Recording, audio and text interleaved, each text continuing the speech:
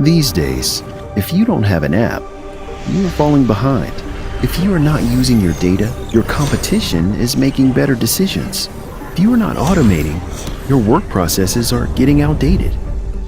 These days, no matter what industry you are in, you need tech R&D to stay relevant. And that wouldn't be a problem if setting it up was easy.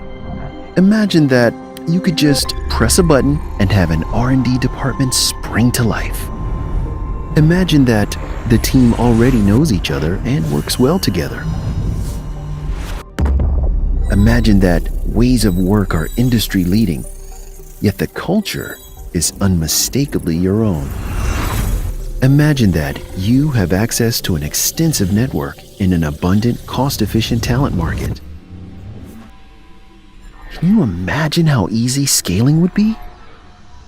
Imagine there is a partner that could set it all up for you, operate it until it's up to speed, and then, when you decide, transfer it over to you.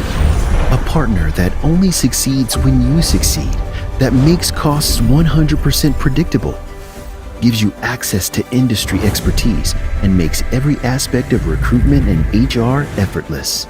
Imagine the power of that. At Anthill, we imagined a service that would do all that, and then made it a reality.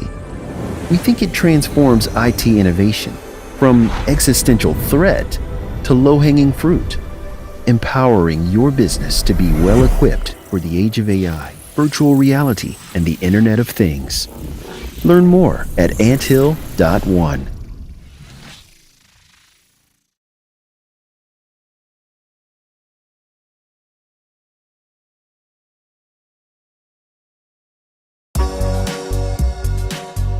Interior designers do a lot. Sketching, designing, a lot of meetings, I'm on site a lot. I think a lot of people think that we paint walls. Sorry. Time is really valuable. Ordering and deliveries. Schedules. Charts, emails, spreadsheets. All these are taking so much time out of the creative part of the work. Worst thing. Ooh, spreadsheets. Way too many emails. I hate spreadsheets. I hate spreadsheets.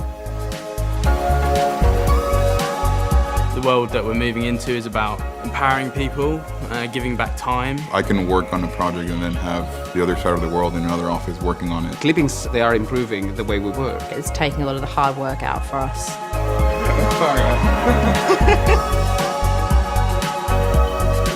It's like a beautiful master schedule.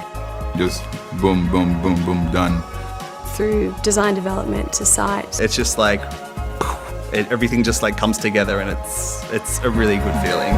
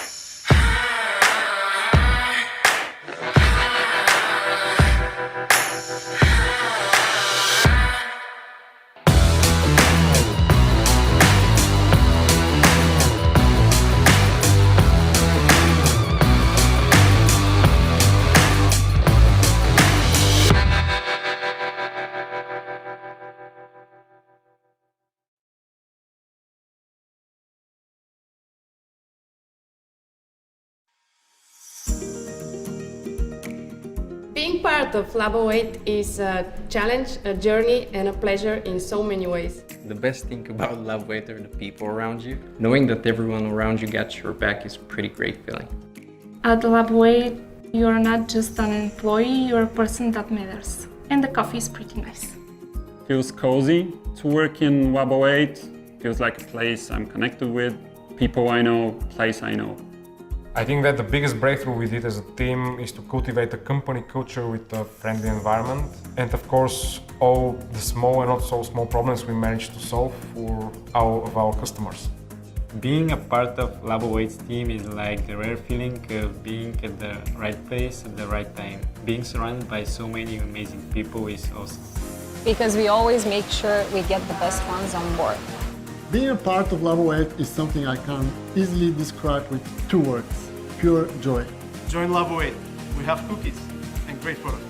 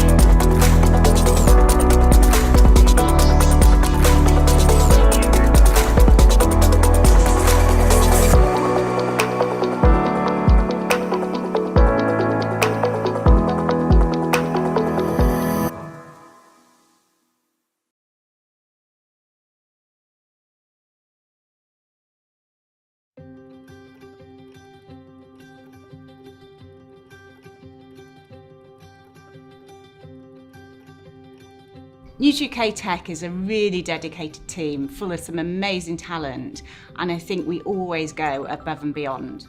The thing I love most about working at News UK is that we are right on the pulse of what people are talking about across the nation, and I find that really exciting. The biggest reason I joined News UK was the people. Like, I stepped out of every single interview going, I want to work with these guys.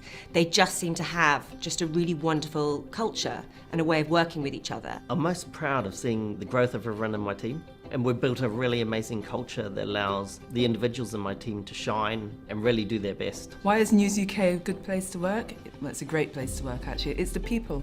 The people make it. There's a real kind of energy and pace of working for a media organisation. Can be a bit crazy at times, but it's never dull. A media business like this is a digital business. The lifeblood of that is the people that make those digital ideas come to life. You couldn't have a business now without engineers. I like working at News UK because you're just surrounded by really smart people, and there's so many people to learn from and experts in their field that your learning curve is so steep, and every day's a school day. If I have one ambition, it's to make our end users, who are the journalists using our tools, to feel excited by them, to say, I did something today that I couldn't do yesterday, and I reached our audience in a new way because of the tools that you and your team built. We're affecting people's emotions, right? If you imagine sport, for example, it's passion, it's emotion. So being able to make that same kind of depth of feeling happen not just here but across the world, I like being part of that.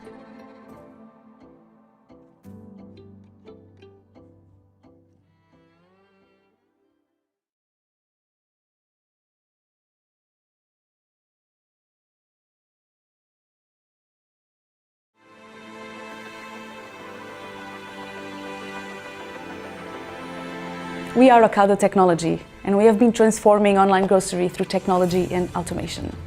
We build cutting-edge solutions using artificial intelligence, machine learning, data science, robotics, cloud technologies, and even Internet of Things. And all of this innovation is born out of 7 development centers across the whole Europe. The scale of Ocado's ambition is fairly breathtaking. So there's a sense of opportunity to learn, but to contribute and actually make a difference. We've come from almost nowhere, and we found ways to solve problems that no one else in the world has managed to solve. What I found it's unique in the Ocado culture is this passion. The ability to experiment, to check new things. You have the autonomy to go out and look for different solutions, new solutions. That's what the whole place is about. How can we do it better?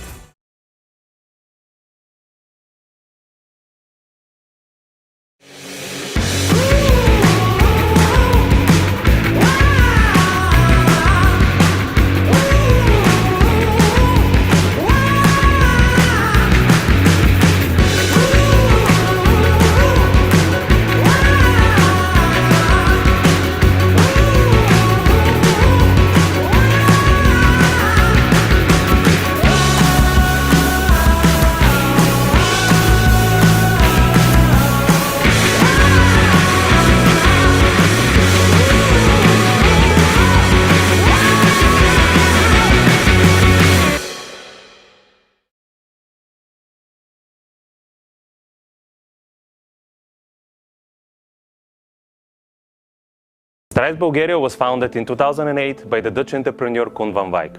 His vision was to create solutions that exceed customer expectations. Since 2014, Stripes is part of the ICT Group in the Netherlands. ICT Group is a stock-listed company on the Amsterdam Stock Exchange and employs more than 1,000 professionals. Since 2017, I have the privilege and honor to drive Stripes forward in the role of CEO. We offer solutions to our clients in digital transformation, smart applications, and infrastructure. Our mission is to build smart solutions that create business impact. We are Stripes.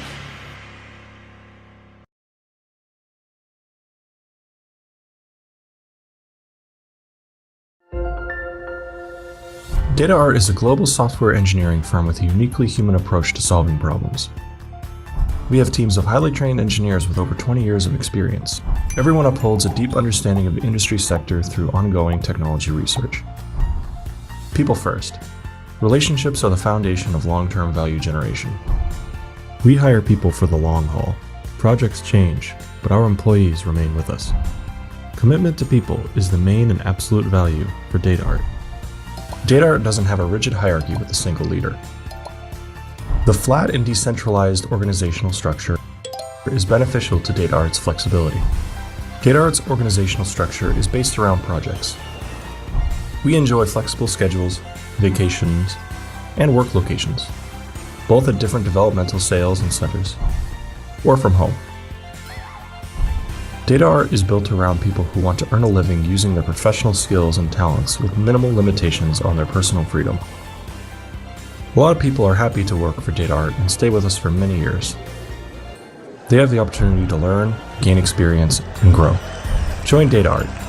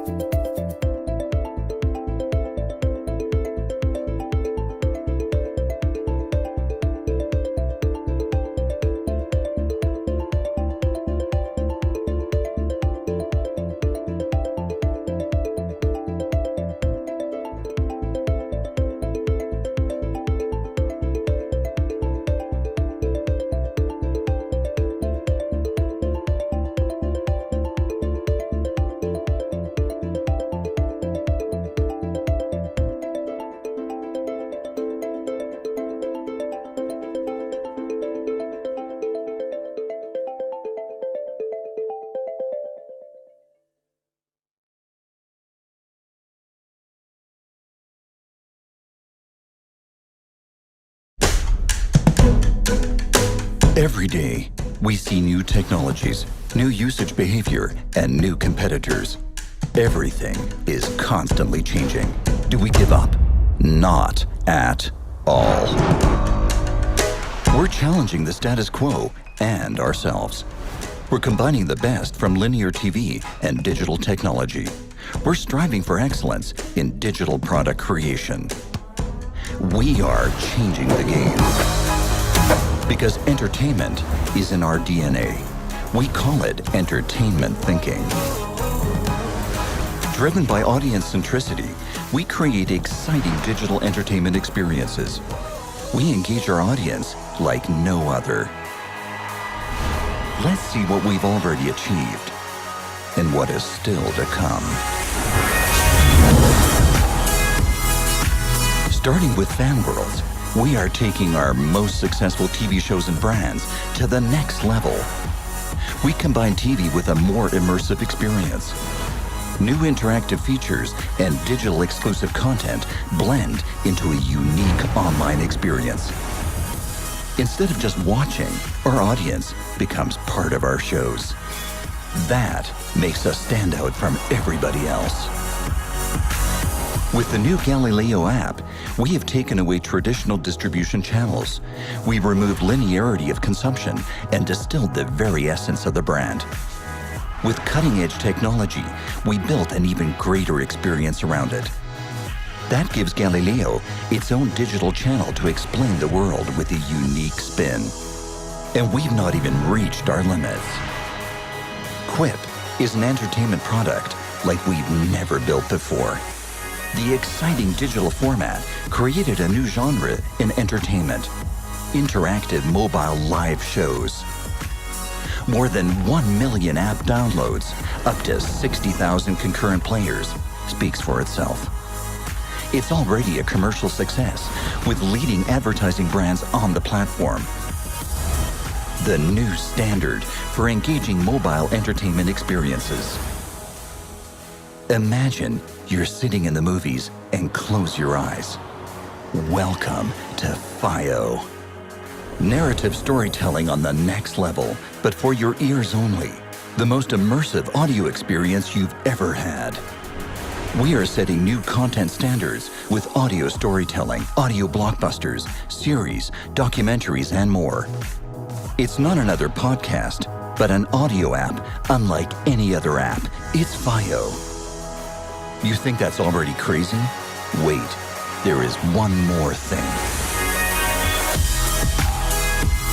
We are ready to put a smile on people's faces with comedy they love. With Smile, our new app, you can access the humor you love fast and easy.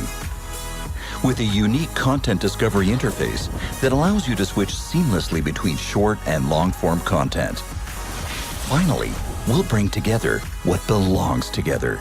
Users who love to see exclusive comedy content and talented artists on the rise.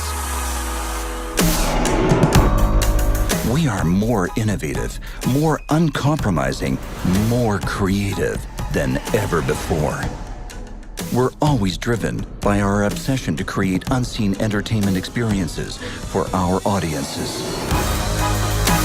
Ladies and gentlemen, this is entertainment thinking.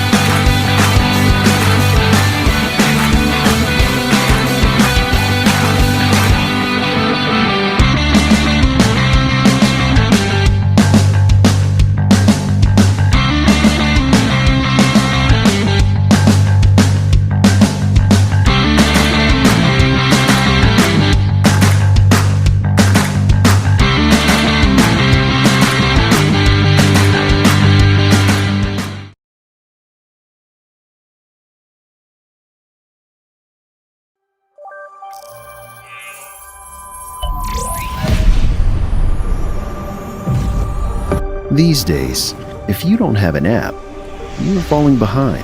If you are not using your data, your competition is making better decisions. If you are not automating, your work processes are getting outdated. These days, no matter what industry you are in, you need tech R&D to stay relevant. And that wouldn't be a problem if setting it up was easy. Imagine that you could just press a button and have an R&D department spring to life. Imagine that the team already knows each other and works well together. Imagine that ways of work are industry leading, yet the culture is unmistakably your own. Imagine that you have access to an extensive network in an abundant, cost-efficient talent market. Can you imagine how easy scaling would be? Imagine there is a partner that could set it all up for you, operate it until it's up to speed, and then, when you decide, transfer it over to you. A partner that only succeeds when you succeed, that makes costs 100% predictable, gives you access to industry expertise, and makes every aspect of recruitment and HR effortless. Imagine the power of that. At Anthill, we imagined a service that would do all that, and then made it a reality. We think it transforms IT innovation from existential threat to low-hanging fruit, empowering your business to be well-equipped for the age of AI, virtual reality, and the Internet of Things. Learn more at anthill.one.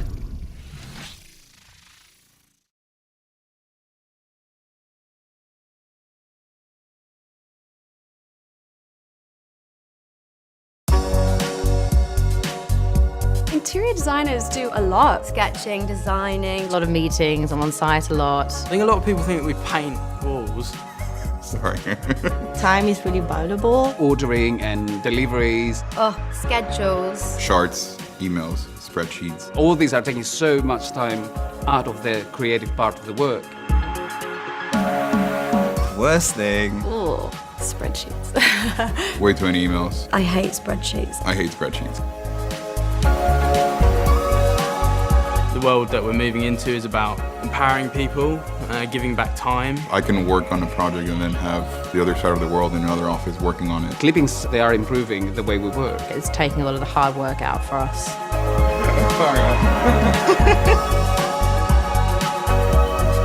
It's like a beautiful master schedule.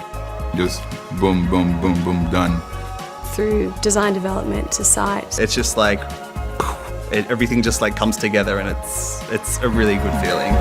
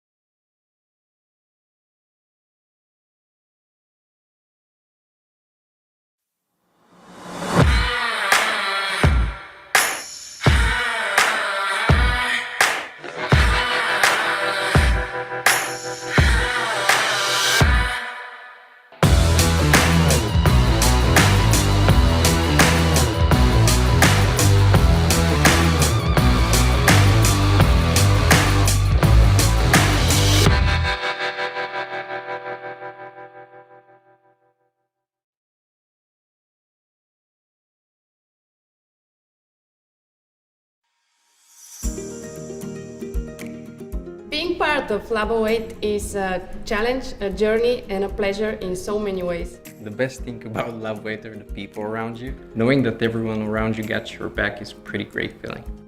At Labo 8, you're not just an employee, you're a person that matters. And the coffee is pretty nice. Feels cozy to work in Labo 8. Feels like a place I'm connected with, people I know, place I know. I think that the biggest breakthrough we did as a team is to cultivate a company culture with a friendly environment. And of course, all the small and not so small problems we managed to solve for all of our customers. Being a part of Labo8's team is like the rare feeling of being at the right place at the right time. Being surrounded by so many amazing people is awesome. Because we always make sure we get the best ones on board.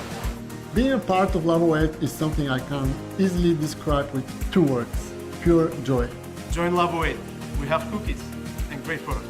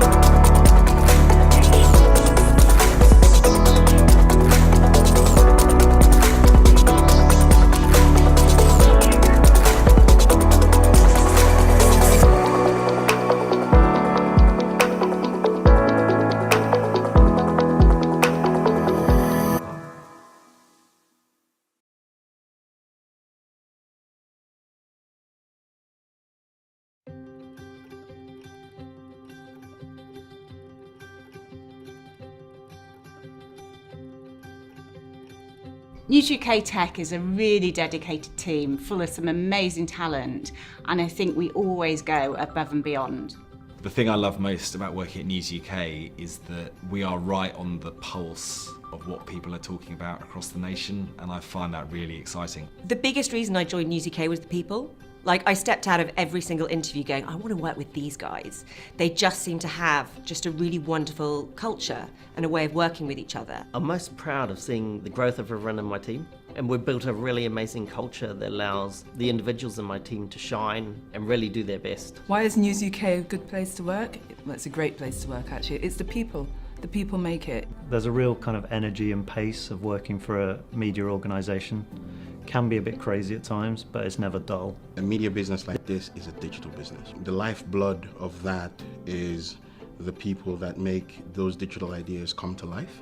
You couldn't have a business now without engineers. I like working at News UK because you're just surrounded by really smart people, and there's so many people to learn from and experts in their field that your learning curve is so steep, and every day's a school day. If I have one ambition, it's to make our end users, who are the journalists using our tools, to feel excited by them, to say, I did something today that I couldn't do yesterday, and I reached our audience in a new way because of the tools that you and your team built. We're affecting people's emotions, right? If you imagine sport, for example, it's passion, it's emotion. So being able to make that same kind of depth of feeling happen not just here but across the world, I like being part of that.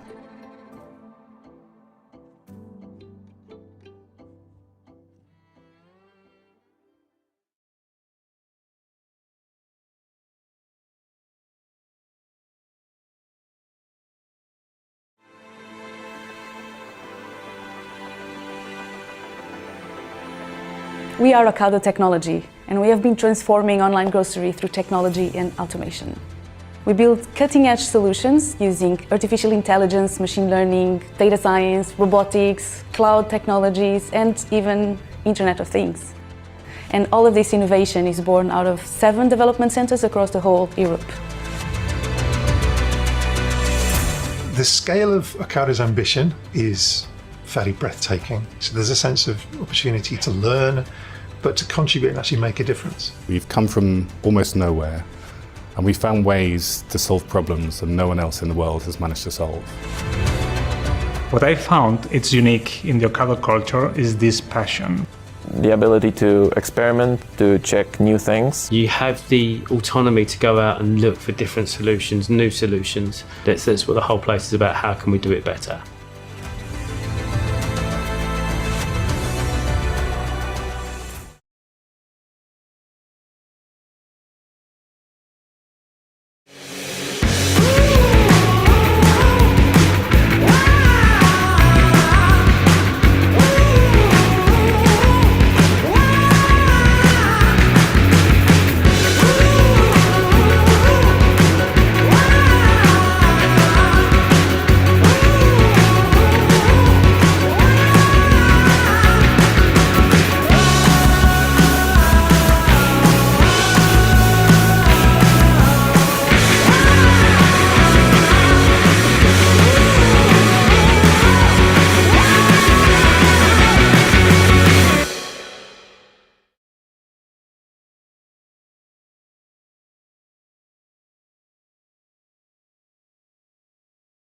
Stramed Bulgaria was founded in 2008 by the Dutch entrepreneur Koen van Wijk.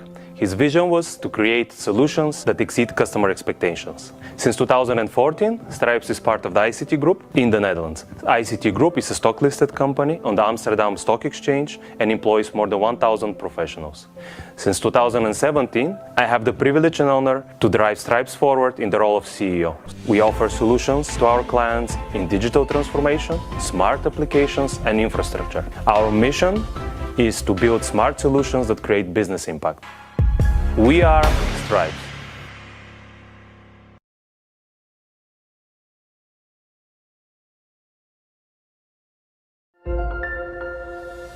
DataArt is a global software engineering firm with a uniquely human approach to solving problems.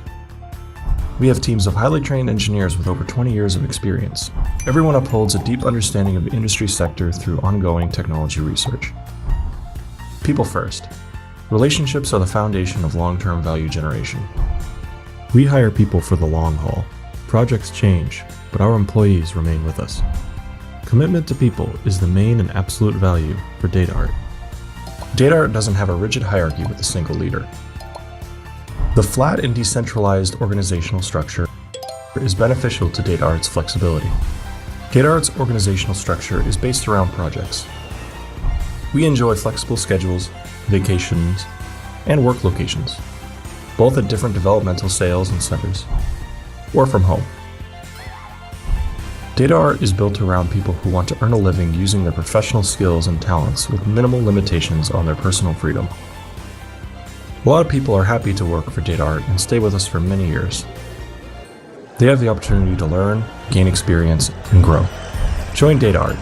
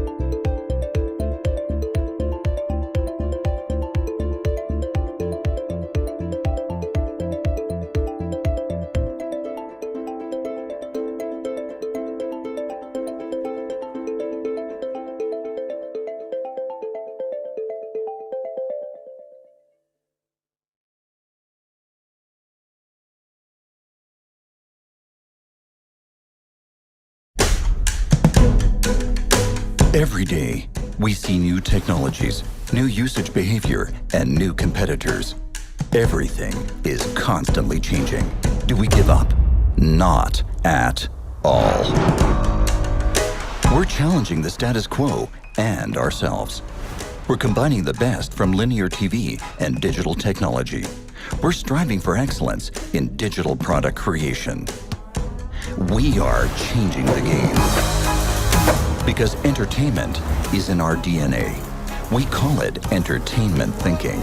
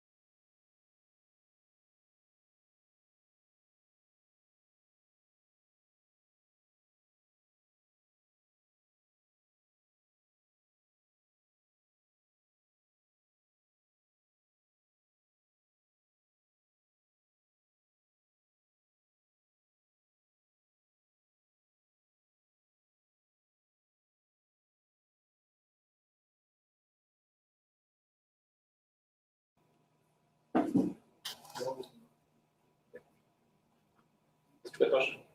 Не знам, не съм го питал. Ще точно. Аз ти казвам. Преди да питаш, аз ти казвам. Можем да започнем, вече се чуваш. All right. Hello, everyone.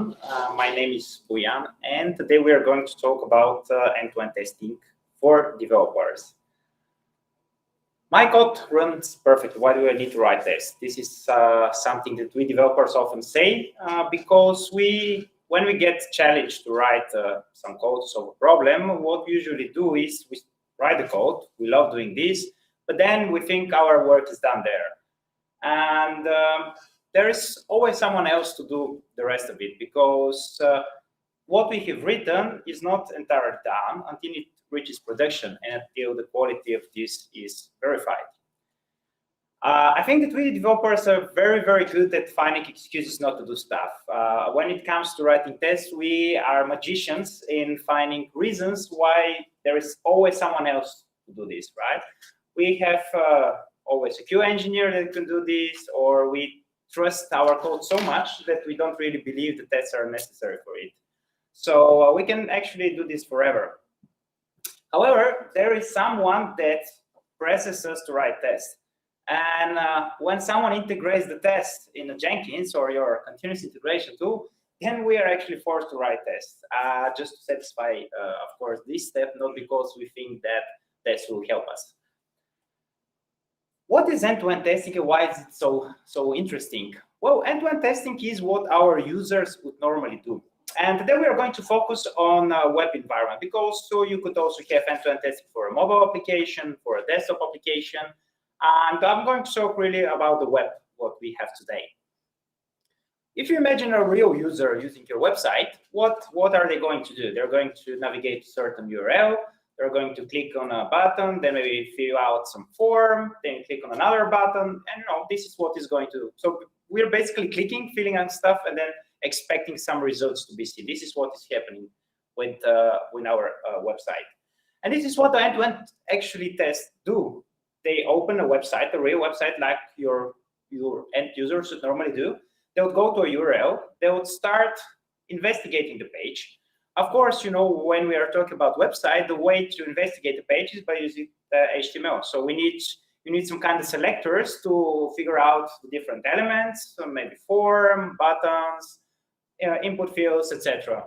And then we are going to manipulate it, maybe click, type stuff, and then just check the contents. This is what we are basically going to do. Why are end-to-end tests so interesting for us? Well, because this is the real test for our user. This is what the users normally do. So we could have all kinds of different tests, but the end-to-end test is the real one that matches very, very close what our end users are going to do in reality. And you have maybe seen in many books this diagram. It's called the testing pyramid. It basically teaches us or tells us what is the good amount of tests to write. So we start with the automated unit test at the bottom. We know they're cheap, easy to write, very fast to run. That's why we want to have them as more as possible. Then we go up on the pyramid, and then the tests become more difficult to write, difficult to maintain, and slower to run. And then we have on the top of the pyramid, we have the automated end-to-end test, basically, or called sometimes UI test as well. And then we have this kind of cloud on top of it, which is the manual testing. This is something that we kind of do all the time. Some of these tests we want to automate, others we think it's all right to do them once, but we always do some manual testing. However, when we do this in reality, when we get hooked to end-to-end tests, because we said, all right, this is what our users do, why should we focus on the other type of test? Let's just do end-to-end tests. So we end up with something like this. It's called the ice cream cone of testing, which is basically the opposite. We write some unit tests just to satisfy our Jenkins, right, as we said.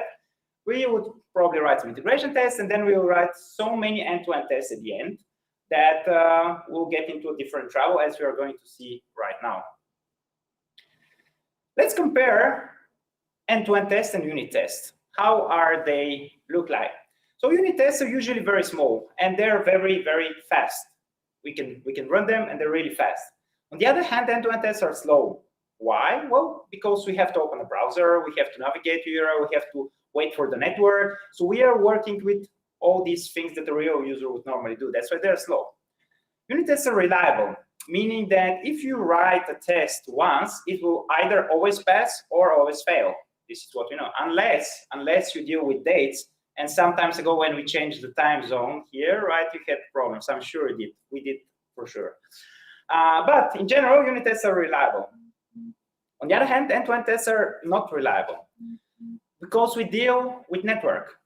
I mean, you can go and you can have timeouts, you can have different animations on your web page, things that are going to prevent you for your test. So it could definitely happen that your test passes at this moment now, but fails tomorrow. And this is very, very often thing seen when using end-to-end tests. Unit tests can isolate failure, meaning that when you get a failing unit test, you can always see what's happened. There is an error, and you can see where it is, probably a function, a method, what we have code, has error. On the other hand, end-to-end tests cannot really isolate failure because, as we said, there are many things that can go wrong. You can get timeout, you can get different tags maybe changed. You know, there are really, really different stuff that can break your test and make it fail.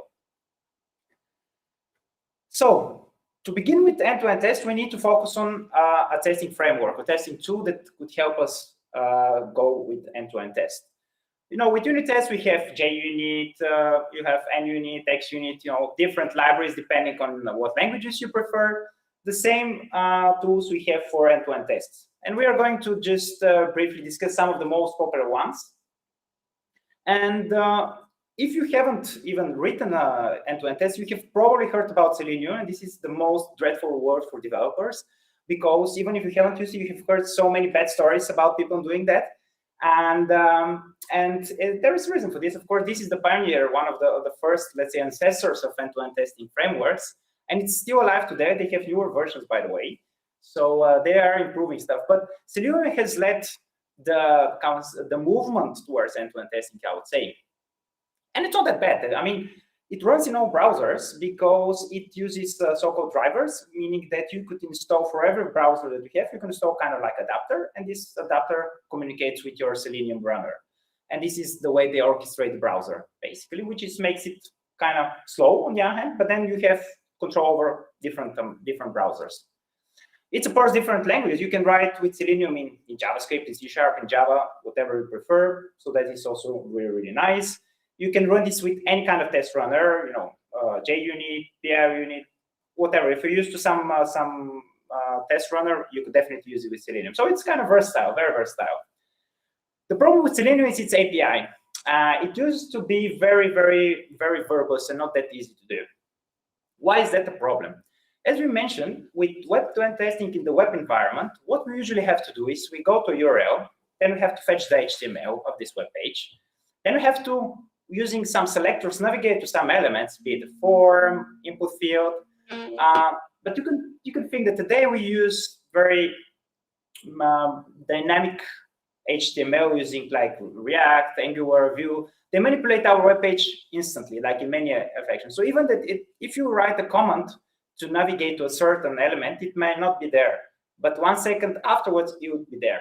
So these kind of problems are very much expected in end-to-end testing.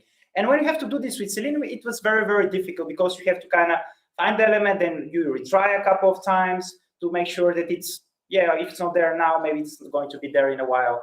And you had to write a lot of things to yourself. So in the beginning, it was very difficult. Once you have this API kind of framework on top of Selenium written, then things could become easier. But in the beginning, it was very, very difficult to start. Then we have Cypress. Cypress is a very modern tool framework for this. They take a completely different approach.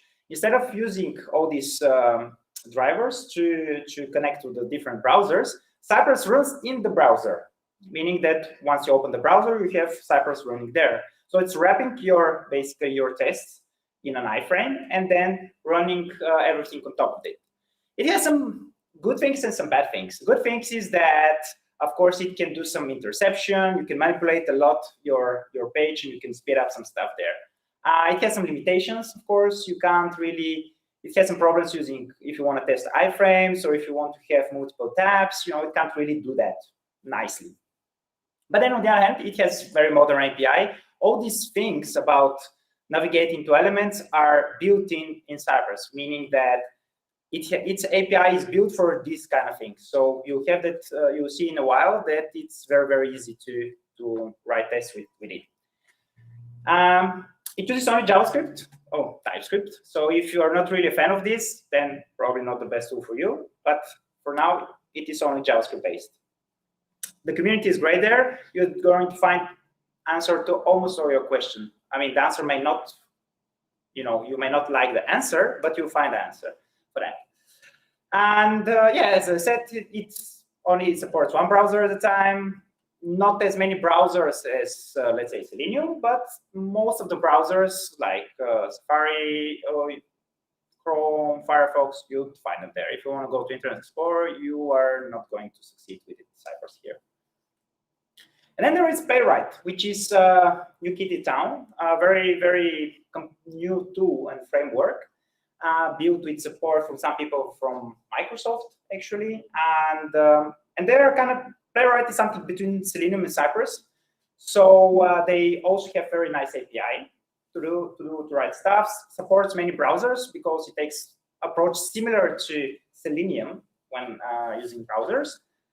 You can write, again, in multiple languages, JavaScript, C#, Java, you name it. And it has also some nice stability features there. The problem is that it's still kind of very, very new tool. So, with all the new tools, the community is not big yet. You might not find answers to everything that you need. And of course, the API is changing a bit kind of dramatically. So if you're used to some API, it might change the next version of Playwright. But it's very fast, and it's very fast even compared to Cypress. So it is a really good thing to try out. All right, let's see some examples. How could end-to-end test look like? So this is just a form take from our website, for example. And this scenario describes with words what the end user would normally do. They would open a browser, right? They would navigate to a certain URL. They would click on a button, then they would start filling out email, password, whatever, and then they could sign up for a trial account, for example.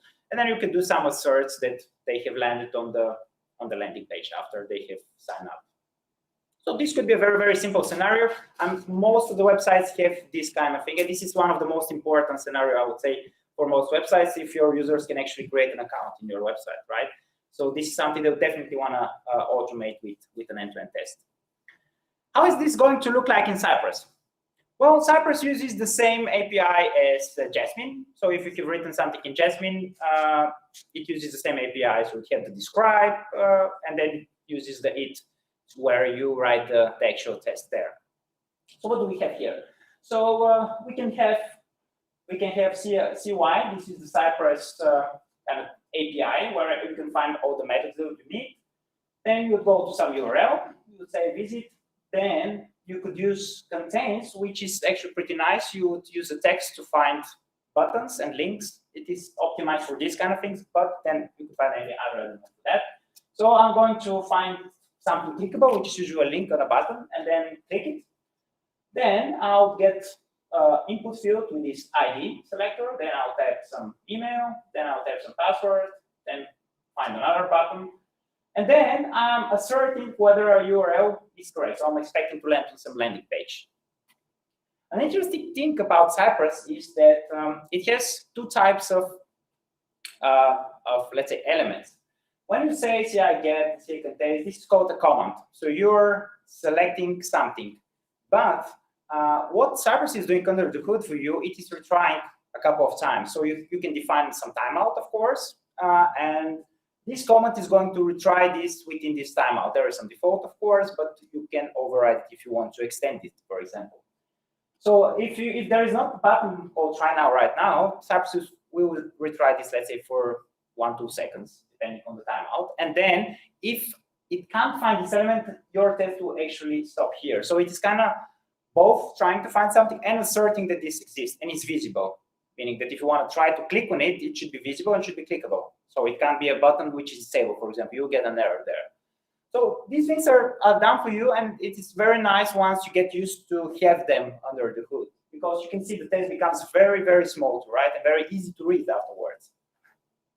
And then the second element, this is the assertion where you would use the should normally, and then you could say what you want to expect. So this is something also used in so-called behavior-driven development, as we're going to see later.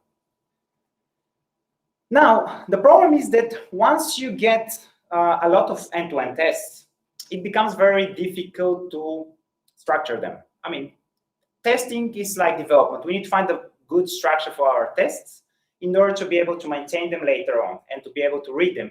Because believe me, even if you write your test now, even if you get this, you can write this now.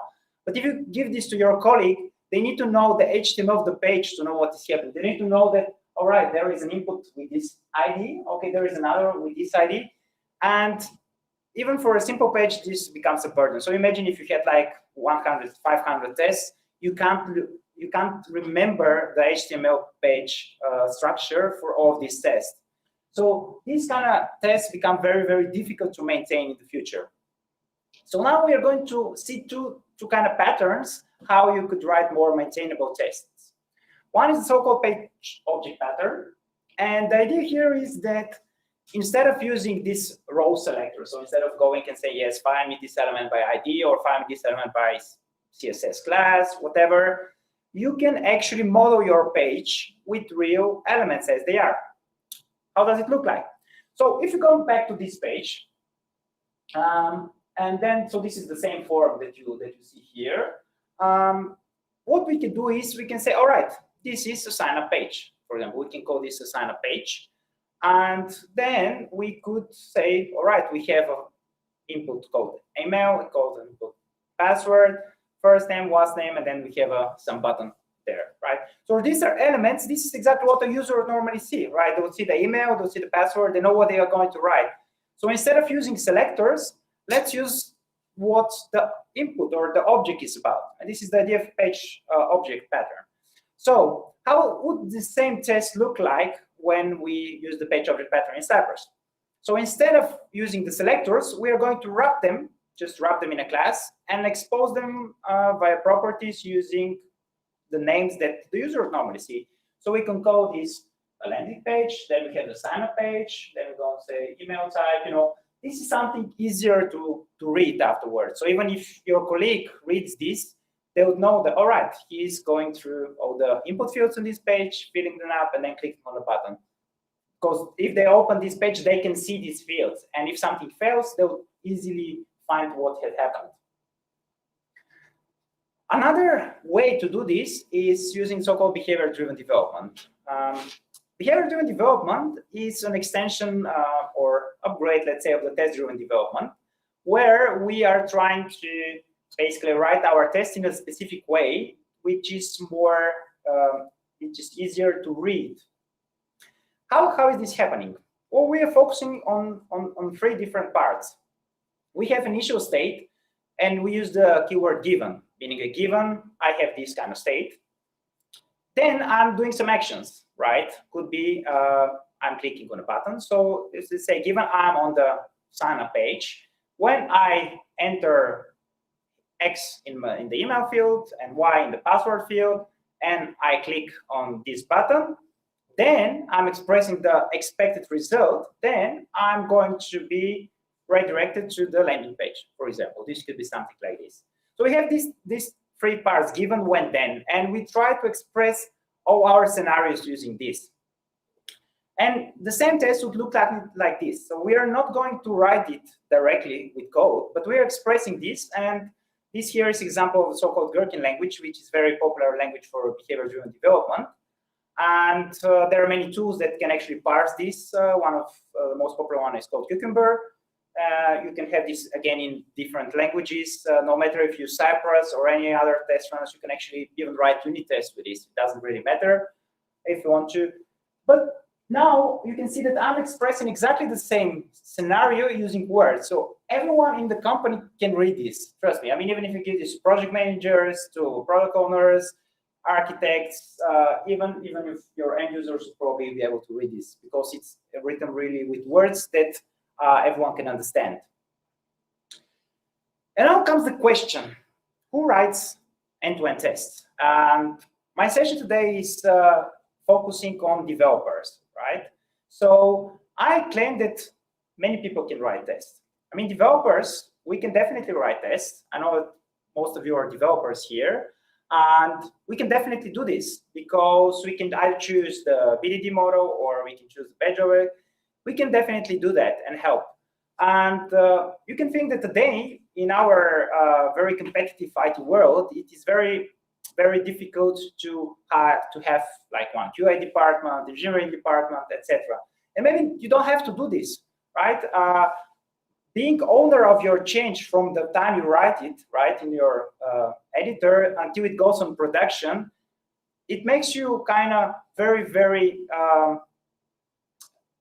it feels you that you have a bigger part in the entire process because you feel the ownership throughout the way, not only writing it but also maintaining the quality of this code that you have written or this feature if you want to. So developers, we can definitely be more proactive there and participate in this problem, in this process.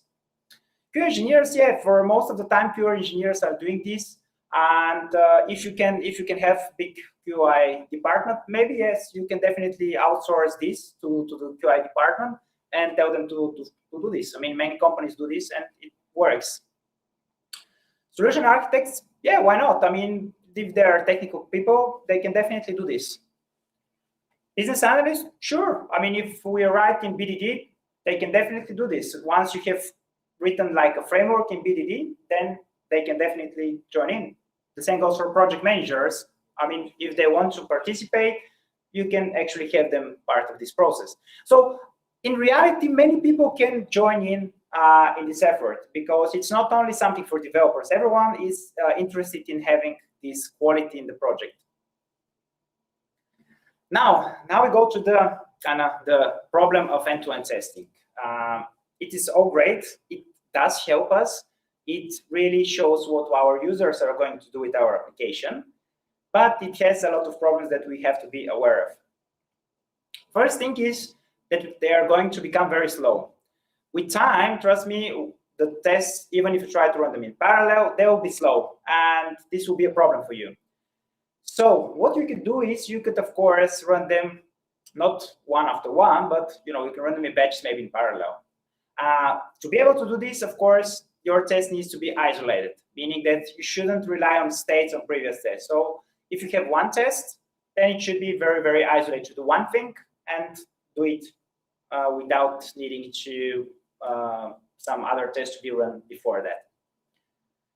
However, you have to be aware of some hidden shared state that you're probably not aware of. If you're using web application, you probably store some stuff in local storage, right? And this is shared state. The good thing is, for example, if you Cypress, that it clears everything before each test. But if you're using some other test runner, you have to do this yourself, because if some test write something to local storage, your test might read this, might need this without you realizing this. The same goes if you have some, let's say, user personalized settings. You could be, the chosen team, selected language, these kind of things. Usually you'd have them in some REST API probably, which you update. And if you reuse the same user, you are probably going to have shared state, because one test might update these settings and the other test might fail after this. And you might not realize them if you run this in parallel. They're going to fail. The same goes if you have some account-wide settings like select the time zone, dates, date format, etc. All these things. So just be aware of these things, because this is shared state when we talk about end-to-end tests. Another problem with end-to-end testing is that we are going through a lot of steps. Like, first step is usually we have to log in, or the first time we have to create an account, then we have to log in our account, and then we can actually do some stuff there.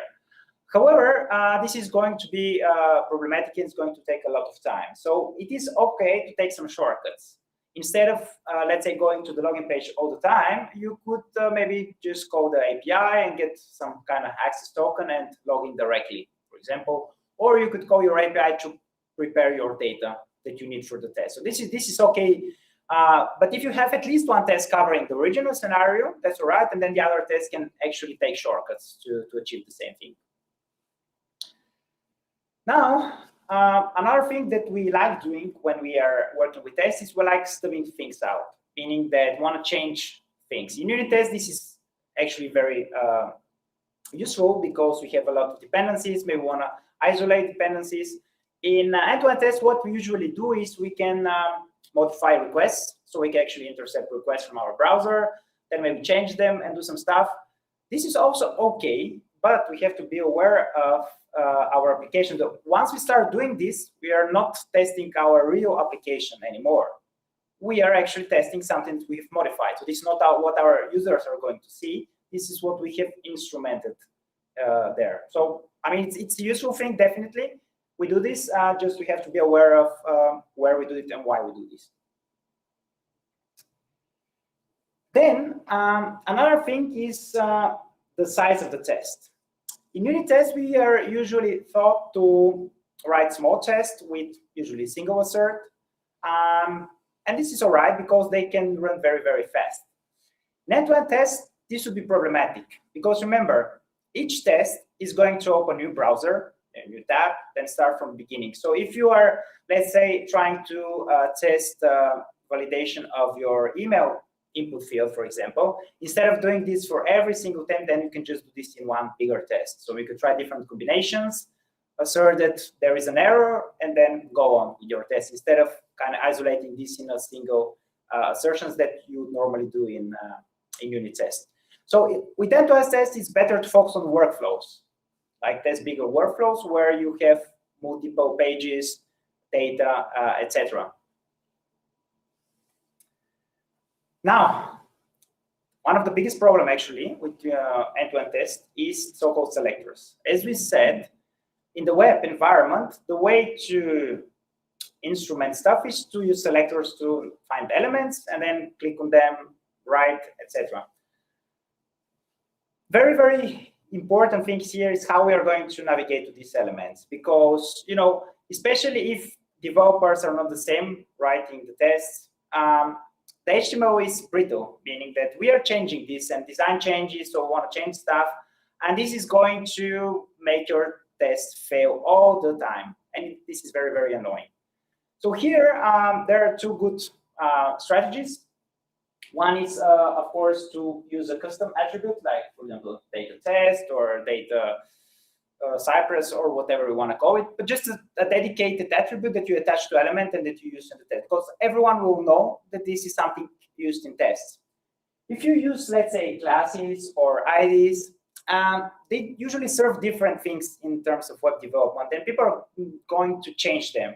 So if you want classes, then probably your designer will come, change some stuff, you change the class name, etc. Your test will fail. So it's not that, because people will not know that this class was used in end-to-end tests. Another good thing is using text. Like we showed, Cypress, for example, has built-in functionality to find buttons and links, clickable stuff by using text. So if you write this, it will try to find first a button, having this text, then a link, etc. If not, it will just give you the HTML element. It could be a div or heading, for example. But the good things about this is that we test what the user sees. So the user sees a button called click here or start here, whatever. This is what the user. So we are testing what the user is going to see. The bad thing is that text changes, right? So maybe you want to rephrase it, you change it or write it in a different language. So all these things are normally okay. And your tests are going to fail once you start changing the text there. That's probably okay because you want to test what the user is expected to see. If the user is expected to see a button click here, then your test fails for a reason. So maybe that's not that bad after all. Now, the waiting. As we say, in the web environment, we have a lot of asynchronous calls. We are working with REST APIs. We have some timers, timeouts, things modifying the HTML page. And back in old days, we used to write a lot of waitings, meaning that we click on a button, then we know that this button is probably firing HTTP request. We are going to wait for, let's say, a second. We say, well, should be there. If it's not there, too bad, our test will fail, and that's a problem. The good thing about Cypress is it does these things under the hood for you. So you don't really need to explicitly wait for stuff, because it will retry things until you reach this, desired state. So if you click on a button and it starts on a fires HTTP request, it will just retry to, let's say, find a button or error message or successful message, whatever. And this is what actually the real user would normally do. The real users, they don't know what is happening. They click on a button and they expect maybe a successful message. They see probably a waiting indicator out there. So you could definitely use this in your tests, right? So instead of using waiting, it is better to use what users are going to see, like maybe try to see if a waiting indicator is there, or just assert if there is a success message out there. This is a preferred way to do this. Right. Before we go on, let's see just a small example. All these things, how they look like in reality. I just prepared a very, very simple demo in Cypress, just to see what you can do there and how these things look like. So I have here just written a test. Everything here is taken for our application that we do. So this is really a real life scenario that we have. So what do I do? So in this case, I'm going to actually go through the entire login flow and then create some stuff. So let's actually start this and before going to inspect it. So Cypress has a so-called runner that is UI runner. You're going to see this. It is very easy for local development while you're doing this here. Of course, when you run this inside continuous integration, you could run this in a headless browser, etc. But here, just for the demo, it's nice to see what is happening here. So this is the UI runner where you could see your tests. And let's start with this one, the full. So you can see it opens a browser. And you can see on the left side, this is the reporter. And on the right-hand side, this is basically our test. It is with an iframe. So Cypress has isolated this. So you can see we are starting, we are going on login page, typing in email, password, we are going on to our home page, and then we are clicking around and creating stuff. So yeah. And then we are sorting at the end. So you can see on the left-hand side, you can see a lot of what has happened here. And another thing that Cypress does is it takes snapshot from your document object model on every step. Meaning you can go here, you can see how it looked like at this point, so which is actually pretty nice. But you can see, okay, we visit some URL, we clicked on some button, the URL changed it, then we are doing some assertions to check if we are on the correct page. Then we are again finding a button here by ID, then another one, etc. So you can actually follow really quickly what is happening here. If you go back here, let's try to make it a bit bigger. Right, so we have what is happening. So in Cypress, I can define some shortcut commands. And this command, if we come here, let's see what is going on. I'm going to some page, I click on a button, then I'm typing in some username, password, etc. And then at the end, I'm verifying the time at some place, right? So this is basically going through the entire login flow. I have just hidden this inside up. We can also put it in a function. It's there. And then here, I have defined the so-called page object pattern. I have a class called home, so you can see it here. It has, it wraps exactly all these elements that I need, right? I have just wrapped them in some properties and methods that they have some name. So you can see here, I have put some waiting. I'm going to remove it in a while, but you can see they have some waiting. And, this is how the test would look like. At the end, I should assert that the heading is the same as I have created. Now, let's see how the same thing could look like if I take some shortcuts. So this is exactly the same test. I'm just skipping the login part, and I'm taking some shortcuts that I'm going to explain in a while.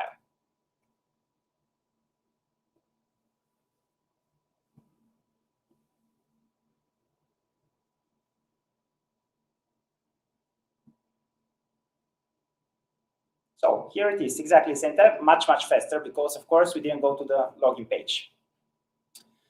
If you go here to the shortcut, the test is exactly the same. The difference is that I have used another comment called login video shortcut. And what does this do is that I have for this test just instrumented some stuff that I put in local storage, and I read them directly from my page because I know how I can actually cheat a bit our application. So I have done this for the test. And imagine if you had like hundreds of tests, then this would be much, much faster because you don't have to go through the login. One test is enough, but then all the others can take some shortcuts. Now, this waiting here, this is how we used to write it in the past. But now with Cypress, actually, I don't have to do this because everything here is actually slowing my tests, because if these operations are faster, this waiting is totally unnecessary. So let's see. It will automatically rerun my test once I make changes.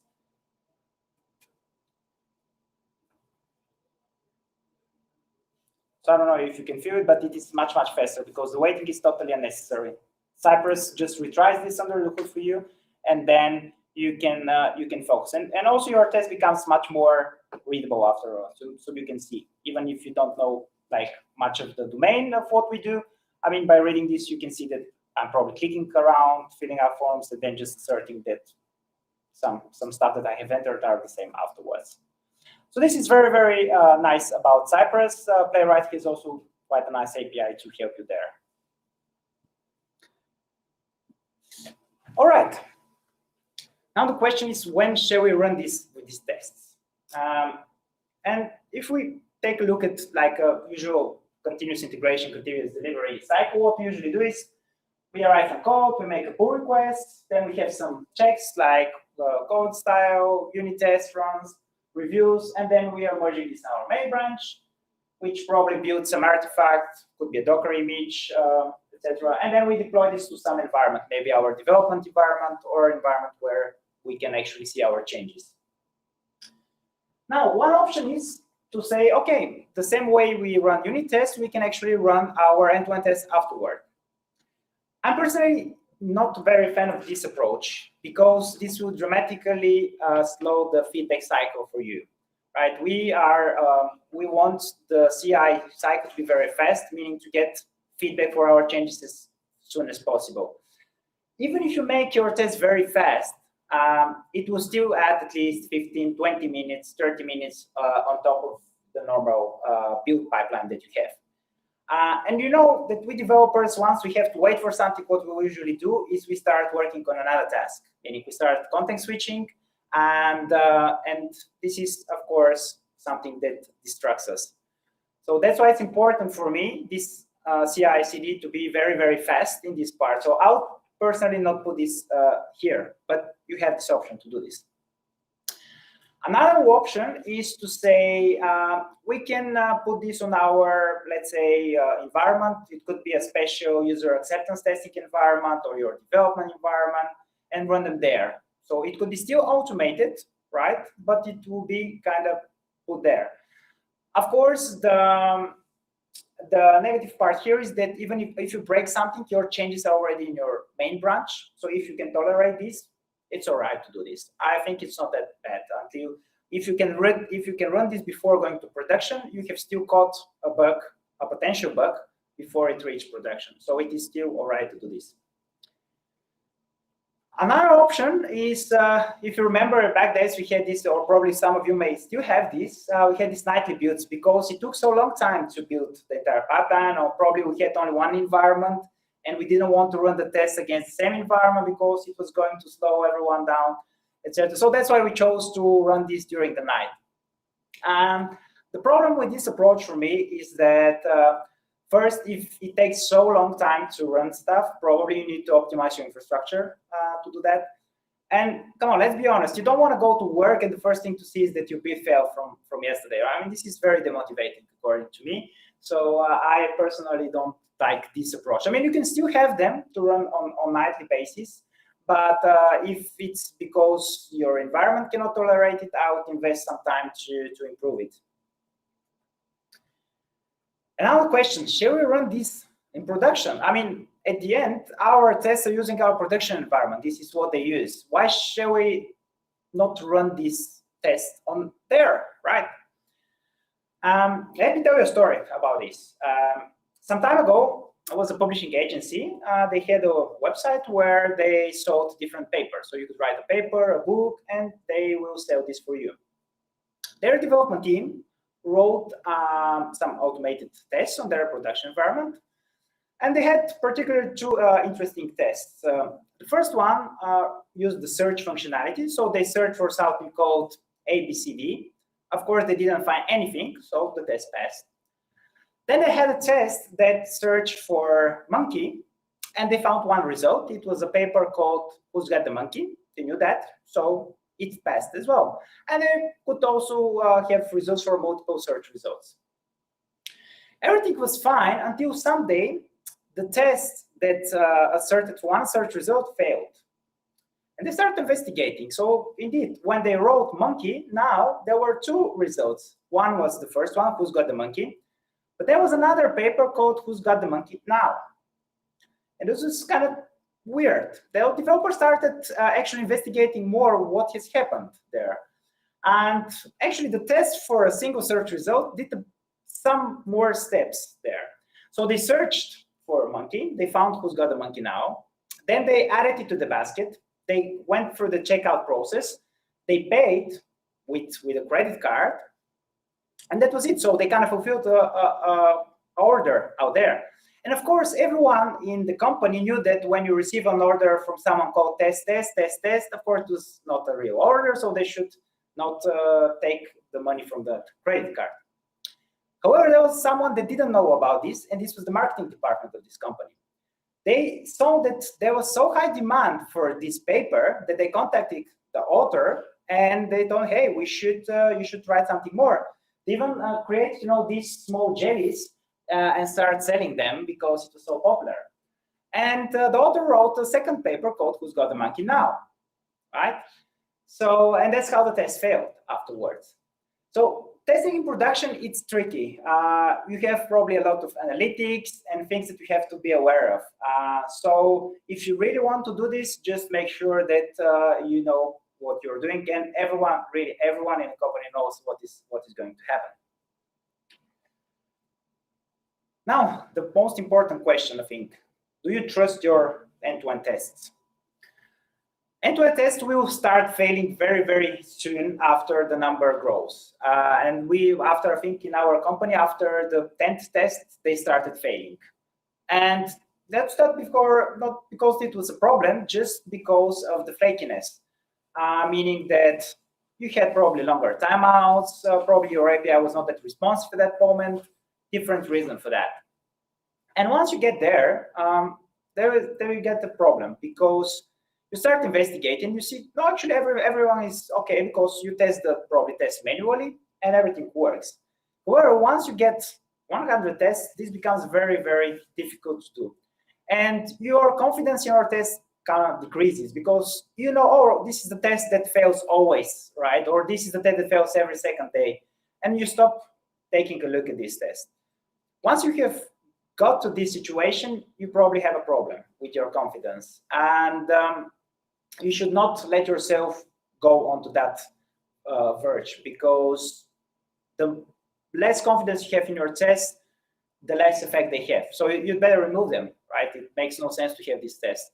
So you should always strive to improve the tests, make them less flaky, or write them in a different way so that they pass most of the time. But you always have flaky tests. No matter what you do, trust me, you always have these. And it requires people to actually take a look at them and improve them, always. So what did we say to you? We said that end-to-end testing is difficult, right? It requires some different things. It is flaky. They will fail once in a while. It is slow. Yes, you need to improve this, optimize this also in your infrastructure. But yet, end-to-end testing is something very vital to every company, in my opinion, because it actually tests what the real user will view. So this is the real test for your application. And that's why I believe that end-to-end testing is a must. Just we have to be aware of all its specifics. With this, I want to say thank you so much for coming today. And I think we have a couple of minutes for questions, at least here from the people on site. And I'm not sure if we do have something online as well. Yes, we do. I'm checking the chat to see if someone is going to ask something. For now, there is no question, so you can ask something if you wish. Sure. What's the difference between smoke testing and end-to-end testing? Great question. Depends. Smoke testing you can define different ways. Most companies, or at least what I have seen, select, let's say, 10 tests that are the most important ones for them. Meaning, if one of these tests fails, then you shouldn't deploy to production the changes. And what is a smoke test? Usually, this is whether you can, let's say, create an account. You can maybe pay on your checkout page. These kind of like the most important things from your company. Here, I am thinking a bit like if you write end-to-end tests, like you write unit tests and other tests, if a test fails, it means there is a problem. And if a test fails, we should always kind of try to see what has happened. I still believe that the testing pyramid is very, very much effective if you structure a test in this way, meaning trying to get a lot of things covered with unit tests, with integration tests, and with end-to-end tests covering just workflows, very important workflows. So for me, I would say what we do in our company, smoke tests are basically the same as end-to-end tests. But you could actually also choose a subset of them to do this.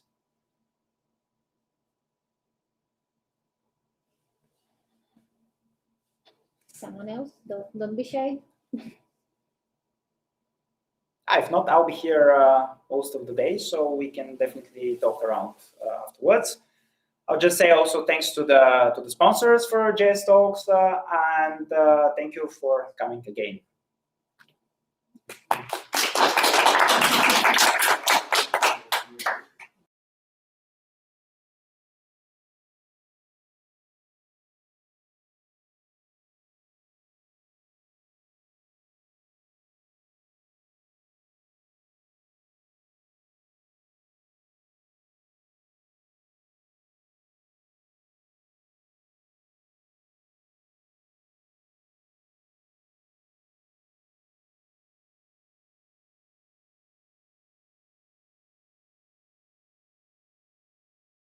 Stramed Bulgaria was founded in 2008 by the Dutch entrepreneur Koen van Wijk.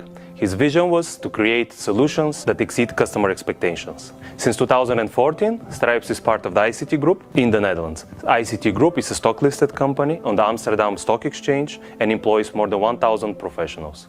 Since 2017, I have the privilege and honor to drive Stripes forward in the role of CEO. We offer solutions to our clients in digital transformation, smart applications, and infrastructure. Our mission is to build smart solutions that create business impact. We are Stripes.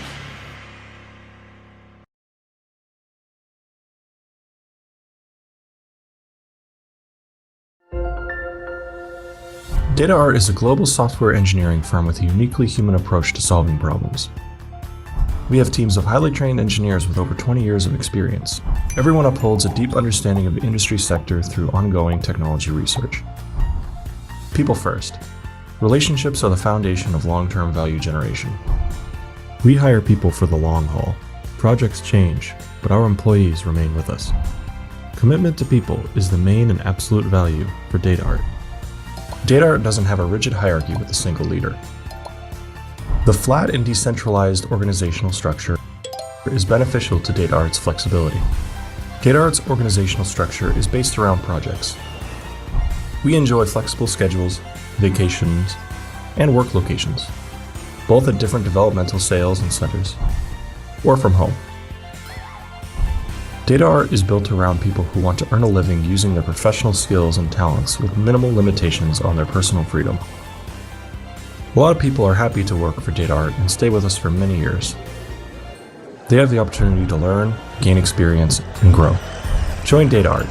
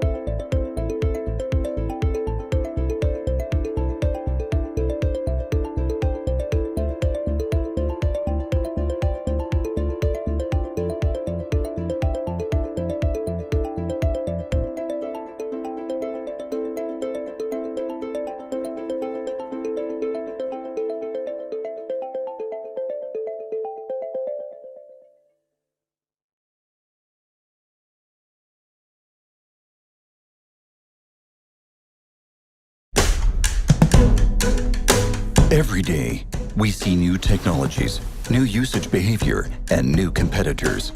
Everything is constantly changing. Do we give up? Not at all. We're challenging the status quo and ourselves. We're combining the best from linear TV and digital technology. We're striving for excellence in digital product creation. We are changing the game. Because entertainment is in our DNA.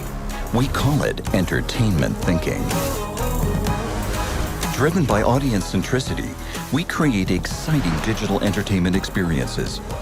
We engage our audience like no other.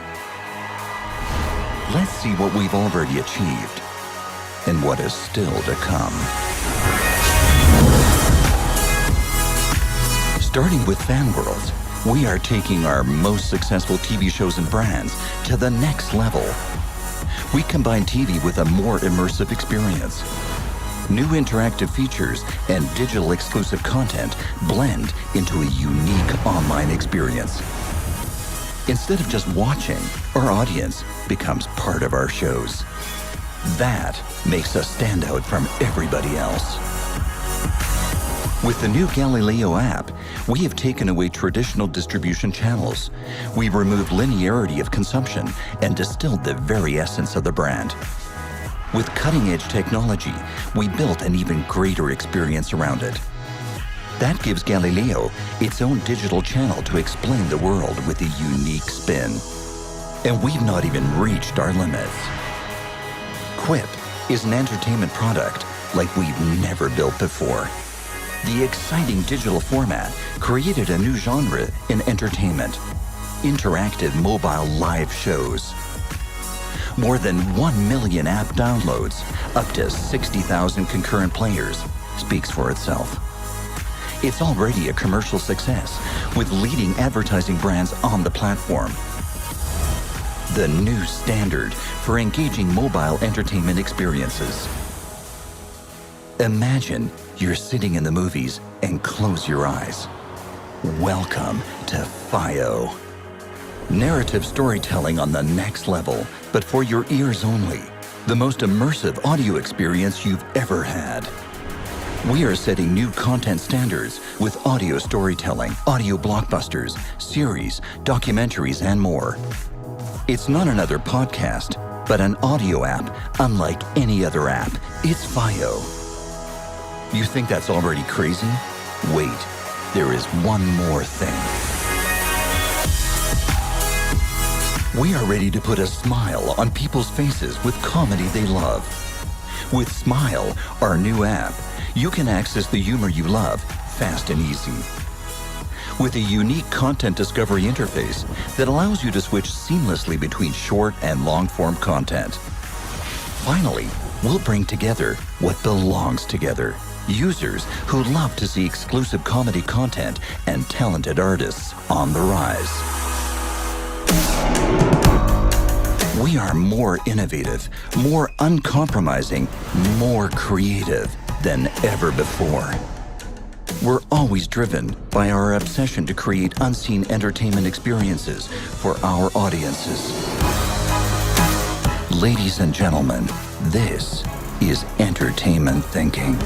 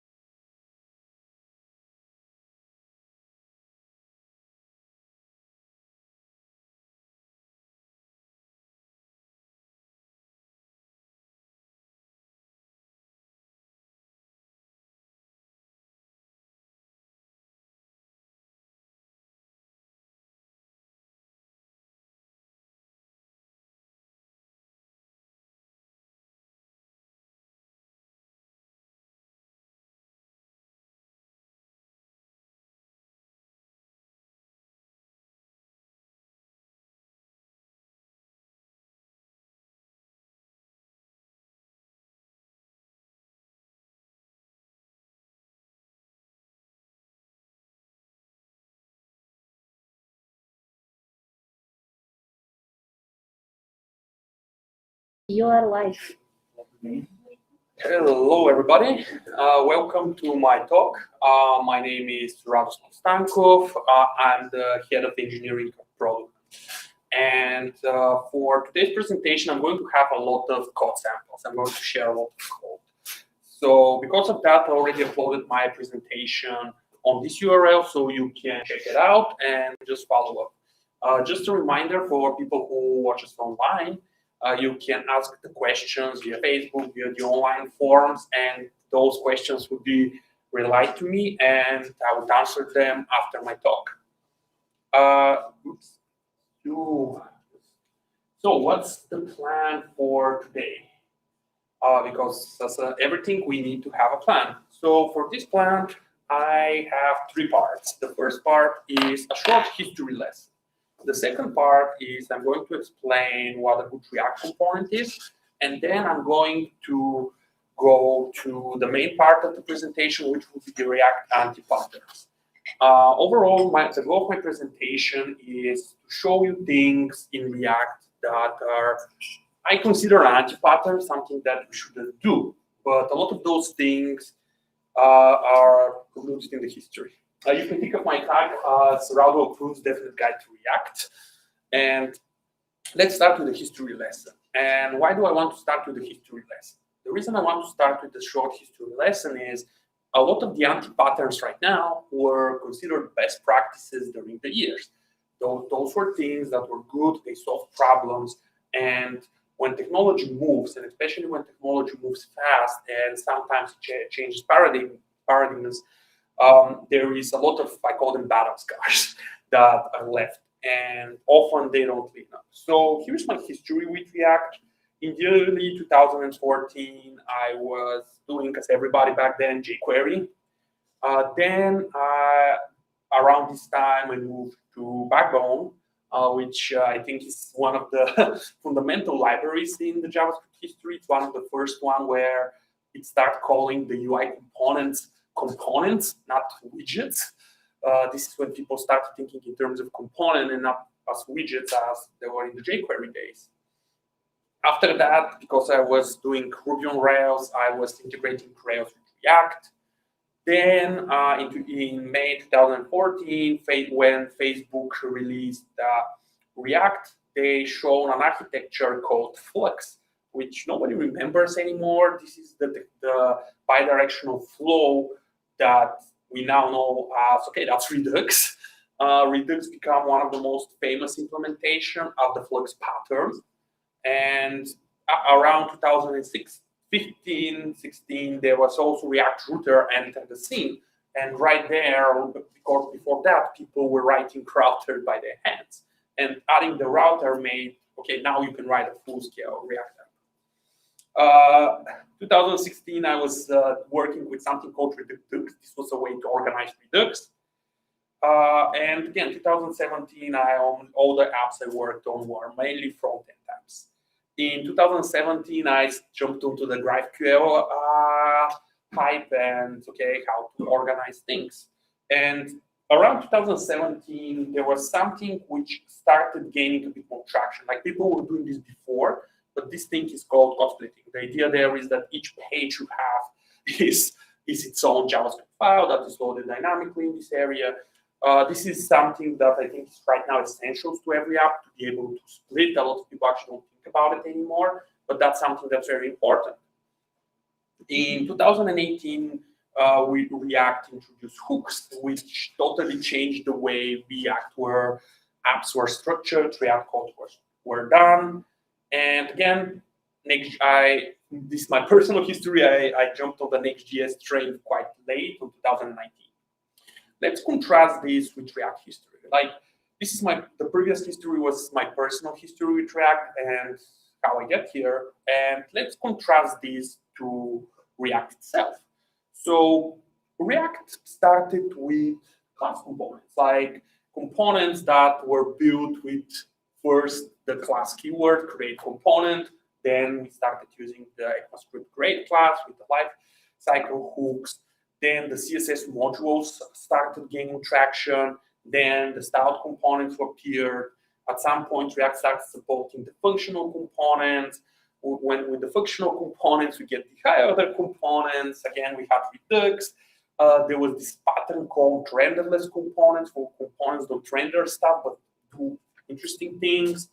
The pattern children as function appears. Again, GraphQL also changed some of the ways React apps were done. And of course, the hooks, the last major change in React. There is something missing in this list is the suspense. This is something that's still worked on.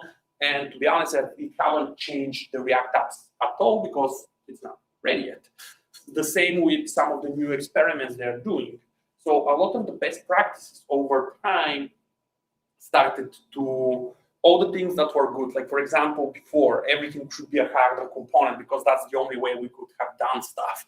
Okay, now it should be a hook. And what the definition of a React good component has changed. And this is my current definition, my personal current definition of what a good React component is. And if I have made this presentation 2 years ago or 3 years ago, this definition wouldn't change, but its implementation would have changed. What do I mean?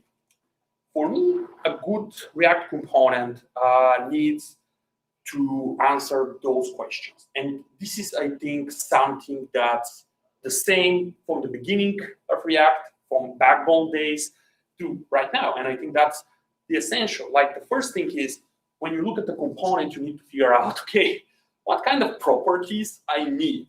Like what are the things this component needs to be rendered? In the early days of React, we used something called prop types, which were done at runtime. Right now, the push is more to things like TypeScript, where these checks are done in compilation, so you don't pay any runtime errors, then you can actually catch it, not in production. The second thing I always care when I see a component is, what does this component do? Like, what's its purpose in life? And the next thing is, what's the component state? Like, what are the different versions these components have? Is this like a stateless component, the component that just get props, render stuff, or this component have a bit more state or a bit more logic? And the last two are a bit more about code quality. Can I trace the logic? Can I read the component and actually understand the logic? Can I change it? Can I refactor this component? So all those things are very important for me when I see this component. And all of this has just one simple thing: is this component easy to understand? Is it easy for me to find out what's going on here? Or I'm pulling my hair out. Those two states. So how do I structure components? The way I like to structure components is I like the component as folder structure. For me, most of my projects, I have a folder called components where the component name lives. There is /index.js where I put the components. And this is only for reusable components. I put them into a single namespace. It's a very long directory, but we all have fuzzy search. A lot of people don't like this pattern. A lot of people, for example, name the index.js the same way the component is. I personally prefer the index.js, but I mean, it's up to you. The way I structure my component, every component file I have follows this structure over here. First is the imports, because again, that's a syntax. Second is the types. As I mentioned, the first thing I care about is what are the properties of this component. So what I put there is all the types of this component. The third thing is the constants. Like this component might have some various states, some various constants, which is code, which is important to be on the top because it's very essential information for this component. The fourth thing is always the default export of the main component. I often have in the same component file, I maybe have some private components, some private helper functions, all other junk overall. But if you put it in the beginning of the file, what happens is you don't know what's the thing that's important for this file. And what's important is the default export. One cool trick with JavaScript is if you use export default function definition, you can put it on the top. Always put the default export as much as the top as possible and treat everything else as private. People who read the code would be very thankful. So how does this look in practice? So the first thing is I have the import. Then because I use TypeScript, I usually have an interface. I always name the properties of this component type props, because if I rename the component, I don't want to rename this type. And then I put it. Then I have the optional constants, like some values if I have, like if it's a counter, something like that. Then I have the default export of the main component over here. If I have like default values, they're defined over here. Then the way I structure my component is first is hooks, because React makes us to put the hooks on the top. Then what I have is, I call them guard clauses. Those are not the default state of the component, but for example, you pass a component which doesn't have some value. Like it requires some value to be passed. It's optional to have or not, and you return no. Or there is some other condition and you need to return like a placeholder. Like imagine you have like a product item, and if the product is null, you don't render the item. If the product is in state loading, you add like a placeholder loader. If the product is fully loaded, you just have it in the bottom. So when you read your component, you can easily scan what's going on. And at fourth, I have everything else. It's like a bag of like functions. Often when I develop components, I use a lot of private functions initially that I'm like merging, removing, and doing a lot of things with that. And I keep them in the bottom. And because my component is a folder, a lot of times some of those private things, like the private hook, like the private helper, the private component, become too big on their own. So what I do here is, because I have a folder, I can put stuff here. I can create private components. I can create components that are only used in this one component. They're not exposed everywhere else. They can also be folders. They can have their own structure. They can be prepared for being extracted. If I have utils, like some utility functions, I have them here. If I have some tests, the tests are in the same folder. Or I prefer CSS modules right now. So I often have a CSS module, and if the component is using GraphQL, I usually type something called a GraphQL fragment, which defines with the GraphQL language what data from the server this component needs to be rendered. Or if I have a mutation, GraphQL mutation is like an operation that changes the data, what changes are happening. So this is how I structure components. And this structure have evolved over the years. Some things, if you do them differently, that's fine. I mean, everything, if you do it differently, it's fine. It's up to you. But though, this is the way I prefer to have every component in my system to be. And I have renters, and I set up this with my team. And in this way, when people open the page, our components, they know what's going on. They instinctively know, all right, this component is public. This component, I can change it. It's only used over here. This is what's needed. This is how I use it. And they can navigate really fast. So this is my first part of the presentation, and now let's go to the main street of today, the anti-pattern. And the main thing I want to talk about here. So what's an anti-pattern? This is like the Wikipedia solution. It's a pattern that's considered bad. And a lot of the time, the patterns, like we have the software design patterns, which are, okay, this is how I do, for example, Redux, and that's a good pattern. And this is the other pattern, that's the wrong thing. A lot of the times, the anti-patterns are not bad per se. What a lot of times, they are useful. They solve problems. But when you look at the anti-pattern code, you look like that, or maybe look like that, or maybe look like that. Like, code when you look at that is you don't feel very good. So why do we use anti-patterns? Like, why those things happen? Like, are we just everybody's like a bad programmer? We do all the bad stuff, and that's the reason why they're like bad? I mean, it's no. So the first reason why a lot of those anti-patterns emerge are that React in the ecosystem evolves, and that's the same with every technology, every language. What was a lot of the best practices changed over time because people, the libraries, something start to become built in, some syntax change. Then people just have more experience. Also, a lot of the changes in the anti-patterns were with the migration from, okay, we start with the pure JavaScript, then we go to ECMAScript 6 where you can have classes, then Facebook tried to put the flow type system, then everybody moved to TypeScript. Also, a lot of the times the anti-patterns, especially in the React world, come because of inconsistent design.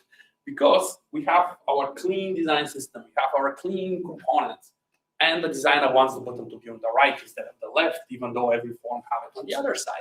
And we start creating those small holes in our nice component just to accommodate design inconsistencies. And that's part of life. That's never going to change. So we need to think around that. A lot of anti-patterns come because they're workarounds. We had a problem. I don't know how to solve that. Oh, I figured out how to solve that. I'm so smart. I'm going to solve it in this nice way. It's quick and simple. It's like 5 lines of code. Just work around, but it's work. Also, again, we learn along the way. Like a lot of those problems, especially in the early days, a lot of the best practices from the early days were people who are just learning. And when we learn, we grow, we evolve. And also, like this is, I think, the main reason for the anti-pattern.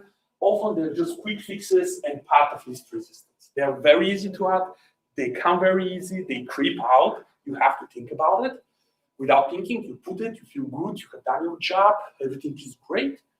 And 6 months later, oh man, how do we get here? So during the rest of the presentation, I'm going to share with you multiple anti-patterns I have seen in various code bases. Some of them were made by me.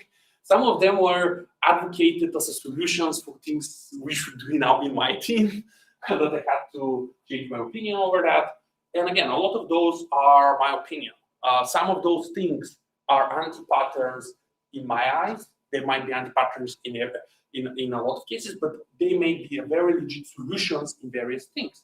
That's the balance. They're just things that can work on it. So the way I'm going to structure this is I'm going to give a name. I'm not very good with naming, so I'm just trying to give a most descriptive name as possible. Second thing is I'm going to give you an example. Okay, this is the anti-pattern. This is how it's done. Then I'm going to say what's the problem here. And I'm going to give you some alternatives. So let's go with the first anti-pattern I have seen quite a bit. Override CSS of inner component. So the thing about this here is we have this nice component. It accepts a class name, so people can style it. People can style this component. And this component has like H1. And we have our component, we get our styles, we pass the class name, and our designer says, but I want the H1 here to be red. They want to be red. And you say, oh, that's great. I'm just going to override this class name. I know that inner component has H1. I'm just going to do it here. And that's great. I mean, sometimes solve the problem. It works. But this is a problem here. Right now, we are coupling the structure of a component, which would be a black box, with a CSS prop. So if we do this, what happens is, if, for example, I decide H1 is not a good class element here, I want to do it as H2. This code would silently break. This code would silently break because CSS won't say, oh, I couldn't find the component in compile time, because that's not type safe. We don't check anything. What happens, also the other thing here, which people don't consider, is CSS is very weird. And by weird, I mean a lot of people don't actually know. That's very surprising for me, but that's true. People think if you have a class name property of a DOM element, and the way you order the class names matter, it doesn't. The way the CSS properties are applied to an element is the way they're defined on file. Like if you have like a CSS file, the last definition of like, let's say, color red wins. And that's very counterintuitive. And especially right now when we have all this code splitting, all the bundling, all this other stuff, we don't know what's the order of our CSS files. I don't know what it is. I don't think even my compiler doesn't know, because sometimes it generates random stuff there. I don't know why. So this is obviously bad. And let's solve this in another way. The other anti-pattern to solve this issue is to pass a class name to the inner class. So what people do here is slightly better version, and the version here is class name for header, class name, style bar. Simple, other prop. What's going to go wrong here with another prop? And we can here set, okay, oops, that's the solution. Just a spoiler alert. So that's great. That's all great. That's great here. But the thing about it is right now we made this component very hard to change. This component now has to support this header class name. What about if the header is split into two DOM elements? Should we apply both of those props? And the other thing is every time we pass a class name to a component, we can change everything. Like we can change font, we can change size, we can set margin, padding, blah, blah, blah, blah, blah. And you don't want to do that. You want to have discipline to use class names only for things that position those elements. And don't touch the inner ones. Because what about if the header class name has like a margin? Okay, color is great, but I can also change the padding on the margin of this component. And what about if this one also applies one of these? It becomes a mess. I don't know what's going on. You should consider, and the reason for this is because you start creating coupling between a component and its children. Like what about if I remove the header here and things like that? So the solution here is also, again, if this is an option, we can just pass the color. And that works. We make it explicit. People can actually know this is a possibility. If it's used one in our system, maybe it will be used somewhere else. And that works. You can say component, color correct. And it's semantic, you understand it, you can type safe it, I can pass green. The next person, if the designer says, okay, I want this color to be green now. If you have this variant, you as a developer actually know how to add the green without thinking. Because if you just have the class names, you have to go to all those things. Should I add a prop? Should I do that, do that, do that? There is also another way here. And this is also works. And I want more people to use that part. Is if this header is so configurable, like often what I have seen in React is, I have this header and I want to configure the title, I want to configure the style. I have to configure so much stuff here. Don't configure it, just pass the whole component in and render it, just make it up. And have it clear. And those are some of the ways to solve that. Again, passing class name sometimes can work. It can be a dirty hack, all right, if it's once every couple of months, works. The other anti-pattern is regarding the overuse of renderless components. So what are renderless components? Those were very popular over the days, and those were components that don't render anything on the screen, but for example, they attach to DOM. For example, in our system, we have those two friends, window resize and window scroll. What do those things do? When the window resizes, it calls the functions. When the window scrolls, it does the scroll. Those are nice. I mean, there's nothing inherently bad with those things. They're good. The thing about it is they make the React tree dirty, make some things hard to debug. And the solution here is obvious. And here is, okay, how React gave us both capabilities. You just now have hooks.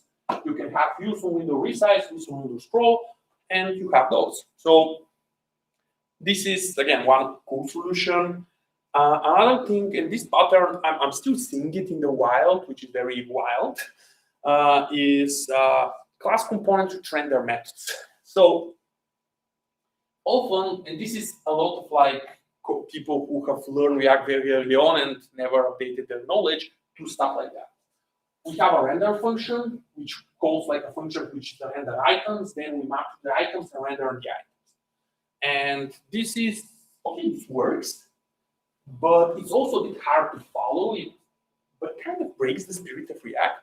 Like the better solution here is just have a functional component that maps to the things and just have a component which is the item. And yeah, it can be private, but you can extend it. You can do a lot of that. So this is also another of those patterns that comes from the old days. And now let's go to some of the controversial ones. So this one is something which I'm still arguing with my team day to day when I see it and I try to discuss it. And let's see if now I can explain it correctly why I think this is an anti-pattern. And this is constant map instead of component. So the idea here is we have this. We have a constant with some links, which is to title, and we have a map of those. And that's not bad. per se. Like that's good. A lot of developers write that, feel good about it. Because it's good, it's not bad code. It works. Like it's a nice thing here. You have all this. When you open the file, you see here. And for me, actually, the cleaner solution is just to use those as a clear React components here. Just to have them like that. Just to have menu link to title, And the reason is, the first time we define this pattern, like the first time you do this, you actually handle all the cases you have it. But often, this makes your code harder to change. Why does this make all the code harder to change? What about if some of these menu links have to be visible with some options? Like, for example, if some link is visible only to the login users. Now here, you have to accommodate to that, like trying to figure out, okay, maybe I here a sneaker function here. And here I have an if. What if I have in the link with the menu links, I have a link which has like a different color. Okay, here I have to pass the color to all of that, define all the types. And at some point, you get to like a list of like 5, 6 props. And I have seen this in our own application. This with us, we had this system with all those links here. And this was for our main navigation. And the component had like those small objects here had like 6, 7, 8 props at one point just to be able to accommodate for all the options. Like we want a menu link, but one should be with image, one should be with the subtitle, one doesn't want that, one should be visible only to logged-in users, one should be visible only to people who have subscriptions, and it started from this very simple thing. The problem is this makes the code hard to change. Also, that's less lines. I mean, it's not a very good argument, but that's less lines. That's 3 lines. And that's just those are those 3 lines. You see how much boilerplate. And also, some of the things we as a programmers want to do, and we want to be smart. We do a lot of things like that look smart. But in order for me to understand this code, I have to interpret it in my head. I have to run this code. Oh, that's an array with objects. All right, I remember that. 200 lines later, oh, that same object, I have to remember it in my memory, in my head. Go here, look to that, see it, and do it, and evaluate it. Okay, or I can just say, okay, I just see those 3 menu links. Maybe I should have the 4 here. That's easy. I'm done. So yeah, that's a very controversial pattern. Hopefully I convinced you that it's not one of the best. So the other thing I wanted to show is called decompose records to props. And this is also something I have seen a lot of the time. What people do is, for example, they have a component that renders a post.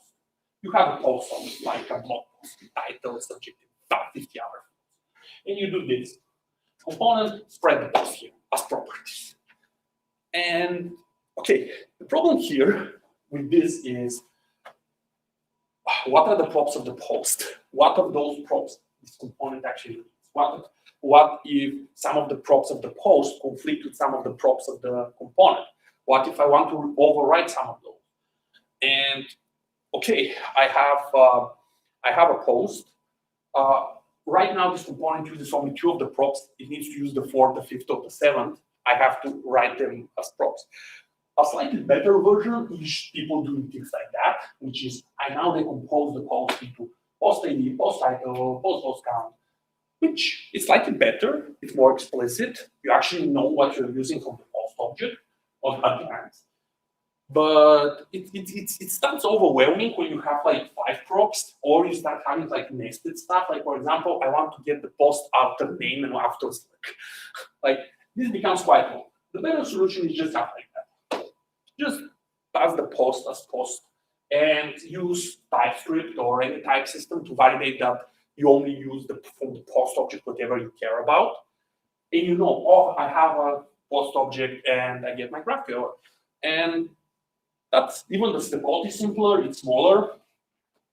And especially if you use something like GraphQL, something cool with GraphQL you can do is from your backend, you can generate a GraphQL schema, and through Apollo, you can generate TypeScript files. So with this command, Apollo code gen with 200 data parameters that you see in the internet, You can generate TypeScript types like that. For example, we have a profile avatar fragment. Profile avatar fragment to profile requires the ID, the name, the kind, and the image URL of the profile object. So those are all the props I care about. Running this command to generate this TypeScript file, it would say, okay, I have the profile avatar fragment, its name, kind, blah, blah, blah, blah.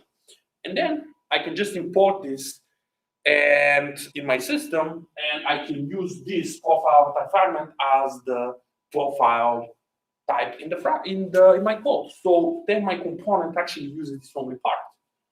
And the cool thing with GraphQL is we can nest those things. For example, we might have a component which is a profile card. Like in the profile card is just all those hover cards we see on the internet now, which are very popular.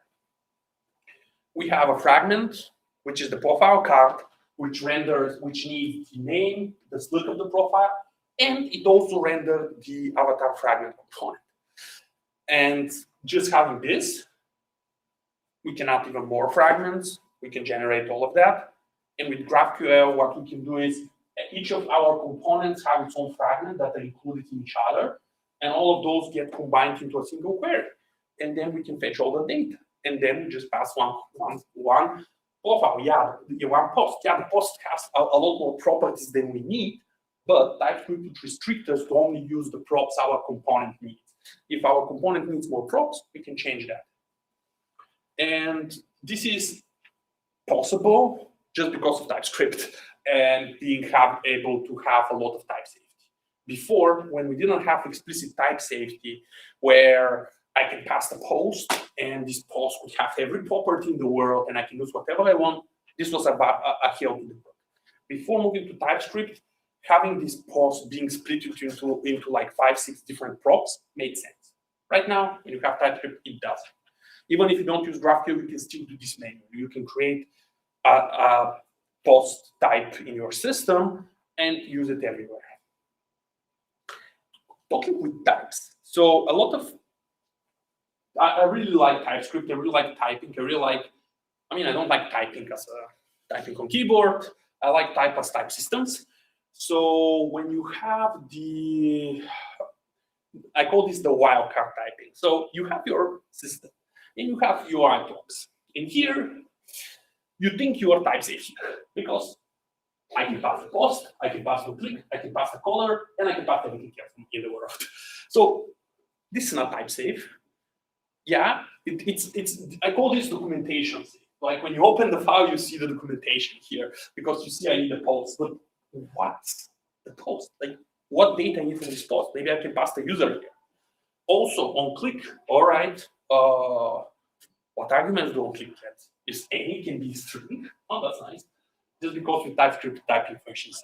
So on color, oh, I can pass every color. I'm not very good with color, so I don't know. And this friend over here, key string value, that means most probably when I see this, somebody tried to extend a DOM element. They wanted to overwrite like some DOM props. So the better solution here is first, be explicit. I want I post. This particular post with this particular data. It's even better documentation. On click, actually don't care about the event in color. It can be blue or red. And that's a lot simpler, a lot more type safe. And also, with React, you can do this. Extends React HTML attributes for HTML element. That means these props can take every HTML attribute that React supports. It's quite a bit. Sometimes it's useful for like core components that wrap up very particular thing. Like for example, if you have form components and you want to, on a text area, being able to override the resize and all of that, you can use this pattern, but it's a lot more type safe. And this gives you a lot of time. This is, again, just learning on the job. Another one, the other one I wanted to show is component as property. This is another pattern which I thought I was very smart when we started using it. And this is the pattern. You have a component that's text. It renders text. This component, for example, can be a paragraph, or it can be other React component. Like text can be a link component.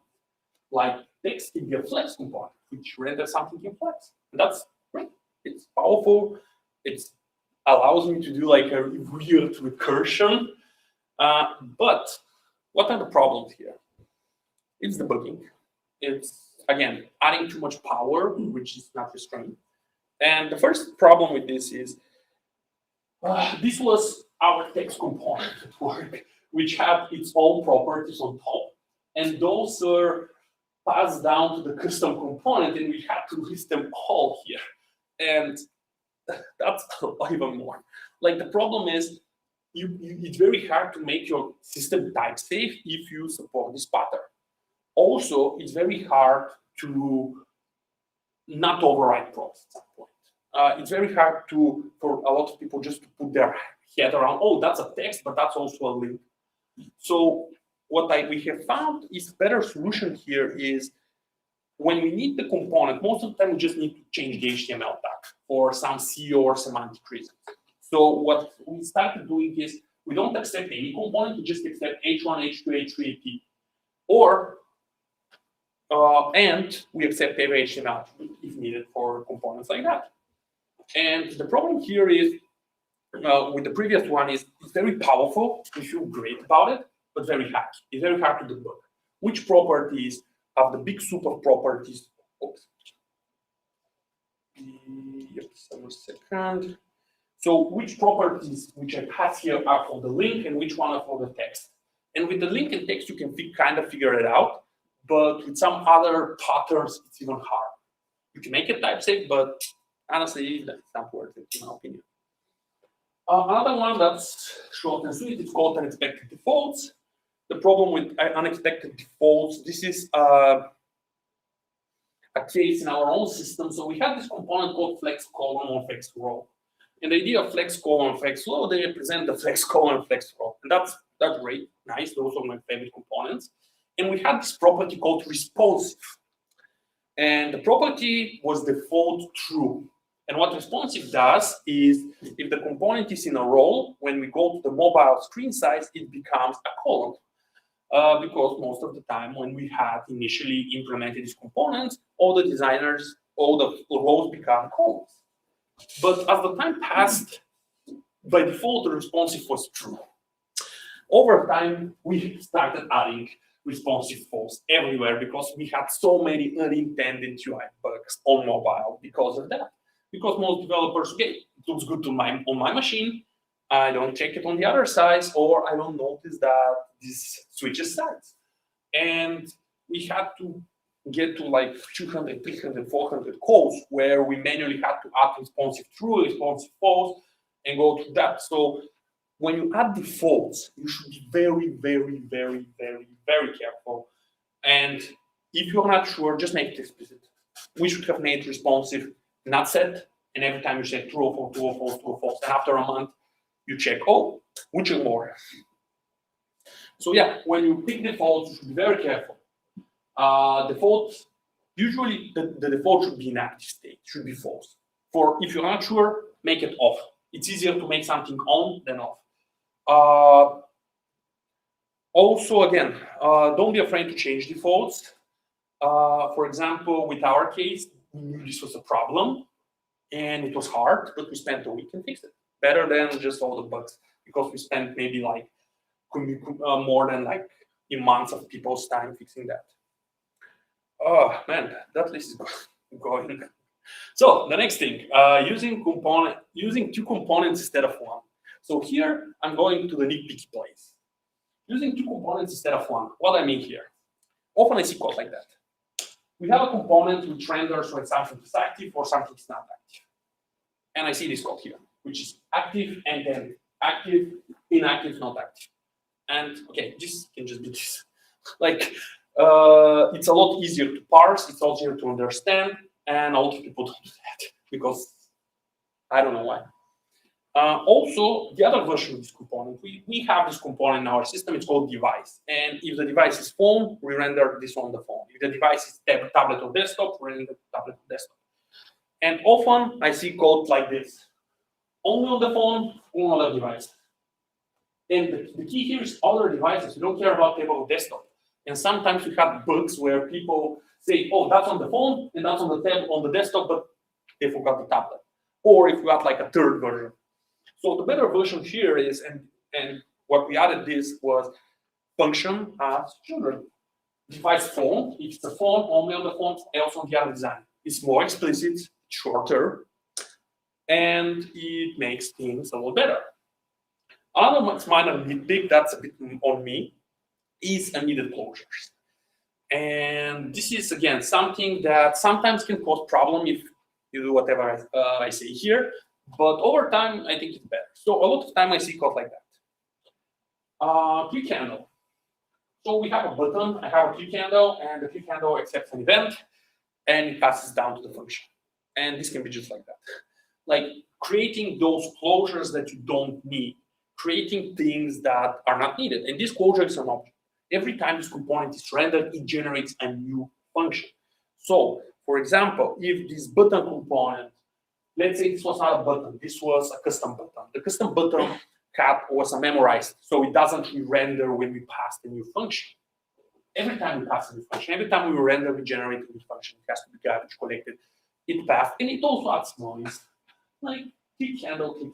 It's shorter, sweeter, less memory, better. Sometimes it can cause problems if, depending what arguments are passed, but overall, it doesn't work only for click handlers. You can have things like, for example, you have a form and you have a function which is up post, and you have, okay, I accept the post and I pass it to a function that's up post. Like just creating useless closures. Another thing is unneeded loops, because most of our machines are fast, the browsers are fast. A lot of people, what we do, and this was again part of our system, so we have this function which is called extract H node from a GraphQL connection, and this thing loops to like array-like scripture and generates an array, and then we do a map, and then we render the thing. And the problem with this is it creates an intermediate array when it loops the thing. So this creates one array, the other thing, the map creates another array. So those are two arrays, and we don't care about the intermediate array. And sometimes we have done it even worse, like multiple maps, and it's fine for like 2, 3, 4, 5 elements. But for example, a lot of the times when we do smart things like that, we have like 100 items, like an infinite scroll. A lot better solution of the things we did here was we have a function which is called map_h_nodes, which just does a simple map with a simple array.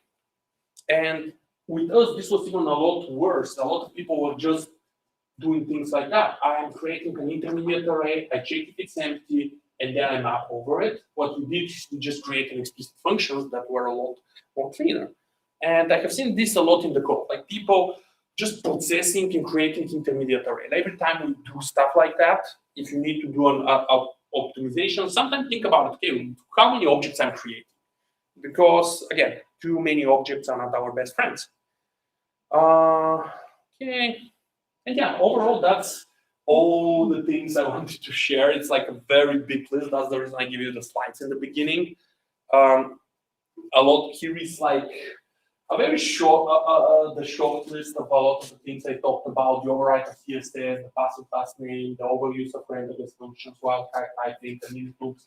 It's very improper to actually remove this from the presentation because I thought I couldn't fit on time scale. So yeah. Thanks for being here. And yeah, as I mentioned, my slides are here, and I think we have 15 minutes for questions from audience and online. Yeah. Regarding the point on the constants that you argued, I agree that the example you gave is really, yeah. I'm going on all that. I'm listening. No,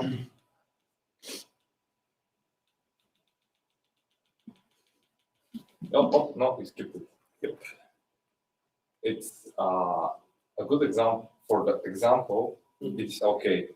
But I have an example that I immediately thought of that where I had some objects that were varying, that were kind of constant. And they were all passed to one component that handled them, and they really vary on props and how they work. But in my use case, I rewrote it from what you're saying was a solution to have it on multiple places to be used, just one component that handles it. And it's really, I think sometimes, depending on the scale of the constants, how many times they're used, this might affect how it's effective is. Yeah. So just to repeat the question for the live audience, the question is... They are hearing that. They're hearing that. Okay, so I don't need to repeat. All right. So you actually give a very valid point, and that's one of the controversial part of this. So let me stop sharing this. Just to find something called side mirror. I have this app which mirrors the screen on the back, so I can actually see what I'm showing there. All right. So let me... Oops. All right, that's where is my cursor right now? All right, you here. All right, you don't work seriously. All right, so let me actually show that. So you're right. There is like a very thin line between, for example, let's say I have a component which accepts an item from a feed item.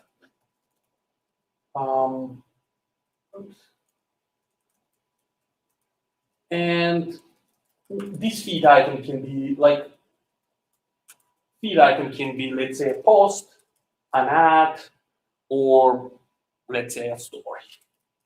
And depending what this thing is, we need to render it. Like I can imagine it's a case like that. Yeah. Okay, because there's like a third case here. So what you have here is you say if like feed type, let's say feed item type is equal to post, then you say I would render like a post component, and I'm just going to pass the item as feed item, and it's not very good. Yeah, so something like that. That's hard to write with my back. All right, so you have something like that. And you have it like this, and you have it for the rest of it. So in cases like this, you actually don't a pattern, because based on the type, you switch on a type. Here, there would be like 3 ifs that you check for every component. So in this case, it's fine to say, okay, and this is something I also like to do. It's called comps, components, because I can't write it right now, and I'll say if it's a post, it's a post component here. If it's like some of the other, it's some of the other. And what I do here is say const feed component is comps, and this accepts feed item type, and it returns feed component item like feed item. So this is a very legit pattern. That's a very legit pattern if it's just like that. If it's just like that, because you have a polymorphic component where it can have 3 different states or 5 different states or 6 different states. But if for one component, you're not looping through a whole list of things that don't match each other. Usually when you have something like this, all of those should accept all the same props. So that's one case where having like this const map is actually useful when it represents the state machine of your component. Like your component have different states in one component. So you mentioned this was not exactly the case you had. Excuse me, what do you mean by component? Like a React component, like something that renders, like for example, like orange component. Yeah, something like that. That's very interesting. Yeah. Yeah. So yeah, exactly. Like here, for example, when you open like a Facebook feed, where you can, like in this case, you have like a Facebook feed where you can open like posts, ads, and like different types. So what they do is, okay, we render to the list of the things, and we check, okay, we render one of those subcomponents here, and we use this map to structure that, because the alternative is to use like if, else, or switch cases. And you can actually make this also type safe. Yeah, regarding the yeah. I just wanted to ask regarding switch case or if statements, which is the better version? Whatever was better for you. I don't like. I tend to use a lot more if statements. Like switch often. What I do is, if I have a switch statement, I switch it to like like a map like this, like a decision map, and otherwise I just receive else's. Like switch case, because switch cases for me are just like, okay, I have those 5 options, and I need to pick one of them, and I just prefer to have something like this structure here. Yeah. Like even with readers and things like that. And one more thing, let's say that we have simple structure. It's not the case which our colleague suggested.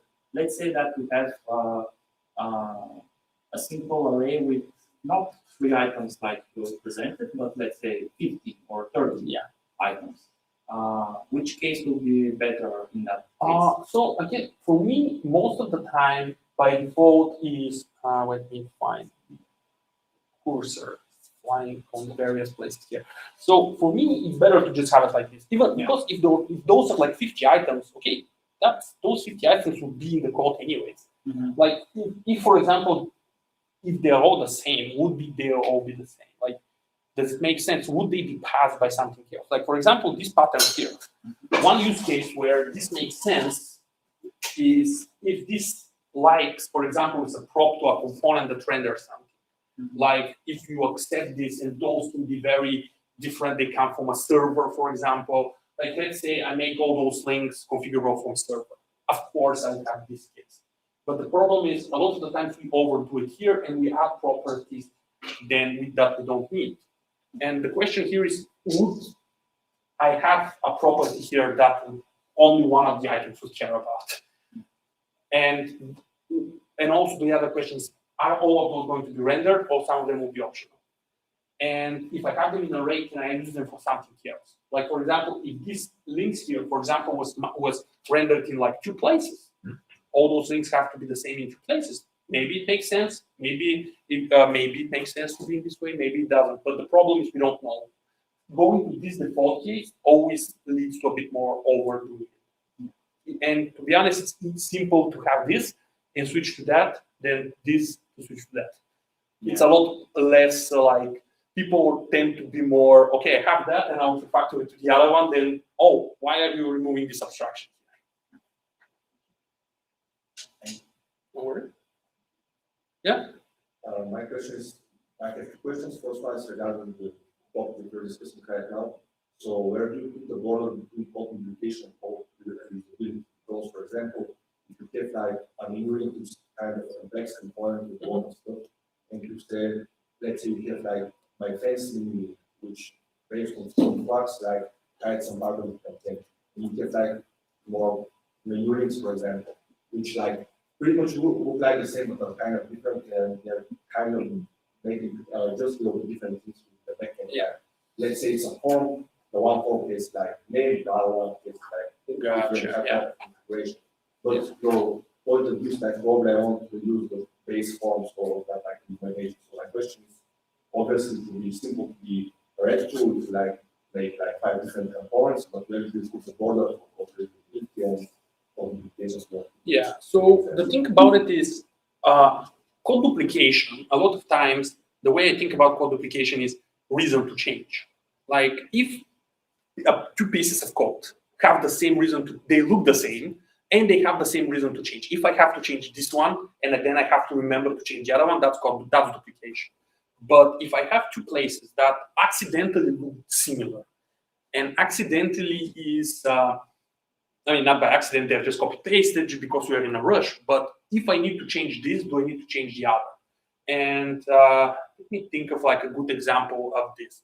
So the idea here is, let's say you have a page where it has 2 headers, 2 types of headers. If the headers, if I change the style of the header of the one page, should I change it on the other? Sometimes the answer is yes, sometimes no. It depends on this particular site. Like often, for example, what I have seen my team does, and I have done it as well many times, is I have to do like a prototype page. And what I do is I take some existing page and I start changing it to be this prototype page. I don't know how the end phase, the prototype page is going to look like. So that's the reason I'm just copy-pasting the code. I'm not cleaning it. I'm just not doing any abstractions, any custom components. If the designer say, yeah, this should still look the same, that's fine. But oftentimes I have seen on pull requests when you do something like that, oh, I have seen you have copied this code here. It shouldn't be copied because it's the same code. And I'm like, no, the logic is different. And that's, for me, the border between duplication and reusability. A lot of the times we think about duplication, the code looks the same, while the reasons to change are different. Like, for example, we used to have this issue on our homepage as well, where we have our navigation. And obviously, all the links in our navigation should be the same on the desktop and mobile in terms of what are the links. But though they are presented in different groupings, in different layouts, they look very different.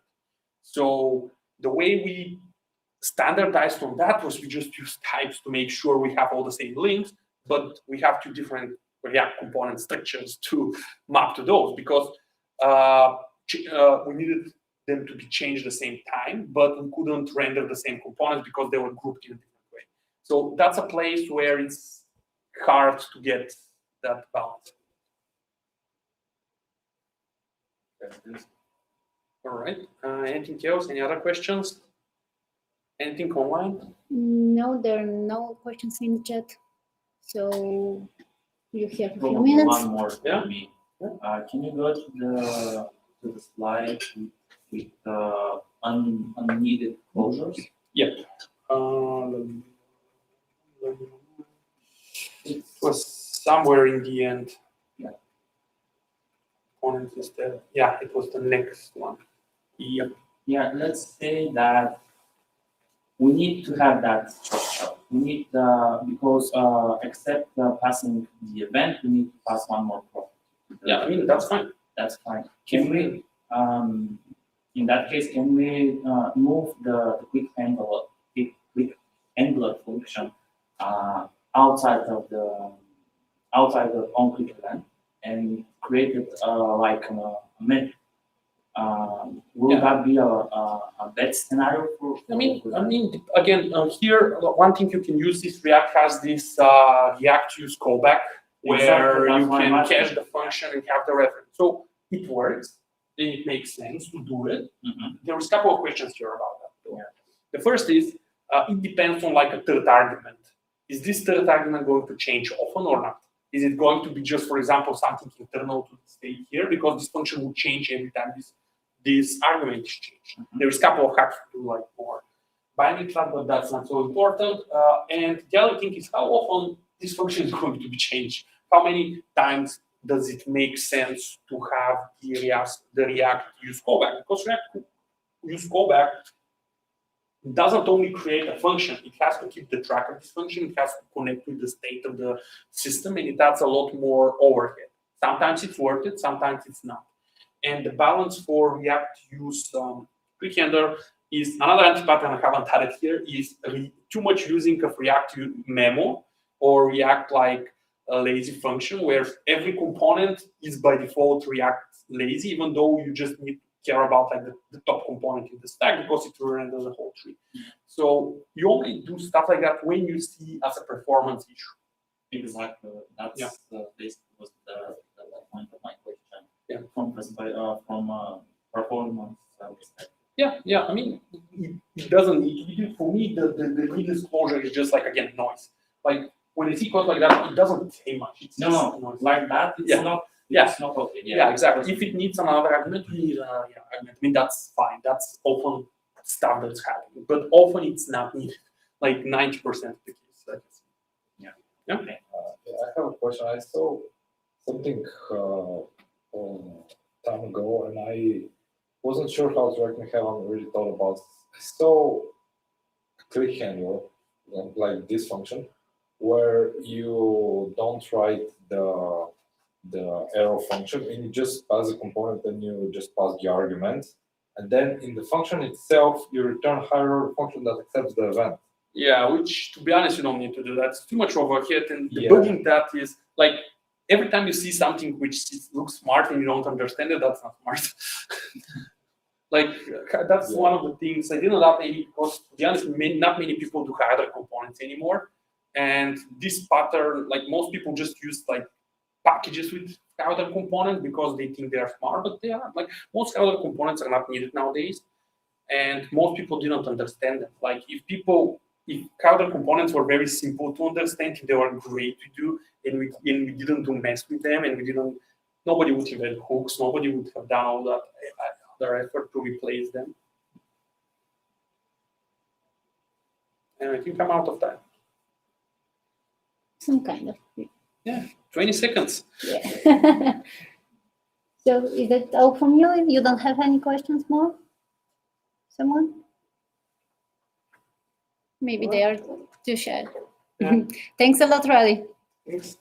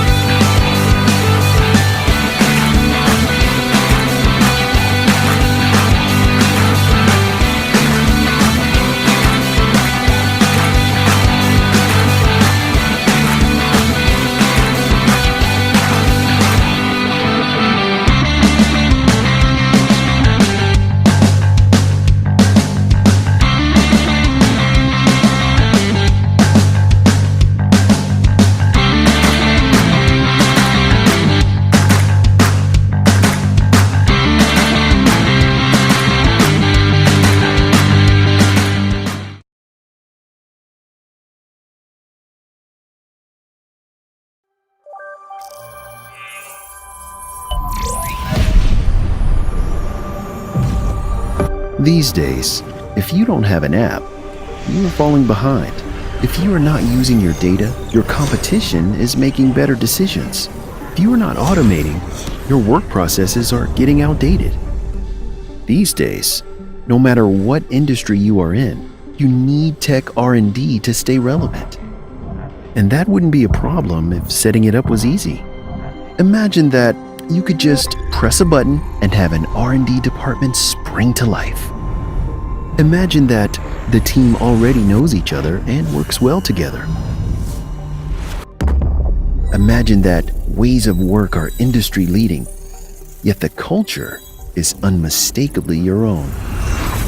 Imagine that you have access to an extensive network in an abundant, cost-efficient talent market. Can you imagine how easy scaling would be? Imagine there is a partner that could set it all up for you, operate it until it's up to speed, and then, when you decide, transfer it over to you. A partner that only succeeds when you succeed, that makes costs 100% predictable, gives you access to industry expertise, and makes every aspect of recruitment and HR effortless. Imagine the power of that. At Anthill, we imagined a service that would do all that, and then made it a reality. We think it transforms IT innovation from existential threat to low-hanging fruit, empowering your business to be well-equipped for the age of AI, virtual reality, and the Internet of Things. Learn more at anthill.one.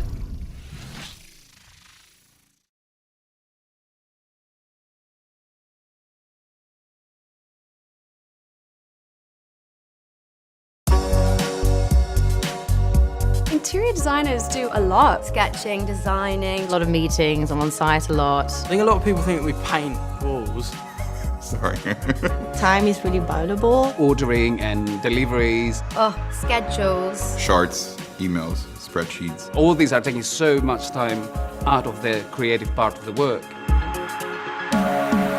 Worst thing. Ooh, spreadsheets. Way too many emails. I hate spreadsheets. I hate spreadsheets.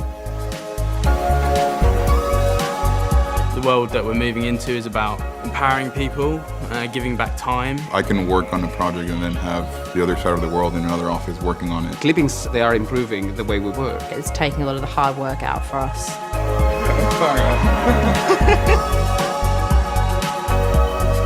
It's like a beautiful master schedule. Just boom, boom, boom, boom, done. Through design development to site. It's just like, everything just like comes together, and it's a really good feeling.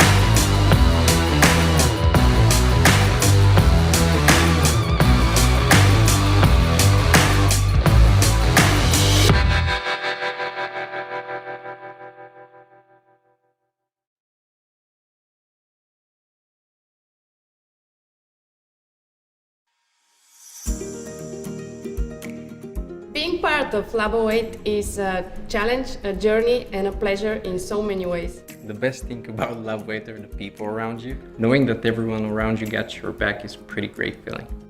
At Labo 8, you are not just an employee, you're a person that matters. And the coffee is pretty nice. Feels cozy to work in Labo 8. Feels like a place I'm connected with, people I know, place I know. I think that the biggest breakthrough we did as a team is to cultivate a company culture with a friendly environment. And of course, all the small and not so small problems we managed to solve for all of our customers. Being a part of Labo 8's team is like the rare feeling of being at the right place at the right time. Being surrounded by so many amazing people is awesome. Because we always make sure we get the best ones on board. Being a part of Labo 8 is something I can easily describe with two words: pure joy. Join Labo 8. We have cookies and great products.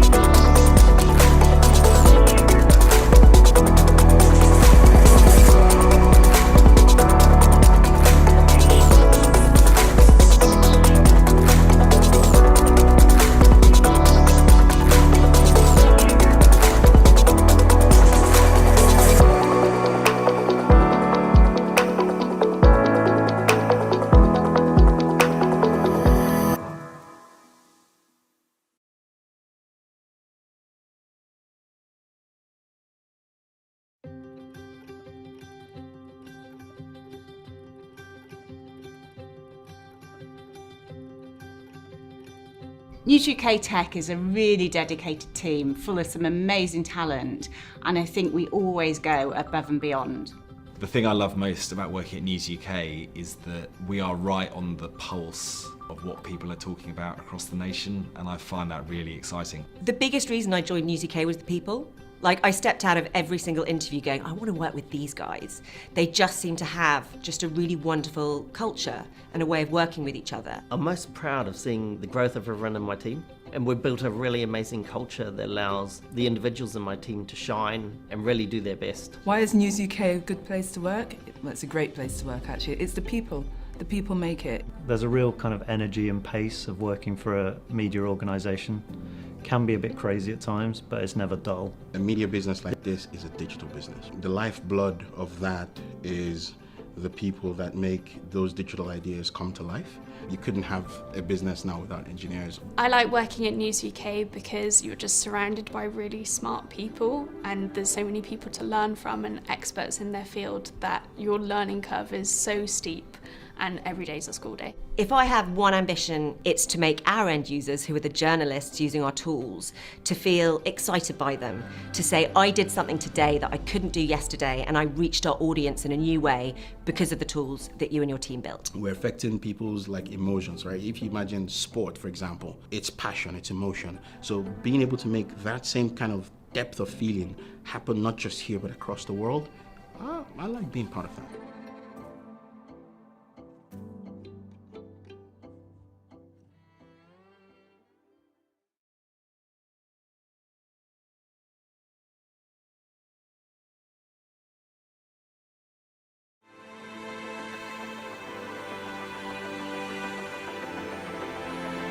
We are Ocado Technology, and we have been transforming online grocery through technology and automation.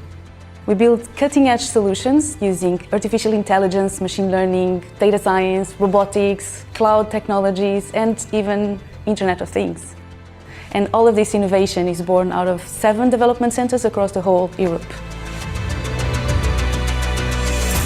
The scale of Ocado's ambition is fairly breathtaking. So there's a sense of opportunity to learn, but to contribute and actually make a difference. We've come from almost nowhere, and we found ways to solve problems that no one else in the world has managed to solve.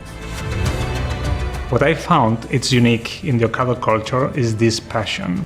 The ability to experiment, to check new things. You have the autonomy to go out and look for different solutions, new solutions. That's what the whole place is about. How can we do it better?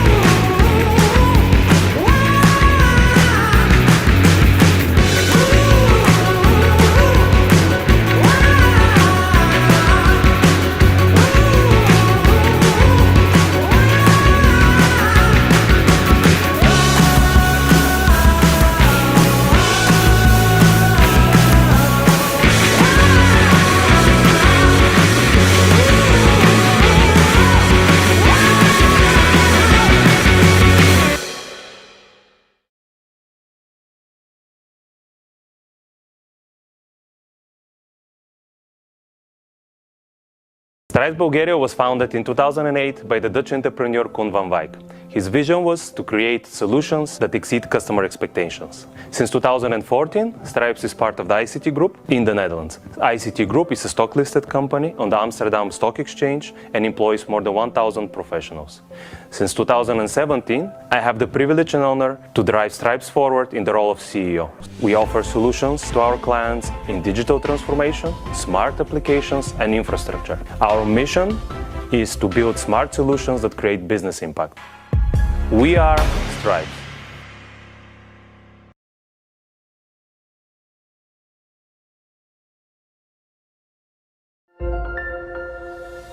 DataArt is a global software engineering firm with a uniquely human approach to solving problems. We have teams of highly trained engineers with over 20 years of experience. Everyone upholds a deep understanding of the industry sector through ongoing technology research. People first. Relationships are the foundation of long-term value generation. We hire people for the long haul. Projects change, but our employees remain with us. Commitment to people is the main and absolute value for DataArt. DataArt doesn't have a rigid hierarchy with a single leader. The flat and decentralized organizational structure is beneficial to DataArt's flexibility. DataArt's organizational structure is based around projects. We enjoy flexible schedules, vacations, and work locations, both at different developmental sales and centers, or from home. DataArt is built around people who want to earn a living using their professional skills and talents with minimal limitations on their personal freedom. A lot of people are happy to work for DataArt and stay with us for many years. They have the opportunity to learn, gain experience, and grow. Join DataArt.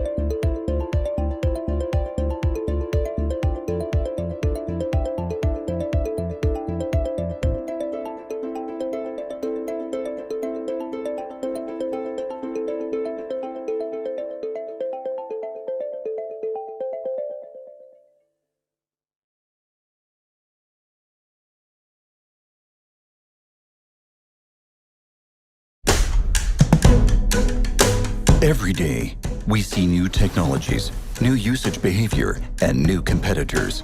Everything is constantly changing. Do we give up? Not at all. We're challenging the status quo and ourselves. We're combining the best from linear TV and digital technology. We're striving for excellence in digital product creation. We are changing the game.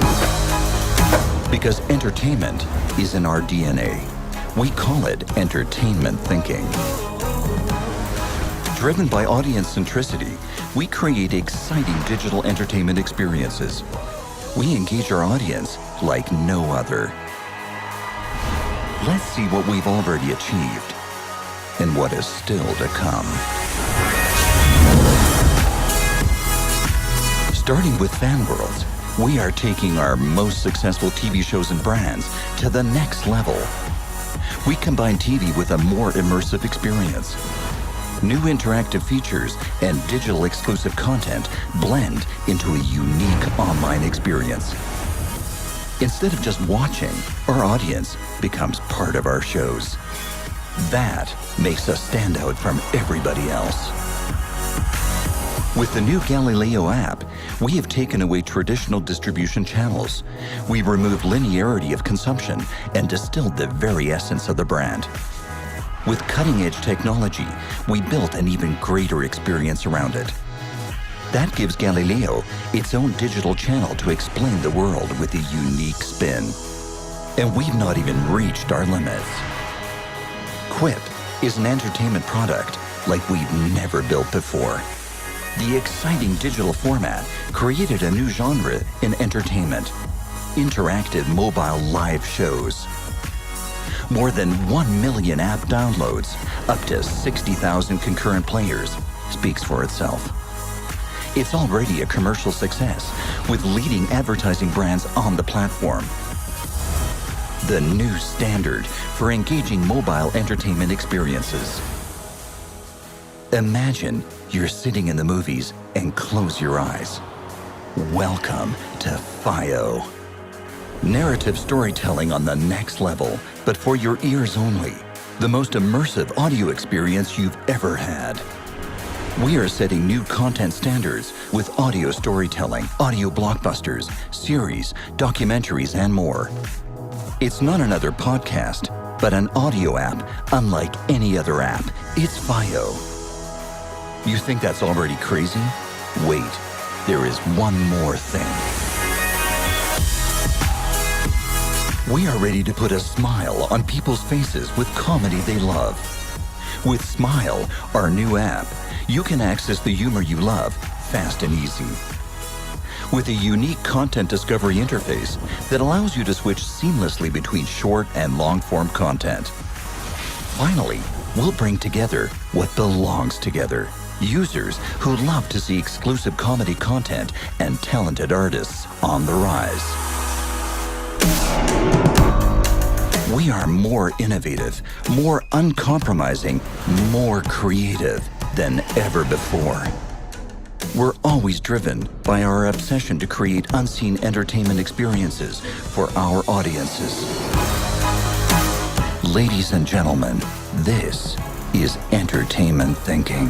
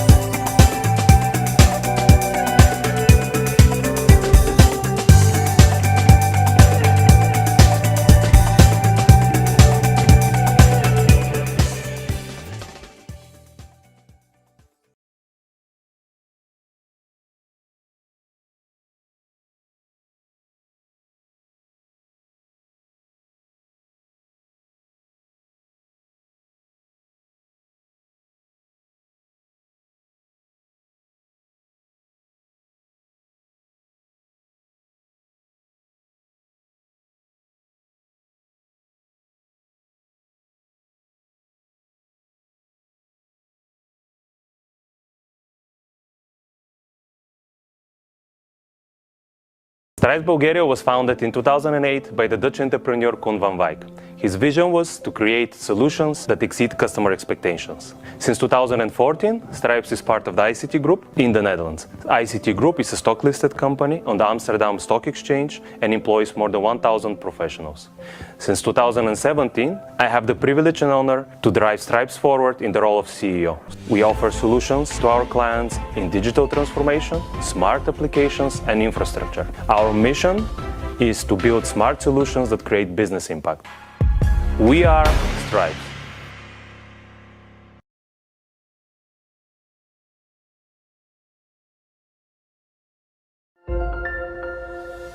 DataArt is a global software engineering firm with a uniquely human approach to solving problems. We have teams of highly trained engineers with over 20 years of experience. Everyone upholds a deep understanding of the industry sector through ongoing technology research. People first. Relationships are the foundation of long-term value generation. We hire people for the long haul. Projects change, but our employees remain with us. Commitment to people is the main and absolute value for DataArt. DataArt doesn't have a rigid hierarchy with a single leader. The flat and decentralized organizational structure is beneficial to DataArt's flexibility. DataArt's organizational structure is based around projects. We enjoy flexible schedules, vacations, and work locations, both at different developmental sales and centers, or from home. DataArt is built around people who want to earn a living using their professional skills and talents with minimal limitations on their personal freedom. A lot of people are happy to work for DataArt and stay with us for many years. They have the opportunity to learn, gain experience, and grow. Join DataArt.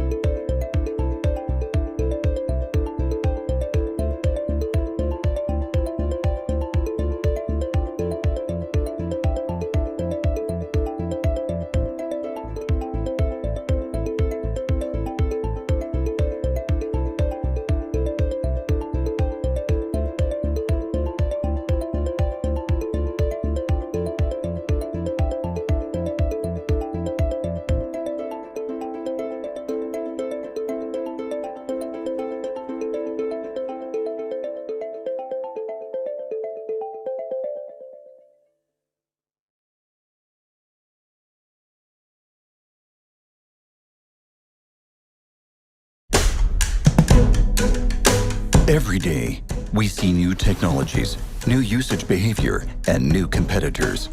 Everything is constantly changing. Do we give up? Not at all. We're challenging the status quo and ourselves. We're combining the best from linear TV and digital technology. We're striving for excellence in digital product creation. We are changing the game. Because entertainment is in our DNA. We call it entertainment thinking. Driven by audience centricity, we create exciting digital entertainment experiences. We engage our audience like no other. Let's see what we've already achieved and what is still to come. Starting with Fan Worlds, we are taking our most successful TV shows and brands to the next level. We combine TV with a more immersive experience. New interactive features and digital exclusive content blend into a unique online experience. Instead of just watching, our audience becomes part of our shows. That makes us stand out from everybody else.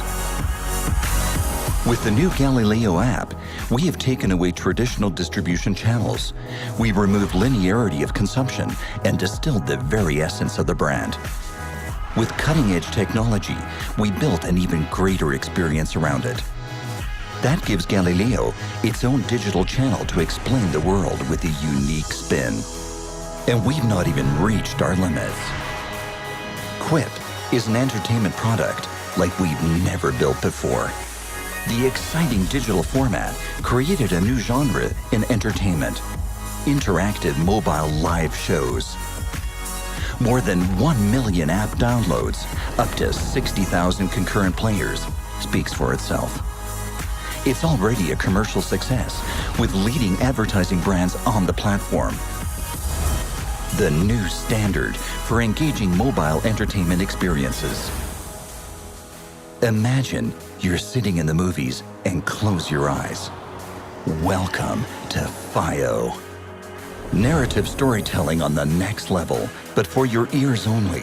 The most immersive audio experience you've ever had. We are setting new content standards with audio storytelling, audio blockbusters, series, documentaries, and more. It's not another podcast, but an audio app unlike any other app. It's FIO. You think that's already crazy? Wait, there is one more thing. We are ready to put a smile on people's faces with comedy they love. With Smile, our new app, you can access the humor you love fast and easy. With a unique content discovery interface that allows you to switch seamlessly between short and long-form content. Finally, we'll bring together what belongs together. Users who love to see exclusive comedy content and talented artists on the rise. We are more innovative, more uncompromising, more creative than ever before. We're always driven by our obsession to create unseen entertainment experiences for our audiences. Ladies and gentlemen, this is entertainment thinking.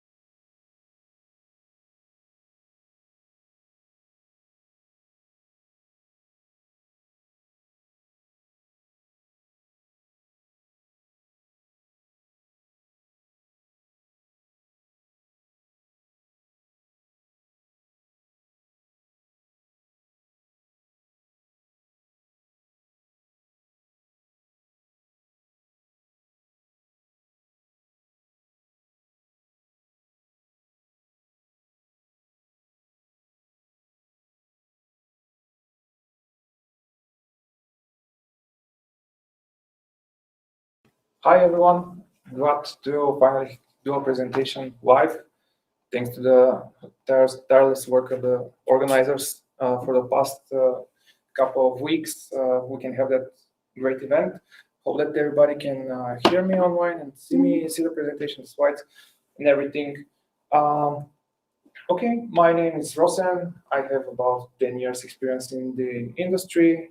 I've worked for different business domains, maritime, notary software, and now healthcare. I worked in different team environments and in different types of projects. And I'm a father of I'm a 3-month-old, so I almost didn't make it here, but decided to come and do the presentation live. So without further ado, let's start. What's this presentation about? Imagine starting on a fresh project. There is no legacy code. There is no one to blame. There are no dependencies that you have to cope with and deal with. And everything is up to you and your team. And you're building this state-of-the-art, beautiful project that as time goes by, it scales perfectly. There are no outages. Everything works smoothly. The new colleagues that join just admire what you've done, and everything is all rainbows. However, this is not the case most of the time. It was not for us. It was not as bad as in this picture, but still, as you scale and as you grow, sometimes you kind of put you bury mines along the way that you might not expect. But hopefully with this presentation, the next project that you start, you will learn from our mistakes and be able to grow and scale the project the way you like to. A quick disclaimer, this is not a step-by-step guide. This is not a precise recipe on how to build and scale a project. But yeah, just some lessons learned, some key decisions that we had to make and how they impacted us through the last year and a half. And I'll try for the more architectural topics, which are a bit polarizing. I will try to give a philosophical point of view and point you into a direction to think about, rather than give you a precise approach to follow. And for some of the more technical stuff, I'll try to go a bit in depth. So here is the project timeline. First, we started as a small team with just 4 developers. Actually, I was not part of the team back then, but yeah, just 4 developers, and we had to build the foundations that, for everyone later that would join. And one of the first key decisions that we had to make is choosing a framework. And this is one of these topics that I don't want to go much detail about. I think we are happy with the decision we made. We are still using Angular, and it's serving us pretty well. I'll just give you that advice that the framework is nothing but a tool. So don't go for what's the trendiest option right now. I can assure you that in the next 5-10 years, there will be a new sexier framework that everybody is using. And just think about what the solution that you need to build actually needs, what are the features that you need to build, and base your solution on that. And it's easier to it's easier to do it that way instead of making the wrong framework do what's needed. Okay, that's all on that topic. We grew a bit. We had a product team, and they all went to the States with some of the developers to get requirements from the facilities that we have, the radiologists that we have, to meet the actual users, see how they're using what they have now and what needs to be built in order to improve their work. And I joined the team a bit after that. And another key decision that we had to make is choosing a testing framework. And by default, Angular is using Karma. Karma is a test runner with Jasmine. And the whole team had experience with Karma and Jasmine, and we didn't like that it runs in the browser. This is its main plus, or main positive. And if you need to build components library, that you need to test a lot of components, and you need to be sure that you're testing the closest to the actual place they are going to be used. The Karma adjustment are a good option. You're also debugging in the browser, and you can do a bit of a test-driven development, because you can use the test to see how the component is rendered and how everything works actually in the browser. However, when you grow the project and you go into the thousands of tests, it becomes a bit slow, because Karma cannot execute tests in parallel, because every component needs to be rendered one by one. And also you have that big boot time at the beginning that you need to run the browser. And just you can do that. You're using the command line. So welcome guys. You didn't miss a lot. We're still in the beginning. Yeah, just runs the test in the command line. It uses the JSTalks, so it's not perfect, but we prefer to developer satisfaction and the tool that will help us keep good test coverage. And we are happy with that approach too. Another quick minute, kind of off topic, a little mantra about the tests, but as I've spent all this time in the industry, I kind of noticed that it's oftentimes tests are neglected, especially on the front end. And I don't know why that is.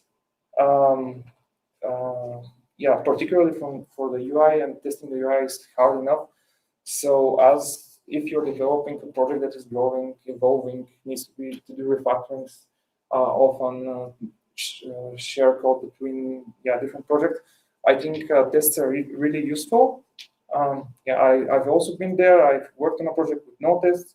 I worked on a project that we had no tests, but introduced the testing framework, and gradually kind of smothered the old not tested components and tested the new stuff, but also kind of added tests as we go along for the old stuff. And I recommend you definitely do it. And if everything is set up correctly and grow the code base a little bit, then it becomes easier to continue with that, doing that. Okay, another couple of months went by. The team continued growing, and there was another key decision that we had to make.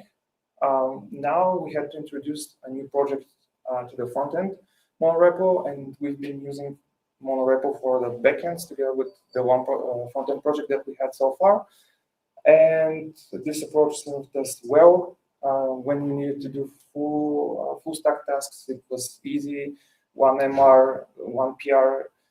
The reviews are easy. Everything is easily trackable. But we needed to make that decision again for the front-end part. And what we had are two mostly different projects that need to share a bit of some small components that are usable, some utility libraries, some utilities, some models and stuff, not much. So we just decided to go along with this kind of approach. Two projects and one shared library. And NX is maybe the most popular platform for doing monorepos. And we use that. It has some really nice features where you can define boundaries between components and use ESLint to configure that. And in every build, if you're sharing something that needs to be shared through the shared library, have that configured. Also, when you're defining projects, you can use stacks to do more complex rules. But this helped us a lot and helped us not do any silly mistakes, especially when the IDE is helping you doing the imports, and sometimes it messes things up. This is something that's been really helpful for us. Okay, here comes the first mine. and that we buried for ourselves and kind of discovered a bit later. And unfortunately, is connected to the tests. And I know I had that mantra just a minute ago about how important tests are, and I stand by that. And here, our mistake was that, as I said, we wanted to keep good test coverage, but also we wanted to test components in integration. That meant that testing one component, you would also need to import some material components and some other components that uses in depth, so that you make sure that all the components work together well. And it was easy to do that by importing the shared module, as you can see on the left, because it has the shared components most of the time that you need. So bam, bam, you do that, you easily set up the test, and as you go, you can quickly ramp up the test code base. However, as the two projects grew, they started sharing more code, and at the end, the test time suffered from that because it started importing more and more stuff instead of just the stuff that it needs. So you can see here for a very small test, the difference is around 1 second, and this spans throughout the whole project. So what are the key takeaways that you can take from that? Keep an eye on test execution time as you grow the test code base, and try to import only what's needed for the test setup, because you can suffer later from that. And also try to not build that master shared library that everybody is importing. And you can see where we also help with that. So we continued growing. The product team managed to finally overtake us, fill the backlog for us for months ahead. And we grew to the point that we had another team. We were 3 teams now, and also we needed to create another project on the front end. So the problem with the shared library became unbearable because everything was in one place. You can kind of projects were importing stuff they didn't need. So what we did is we went with 2 libraries. Not that clever. And still this worked for a while. It kind of kept our speed going. But yeah, it was no good at all because this way, if you need something shared between all projects, where do you put it? Yeah, it becomes messy. And this is the other mine that we buried for ourselves and kind of had to deal with a bit later rather than sooner. So yeah, what were the problems? It was hard finding components at all that you need. It was hard time. You had hard time for finding components that are reusable. Are they in one of the projects? Are they in one of the shared libraries? A lot of the projects were importing stuff that they don't need because this approach is not scaling very well. So we needed to think about other strategies that we could use. The whole team, again, had the experience of this approach, having one library per component. And again, there's a use case for that. If you're building a heavy UI component-based system, maybe it's a good approach. The way we've seen it implemented is one library per component in a different repo exposed by an npm package. So this way, it's really easy maintainable because every component sits in its own silo. It's totally isolated. So if you need to make changes, you're not touching anything else, easily customizable, all of that. And in theory, all the different projects that use it can use different versions of it, so that when you're doing updates, you're not worrying that everything gets broken. However, most of the times that we've used that approach, the case was that whenever you're updating a component, basically everybody needs to have that update, because most of the times these are hot fixes, these are some improvements, and having different versions of the library of the npm package didn't make that much sense. And also managing all of these repos becomes a bit of an overhead. But still, it is a viable approach if you are building, as I said, a heavy UI-based system. Another approach is domain-driven design, following the domain-driven design, and we do that a bit in the front end, in the back end, not a bit, but a lot. However, again, you need to have the case of having some domain logic in the front end, at least, and good boundaries between contexts. So if you cannot define clear boundaries and you cannot separate your project into libraries, then this also becomes kind of a hard task and a bit of an overhead. So what we went with at the end is a kind of a hybrid approach. For the things that we could extract and say this is one feature, we extract that as a separate library. As I've shown in the previous slide, we have insurances. The logic is defined there perfectly. It's used between two projects, and they will have very few differences between them. It's good. We can separate that into a shared library. However, we kept the different projects approach, and for the stuff that can be reused but in different flavors, we extracted that as a UI component, and also had two more shared library types for data access and for utilities.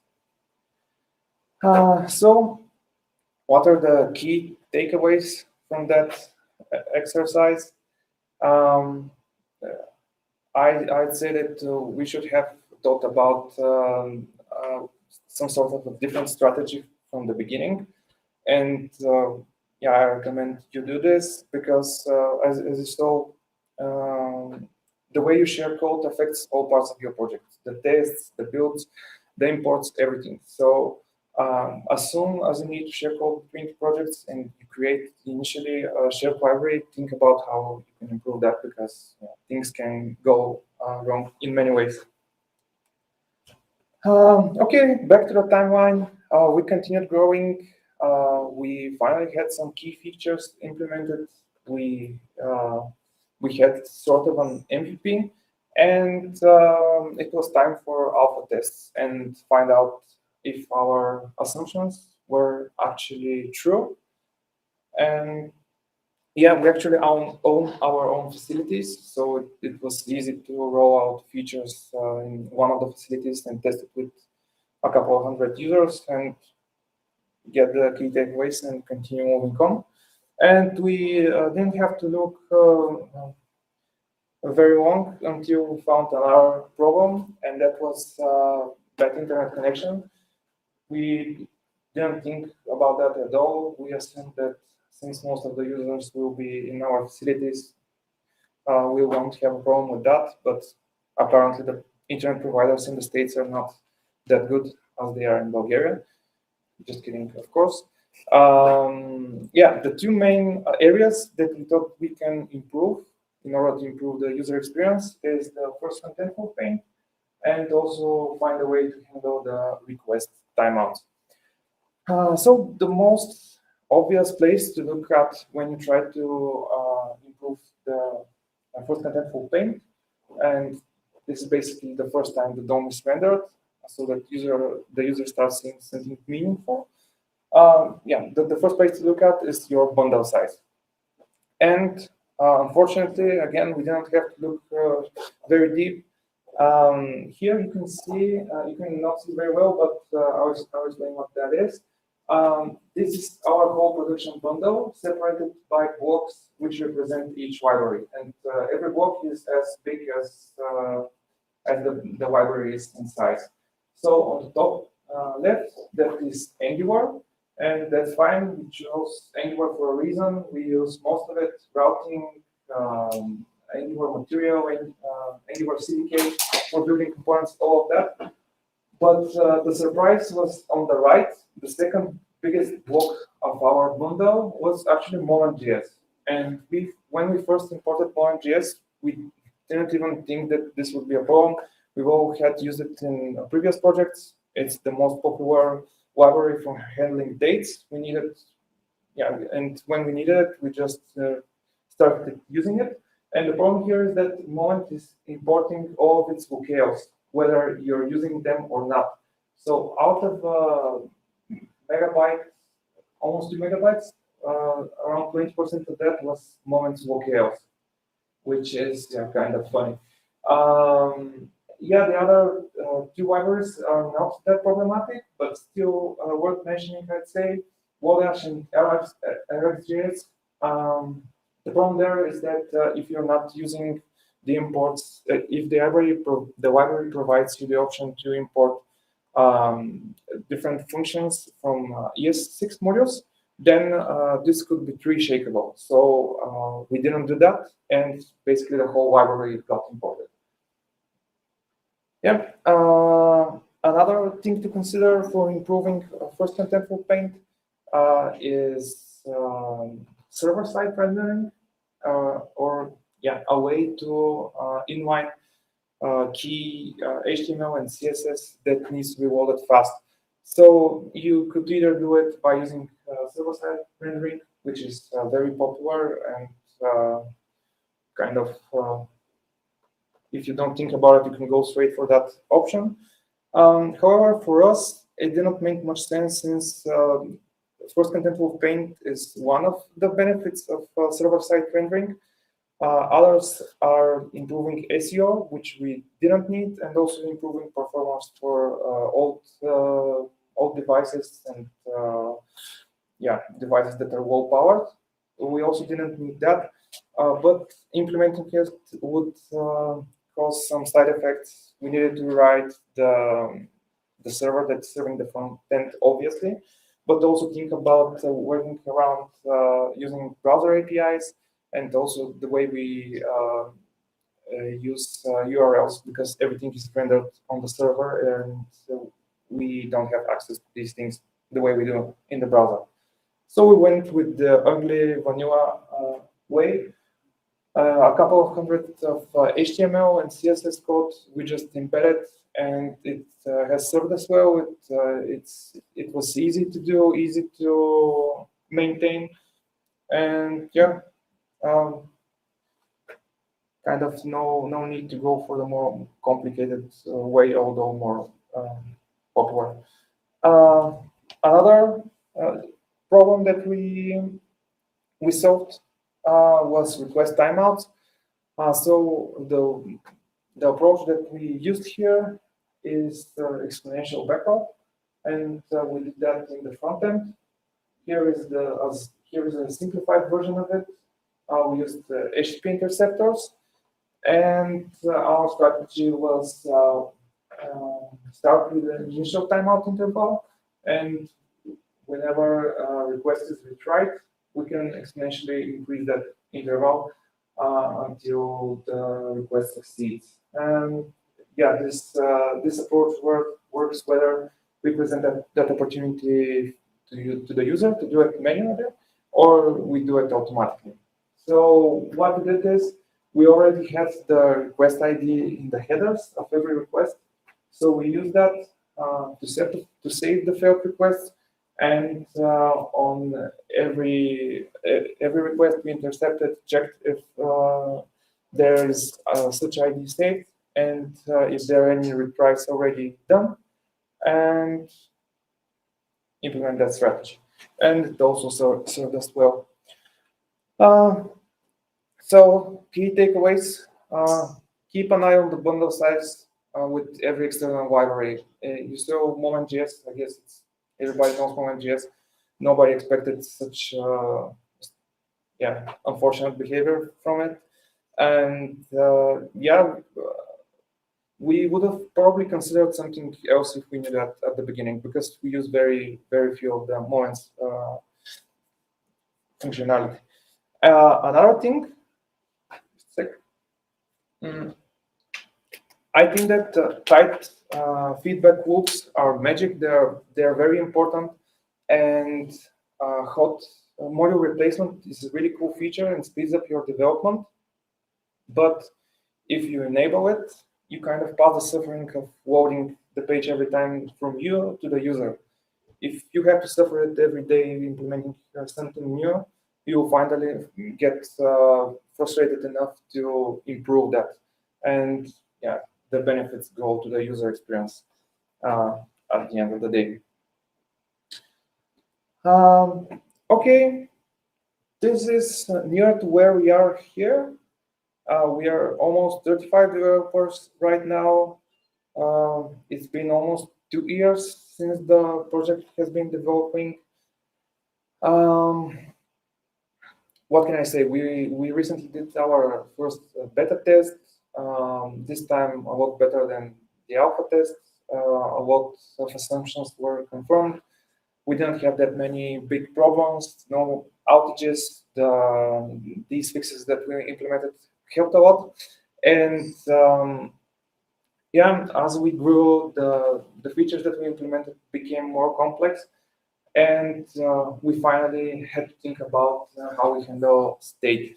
And this is maybe the first part of the presentation that would be kind of more Angular connected, because I guess in React, you have state management by default, some sort of state management.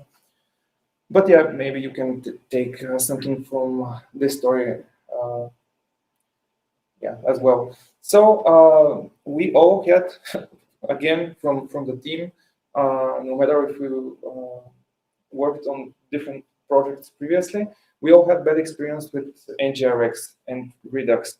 So we said, no matter what, we would go as far as we could with the simplest approach possible and not implement some library. And we did that with good success, I would say. This is kind of the vanilla way of doing stateful service in Angular. All you need is some sort of a subject, behavior subject, a subject. You need to expose it as an observable and then create some methods that modify the state. You don't need all of the Redux boilerplate to do something simple, which we all liked. And this worked, as I said, for quite a long time until we had a more complex solution that we had to create a really big stateful service. And we finally said, okay, maybe it's time to think about a library. And what are the pros and cons of going that way? It's really simple. Also, it's transparent what's happening. So yeah, you know, if you need to create a method that updates some part of the store, quote unquote, you do that, you know exactly what you're controlling. So yeah, it was fast. Again, if a couple of lines of code and nothing else that goes behind the scenes. Unfortunately, this approach is not really very reusable. So we ended up with a lot of these services that all had their implementation of state. Yeah, and we didn't want to build state management library by ourselves. So yeah, every service had to do that by hand. Also, there were no rules, which is maybe the biggest problem, because nobody tells you the store is immutable. You cannot just create it as an inline variable, then pass that to the subject and so on. All of these rules that some of the state management frameworks provide are very useful and are there for a reason. But when you're doing all of that by hand, yeah, it's kind of the team's responsibility to follow all of these principles. And you need a bit of more deeper ArcGIS knowledge in order to implement all the different scenarios. And you need to be familiar with how to create more different difficult pipes. So we, as the previous slide suggested with that doggy dog, we considered some of the main state management libraries. Again, we looked at NGRX, but we find we found, I think, a better, more suitable library for our case. We went with Akita.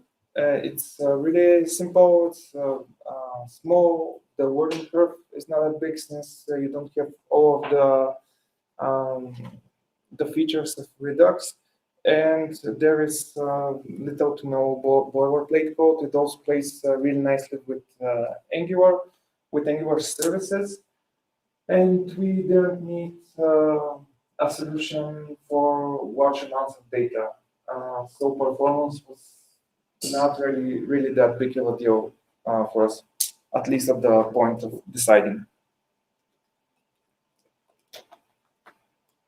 Okay, yeah, and still, although NGRX is the most popular solution, Akita is still popular enough and supported enough that we decided to go with it. What are the key takeaways? I'd say we were fine with the approach that we decided to go with. We suffered a bit for the more complicated solution, but still, I think it was useful for the team to see how things can be done manually, and why we would need a library, and what would the library actually need to do for us. So I'd recommend, if you have that option, don't go and shoot yourself right away in the foot. Go with the simplest solution and to see how far you can go with it. Also, try and not marry all of the libraries that you import. What we've done is we've separated Akita and another shared library, as I shown previously. And we've wrapped all of the features inside our handwritten classes. So the store, the queries are all wrapped. And if we need to, we can later say, okay, Akita is not good enough. Maybe the speed, the performance is not that good. We can change Akita under the hood, and know the project actually import Akita code and use the wrappers that we wrote for ourselves. Okay, and how the future look like? What are some things that we are looking at right now? As I said, we did the beta test. We are still growing. We are still trying to grow our team. And we just finished a big wave of features, and we are ready to start a new one. And in the meantime, we are doing some refactoring, some improvements, and looking at what might be useful for us in the future. And one such thing might be the micro frontend architecture. I know this is kind of buzz thing for a couple of years. But right now, with Webpack 5, you no longer need any special tricks or workarounds to make that work. It all happens under the hood once you have Webpack configured. And maybe the most important thing is that you can finally share libraries runtime, and all of this is taken care by Webpack. So you can now build an Angular component, say, okay, I need Angular core, common, all of these stuff, I need to make HTTP requests. You don't need to include that in your bundle. So your bundle could be really small, just the component that you're actually implementing. Import that and tell the remote that you need that shared with you, and you have it. It's basically magic. Unfortunately, with this approach, you still need to think about version conflicts. There is some way of resolving that right now, but still you need to think about it. And also, nobody guarantees that the interaction between components is going to be doing fine. And this is again the team's responsibility. But yeah, I'd suggest take a look at that approach and see if it can help you. Another thing that we've looked at and might implement in the future is PWAs. At some point, we will definitely need some kind of mobile approach for the users, but definitely not going into the fully native way of doing it. And again, PWA is a bit of it was maybe popular a couple of years ago. There was hype about it, and it is not where it promised to be, but still it is a fine solution depending on your problem. If you need something really simple and you don't need all of the operation specific functions, all of the hardware stuff, you can go with that. And yeah, the browser support is improving. It's easy to integrate. I think most of today's frameworks give you the option to use it with very few commands and present the configuration. You don't need to store all of that, but I'll not go into detail. It's just something that we looked at. So I guess this is shortly the story of the project. I tried to sum up the key decisions that are framework agnostic. Of course, along the way, we had to think a lot about other stuff, styling. We use tangible materials, so we had to dig there and find the best way to do theming using that. We also need to think about logging. We had problems there. Logging needed to be the first thing that ever runs, no matter what. So we had some issues there. We implemented strict mode a bit later, but because it doesn't come by default, we had to edit hundreds of files. When it was a bit too late. Also observability and so on and so on. I guess this is our story so far. Thanks for your time, and there are still many questions that are ahead of us, and the immediate questions are the ones you have right now. So again, thanks, and if you have any questions, please share.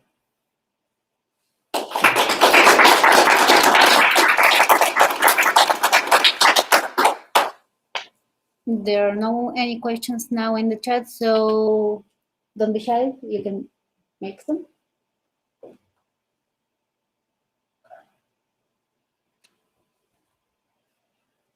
Yeah, I went through a lot of topics. I tried to make some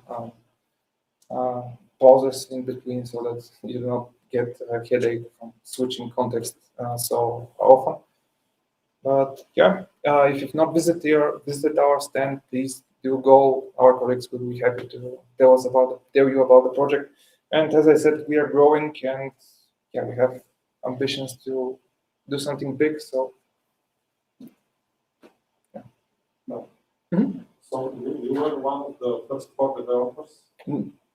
The first, after that, no, the first 4 were, other people. I joined a little bit after that, maybe a couple of months after that.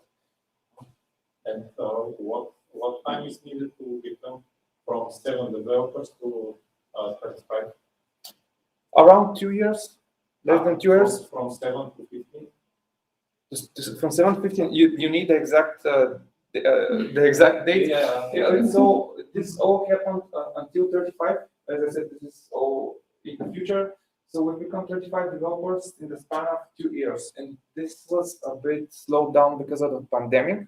The pandemic hit us right around here, and we are doing business related to healthcare. So we have facilities where they do MRI scans, all the different scans. We actually own these facilities, and our business was slowed a bit, but now we're back on track, and we are growing as fast as we could.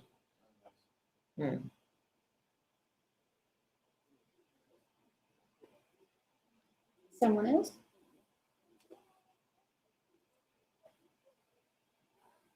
If there aren't any questions, we can. Thanks again to Rosen. Thank you.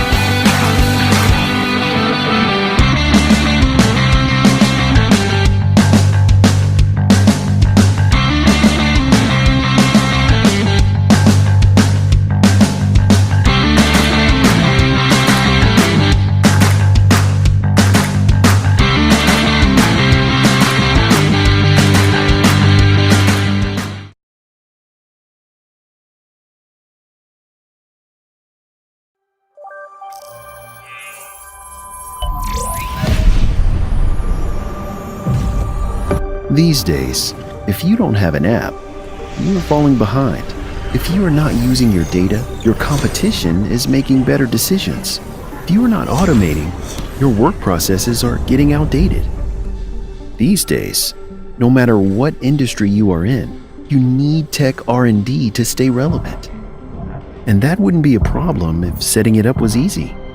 Imagine that you could just press a button and have an R&D department spring to life. Imagine that the team already knows each other and works well together. Imagine that ways of work are industry leading, yet the culture is unmistakably your own. Imagine that you have access to an extensive network in an abundant, cost-efficient talent market. Can you imagine how easy scaling would be? Imagine there is a partner that could set it all up for you, operate it until it's up to speed, and then, when you decide, transfer it over to you. A partner that only succeeds when you succeed, that makes costs 100% predictable, gives you access to industry expertise, and makes every aspect of recruitment and HR effortless. Imagine the power of that. At Anthill, we imagined a service that would do all that, and then made it a reality. We think it transforms IT innovation from existential threat to low-hanging fruit, empowering your business to be well-equipped for the age of AI, virtual reality, and the Internet of Things. Learn more at anthill.one.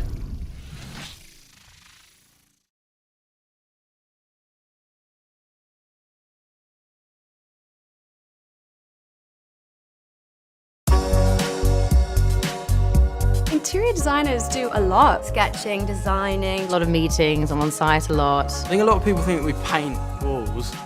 Sorry. Time is really valuable. Ordering and deliveries. Oh, schedules. Charts, emails, spreadsheets. All these are taking so much time out of the creative part of the work. Worst thing. Oh, spreadsheets. Way too many emails. I hate spreadsheets. I hate spreadsheets. The world that we're moving into is about empowering people, giving back time. I can work on a project and then have the other side of the world in another office working on it. Clippings, they are improving the way we work. It's taking a lot of the hard work out for us.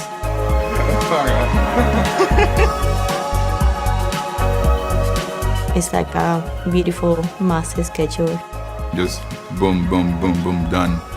Through design development to site. It's just like everything just like comes together, and it's a really good feeling.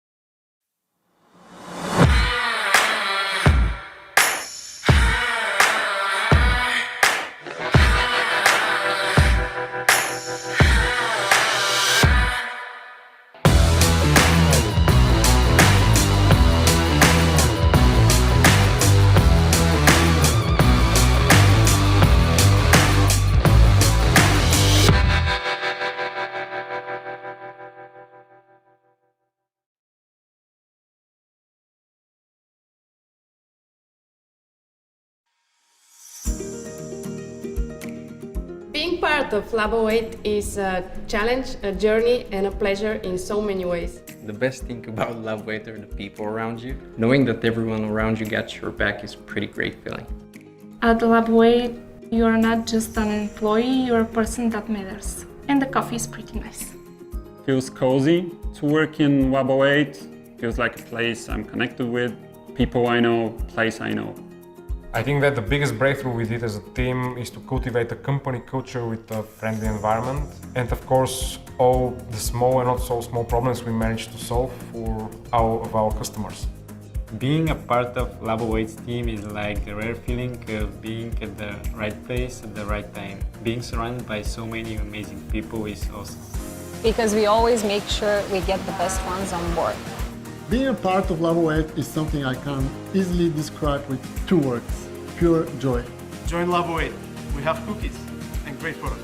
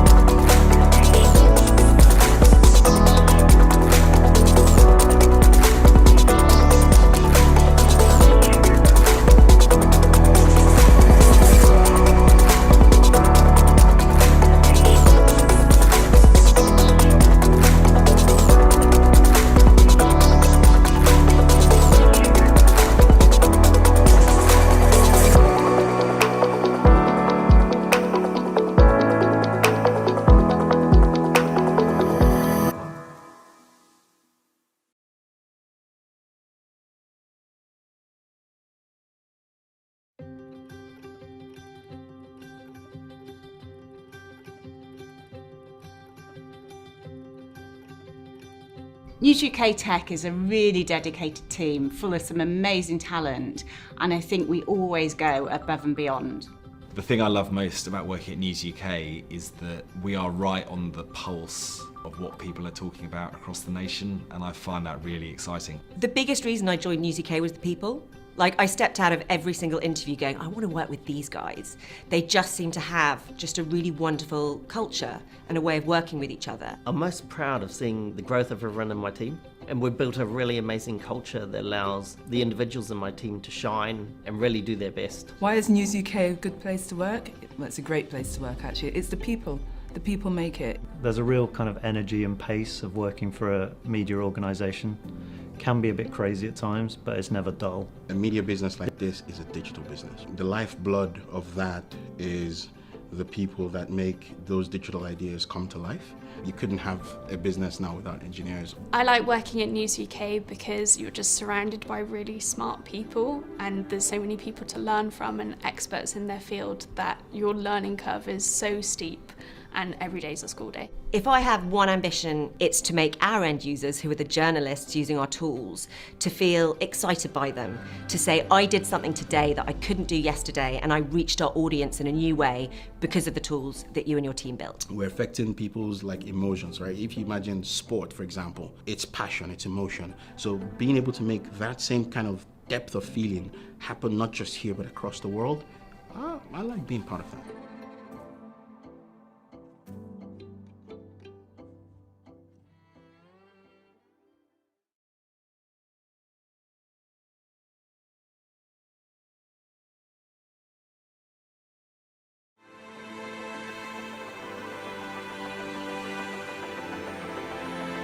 We are Ocado Technology, and we have been transforming online grocery through technology and automation. We build cutting-edge solutions using artificial intelligence, machine learning, data science, robotics, cloud technologies, and even Internet of Things. And all of this innovation is born out of 7 development centers across the whole Europe. The scale of Ocado's ambition is fairly breathtaking. So there's a sense of opportunity to learn, but to contribute and actually make a difference. We've come from almost nowhere, and we found ways to solve problems that no one else in the world has managed to solve. What I found it's unique in the Ocado culture is this passion. The ability to experiment, to check new things. You have the autonomy to go out and look for different solutions, new solutions. That's what the whole place is about. How can we do it better?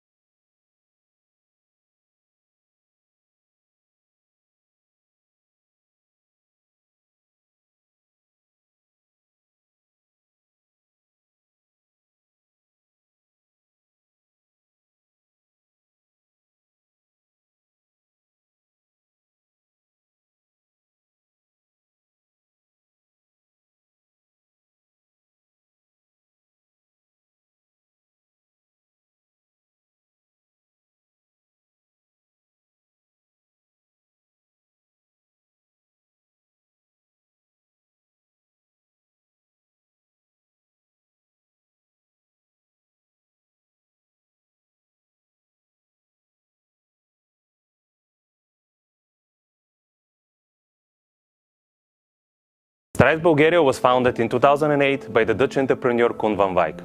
His vision was to create solutions that exceed customer expectations. Since 2014, Stripes is part of the ICT Group in the Netherlands. ICT Group is a stock-listed company on the Amsterdam Stock Exchange and employs more than 1,000 professionals. Since 2017, I have the privilege and honor to drive Stripes forward in the role of CEO. We offer solutions to our clients in digital transformation, smart applications, and infrastructure. Our mission is to build smart solutions that create business impact. We are Stripes.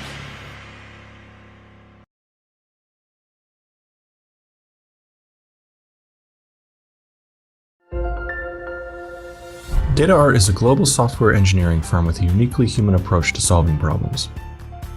We have teams of highly trained engineers with over 20 years of experience. Everyone upholds a deep understanding of the industry sector through ongoing technology research. People first. Relationships are the foundation of long-term value generation. We hire people for the long haul. Projects change, but our employees remain with us. Commitment to people is the main and absolute value for DataArt. DataArt doesn't have a rigid hierarchy with a single leader. The flat and decentralized organizational structure is beneficial to DataArt's flexibility. DataArt's organizational structure is based around projects. We enjoy flexible schedules, vacations, and work locations, both at different developmental sales and centers, or from home. DataArt is built around people who want to earn a living using their professional skills and talents with minimal limitations on their personal freedom. A lot of people are happy to work for DataArt and stay with us for many years. They have the opportunity to learn, gain experience, and grow. Join DataArt.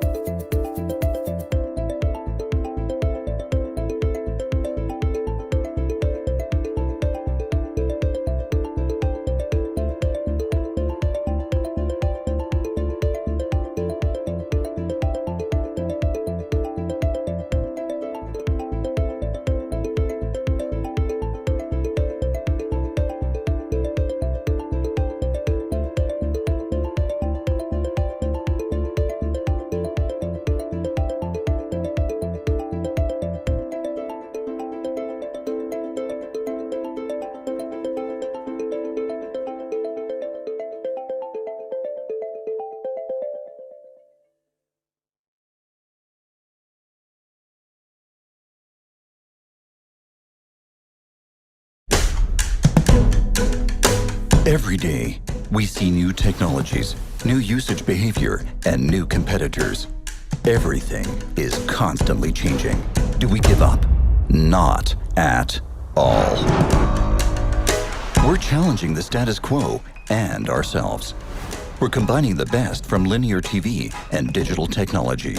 We're striving for excellence in digital product creation. We are changing the game.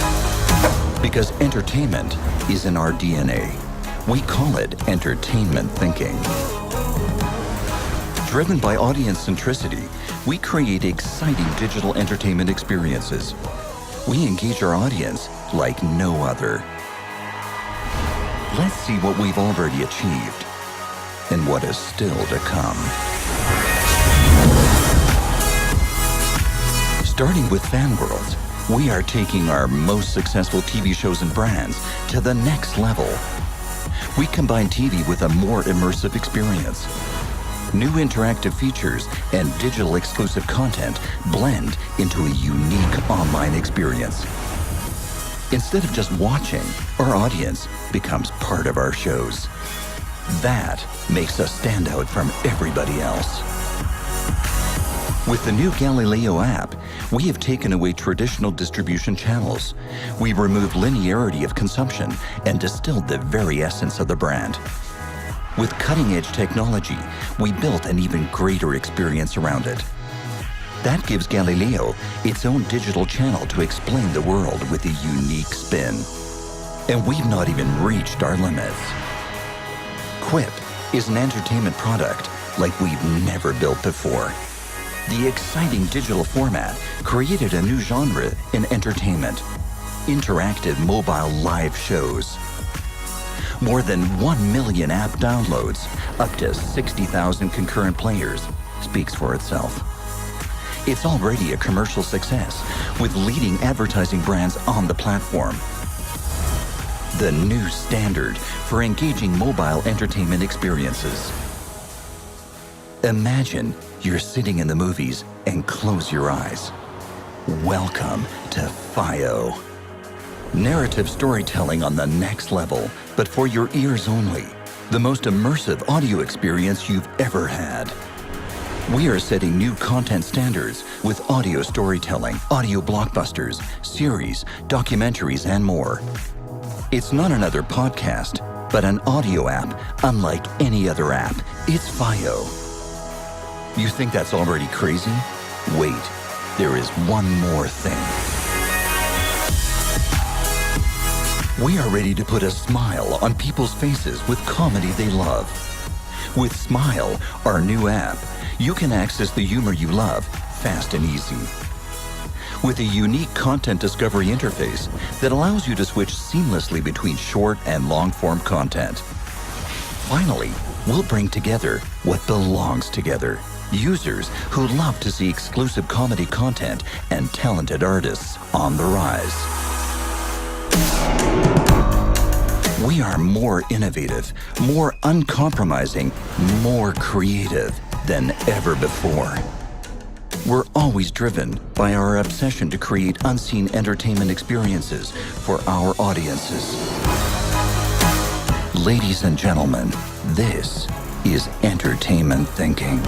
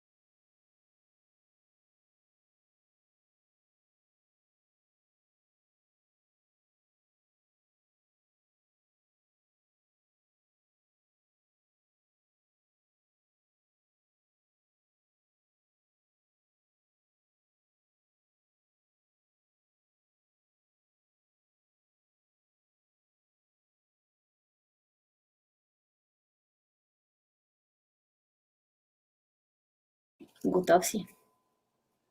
Ясно, здравейте.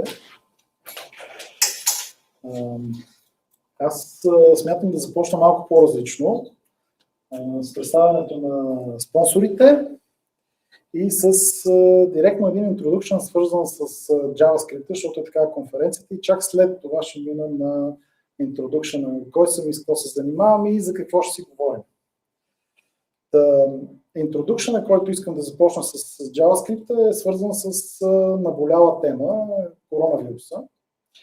Тъй като темата, за която говоря, е свързана с Business Intelligence и Data Science, аз обръщам внимание в момента на точно Business Intelligence частта от проблема с коронавируса.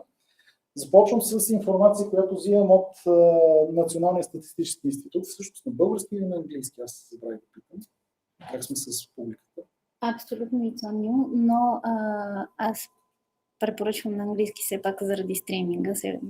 Добре. Но решението е изцяло това. But I will switch in English. Because of the streaming, sorry for the beginning. So the topic is critical theory, and it's related to business intelligence and data science. I will start with data that comes from National Statistics Institute. That's the death rate in Bulgaria in the past 10 years almost. Extracting this data, I will compare it with the information that comes from Johns Hopkins University. On the both slides, I have links that lead to the sources of the data. Johns Hopkins University had a really good repository in GitHub where they share all the data that they have for all the time as it grows and it was collected. And what I'm going to do in this introduction part before the main team, I will just get the data. I'm going to skip this part because I want to shrink the time.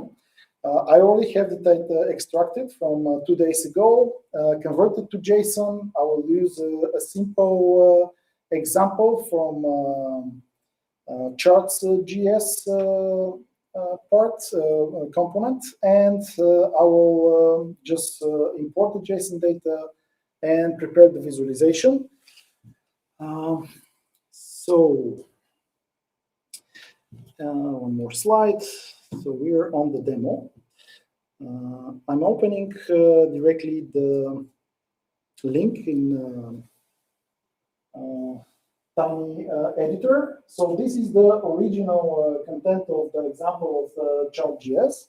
So what I'm going to do to speed up this part, I'm just going to copy paste the JavaScript, and I will explain what happens here.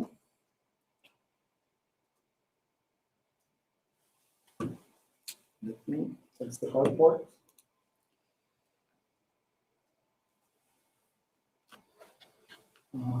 So what happens here, I have the data on top, which is the data from the first is the data from National. No, that's sorry. That's the data from Johns Hopkins University. It's data which is the total amount of dead people by date. Then the second part of the just let me go very fast. So the other data that I have here in JSON format is the information about total deaths in 1 week per week. The numbers in front are the week and the year in Bulgaria. That's not related to what those people died from. And then I have a simple conversion script that equalizes the data and selects and merges it by weeks, and it creates this view that you see on the right side. As you can see, the red line is showing the information from the National Statistical Institute, and the blue line is showing the representative same time period, the deaths related to COVID. The two graphics have a simple height, extremums, so it means that things are related. But I want to add one more thing here. It will be a little bit hard with this behind me.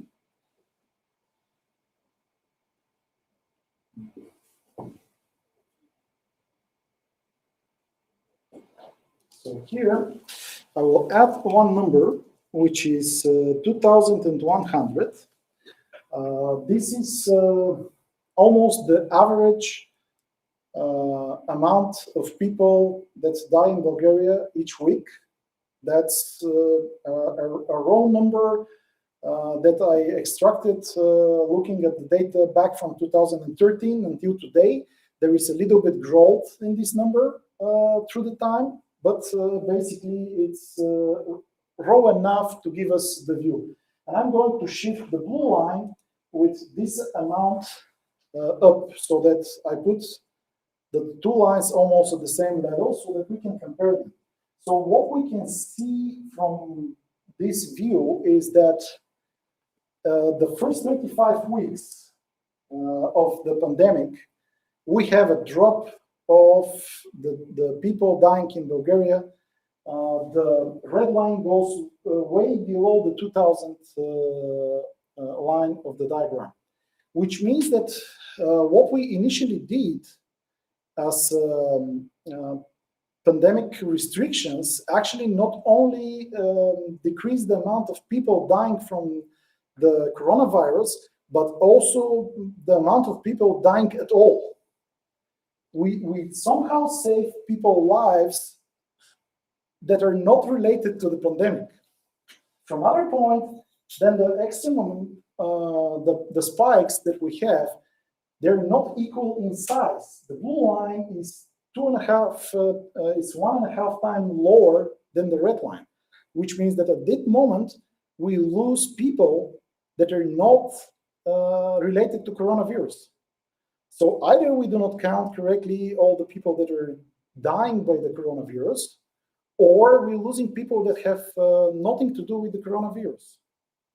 And that's basically was my idea to present the business intelligence part, how you get some data and how you extract questions from it. This information here is not enough to tell us whether we have bad healthcare system and people die because there is not enough room in the hospitals, because we closed certain specific brands in healthcare in order to make place for coronavirus sick people, or we do not count them correctly because there are such rumors that people in the villages outside the big cities, they do not go, they do not test themselves, they just die, and no one counts them as people dying from coronavirus. But from other point, if you check the amount of people, it shows that coronavirus kills 4% of the people that are having positive results, which is twice as higher than the amount in global level. Which is strange, because that means either people in Bulgaria are more in danger from the virus, or we have fake information added to the number, to those numbers. So the main thing that I want to show here how by using business intelligence, using raw data, you can extract a lot of questions and where you can start searching the answers. I'm switching back to the presentation. One more switch we need to do. Like this. On the presentations I have, sorry, like this. I have the diagrams copied. It's the same thing that we saw created by the example, and I'm having also the second one here. So when we talk about data science, how can we look at this and think about data science? So what data science, if we can apply data science to this, what data science will answer will be how big the third spike will come up. If we can apply data science now, but we first have to answer the questions that we have, we can eventually get the idea how the third spike will go up, how wide it will be, and how high it will be. So I don't have an example prepared for the data science. I leave the questions here, and I go to the second part of the introduction. Who am I? My name is Ivan Vlaevski. I'm head of software engineering department in KPMG ITS. My role is technical from this point of view. I have 120 people below me that work in different departments, in different teams, with different stacks. We have JavaScript team there, which is creating really beautiful things, but they did not help me for this, so that's why the code was raw and ugly. My final position in a technical point of view was a solution architect.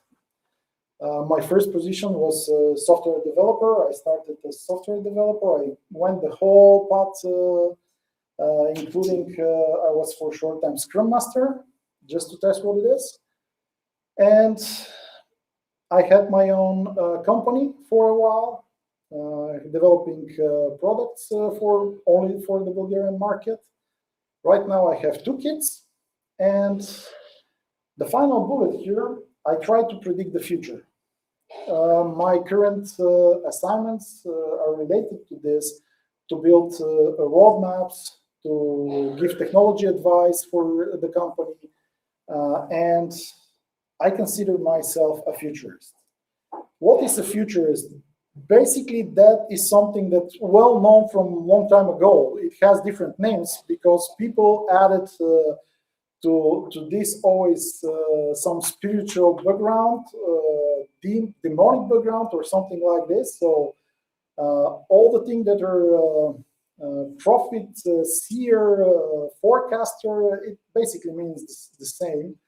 But in present days, we try to tell us the things in different way. So excluding all the spiritual part, and only looking at the data, raw data, and asking questions about the data that you gather. You can say a statistic.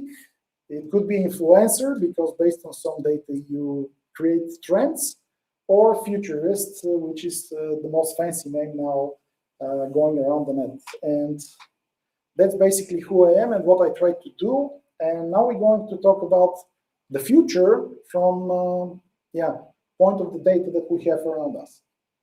So I wanted to give you 5 different points of view for the future of business intelligence and data science, for the future of the humanity at all, because right now technology is deeply integrated in our lives, and what we do and what we have will definitely be shaped by the world around us and be shaped by what is the current situation. But I wanted to so to say to name those 5 approaches, and I use 5 people to put one forecast behind each of those people. So starting with Edward Murphy and the Murphy Law, but I prefer a different typing of the law, which says the more you fear from something, the more it will happen. And currently what we fear the most is the pandemic. And the question, how long it will go, what will happen next. The point is that pandemic actually will change our life. And the proof for that change is, I don't know whether you see this, it's really small, but the big dots are pandemics in the past 2,500 years, starting 430 years before the Christ with the pandemic of Athena, yeah. The small dots are the gaps that are century gaps between the pandemics or the outbreaks of some deadly virus. As you can see, initially there are very small amount of big dots of pandemics recorded. From one point, maybe we don't have enough information from historical point of view. From other point, I believe that such disasters are going to be well recorded in history. So I believe it really was like this. Really, the pandemics were small amount back in time. And as you can see, the last two sections, we have 4 pandemics registered in 1900s, and we have 6 pandemics in the last 20 years. And in this period, those 100 years, we have pretty good historical documentation and records. And by the way, coronavirus is one of the smallest pandemics in comparison, for example, to Spanish flu, which killed 50 million people. And we're with corona now up to 5 million. But the point is that now we look at those things in different way. We try to do something, we try to do it as a community, we try to do it as people of the planet, we try to do it all together. And that's changing our behavior. So the world will change, and it will change in particular way.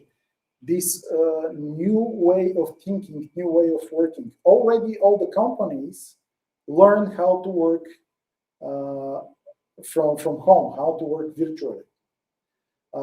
We learned how to make those conferences in hybrid way so that people can attend them live and the people can attend them virtually.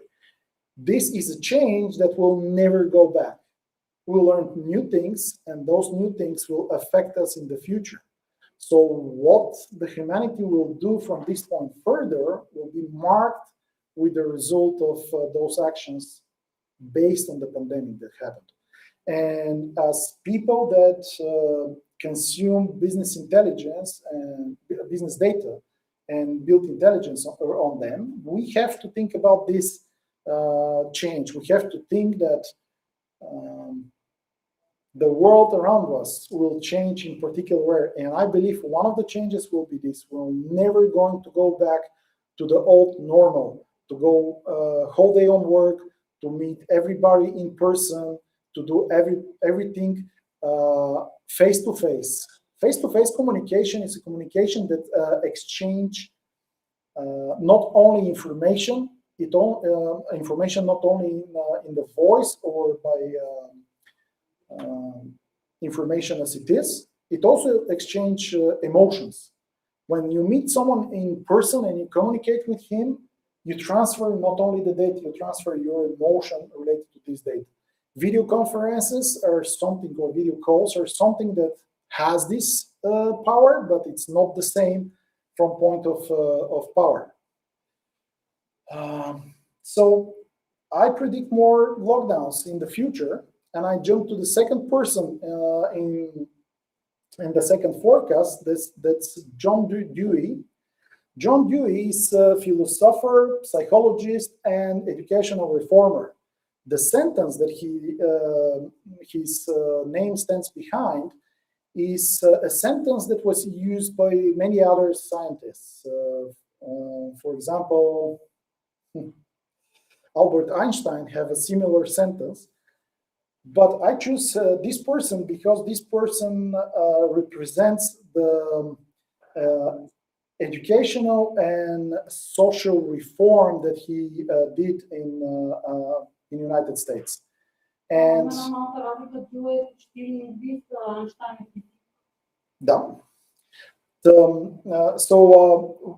want to continue further. So I wanted to name this forecast to him because I'm going to talk about the change that is needed to happen all over the world so that we can continue to live on this planet. And I want to present very small part of the information from the intergovernmental panel of climate change. So their research from this year represents that up to 2040, we will have 1.5 graduses higher temperature all over the planet. We will raise the level of the temperature with the current approach, and we're closing the point where the things are becoming irreversible. The greenhouse effect really needs that amount, 1.5 graduses, to become irreversible, and from this point further, it's that planet will become something similar like the surface of Mars. Very high-speed winds, very high temperatures, very high difference in the temperatures, and game over for humanity. So there is another report also related to this one, the World Fisheries and Aquaculture report, who also contains such predictions that point to that around 2038, the changes in the consumption of fish and agriculture will become again irrevocable. The oceans will no longer be able to sustain the amount that we consume, and the fish will start disappearing. It's not described in those reports in plain way. They only show the numbers. They only give you the information because this is not a prediction. This is raw data. Those two reports, they contain raw data on which you can base and evaluate the results. The idea is that we still have time to change. We still have time to do something. And that's why I chose John Dewey, because a reform is needed. A social reform is needed to alter the end of the world. Then the next one, Robert Gilbert, who is a person behind prediction, but not financial predictions, more like study the world behavior and the changes in the different groups of population, in different groups of different social groups is the word that I'm searching in English. Okay, so the sentence that I use from his set is not related to this research. It's related to something completely different. The problem that no one tells you what to do. Always you getting to do something, and you rely on the experience that you already have. You rely on learning that was given to you in school or in any other way, and you rely on yourself. There are very little amount of cases in which you get exact instructions how to do, what to do and how to proceed. And usually those instructions are created in the way that you're forced to follow a particular pattern that is common for this company or organization or anything like this. And I wanted to show the diversity. I wanted to show the big difference, the big change that critical thinking may do. And I want to show it with a particular person, Amy Mullins. Mullins, I think it's right to be read. So Amy is born with a condition that, medical condition that led to her to lose her legs. She took part in Paralympics in Athena back in '96. But after this, she made a serious change in her life. She became a model, and she became an actress, and now she talks on events. She is a speaker on conference. She has TED Talks. The change that she had in her life led her to say some things like, for example, that's her words, Pamela Anders have more prosthetics in her than me. Why is she not considered as a disabled person? And that is a critical thinking that changed her life and changed her behavior. She, in one of the TED Talks, she also said very interesting thing. At some point, with a friend of her, she went to change the prosthetics, and she put legs that are a bit longer. So she became a few inches higher than her friend. And the reaction of the not disabled person was, that's not fair. And that's a critical thinking that will lead to another change in the humanity. A change that started a long time ago, a change of cyborgization. We're going to become cyborgs.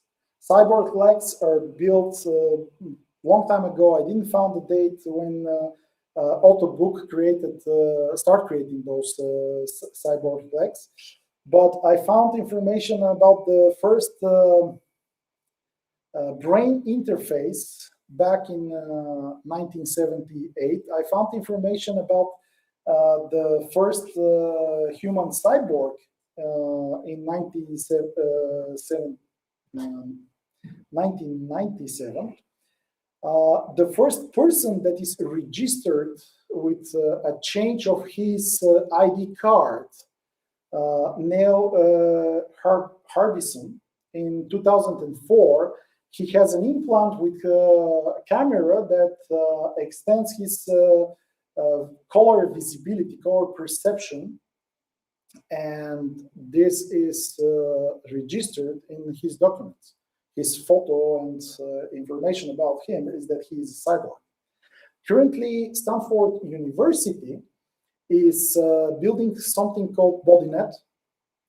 It's a very serious research. They already connected human brain to small devices. Their goal for this year is to replace the smartphone and to have direct interface to the mobile communication without the device, actually with device, but it's connected to the brain.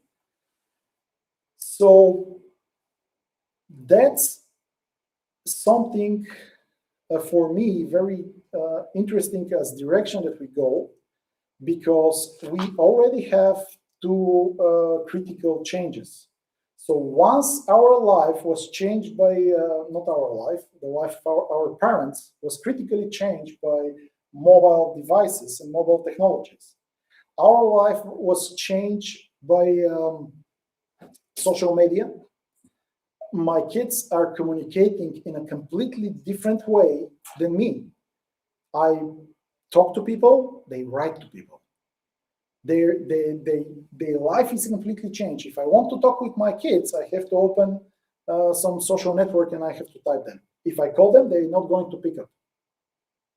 They see that I'm calling and they don't pick up. If I write, they answer immediately.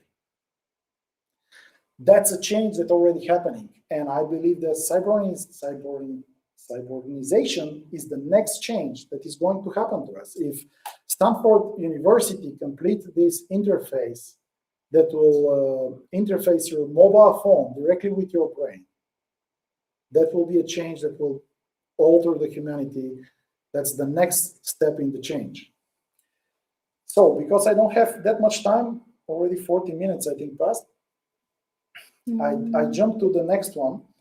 I didn't find a picture for SM Wolson, because Wolson is pretty common name, and I'm talking about an interpreter, and all the interpreters around the world are called Wolson, so I didn't find a picture for this guy. But what he says is put information and intelligence first, and the money will roll in. So, information and intelligence. Can we trust the information? I took the information from the National Statistical Institute and from Johns Hopkins, but one of the questions that I asked myself were exactly, 1 second.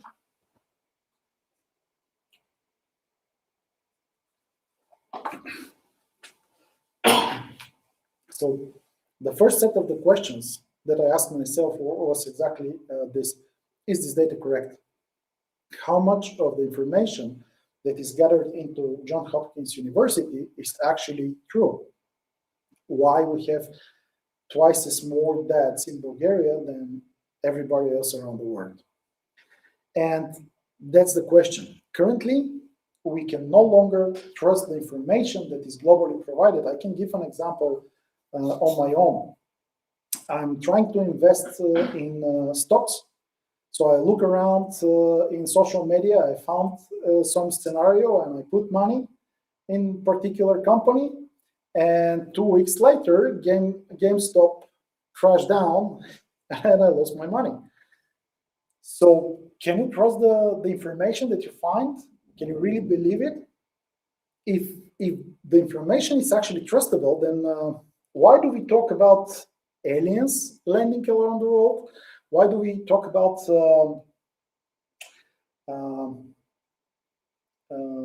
American government having hidden aliens in particular places and working on this? Why do we talk about that scientific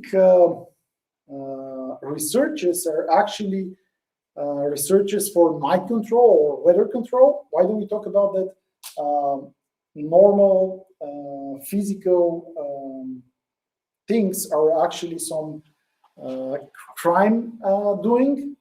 Why do we believe that there are big organizations that are powerful enough to control the world? Why do we challenge things that probably happened, like landing on the moon? Why do we believe that Earth is flat? And is it actually flat? Can we actually prove or not this?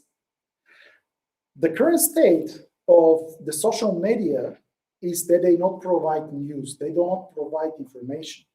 They're a place where you can share your own beliefs and your own understanding about the world.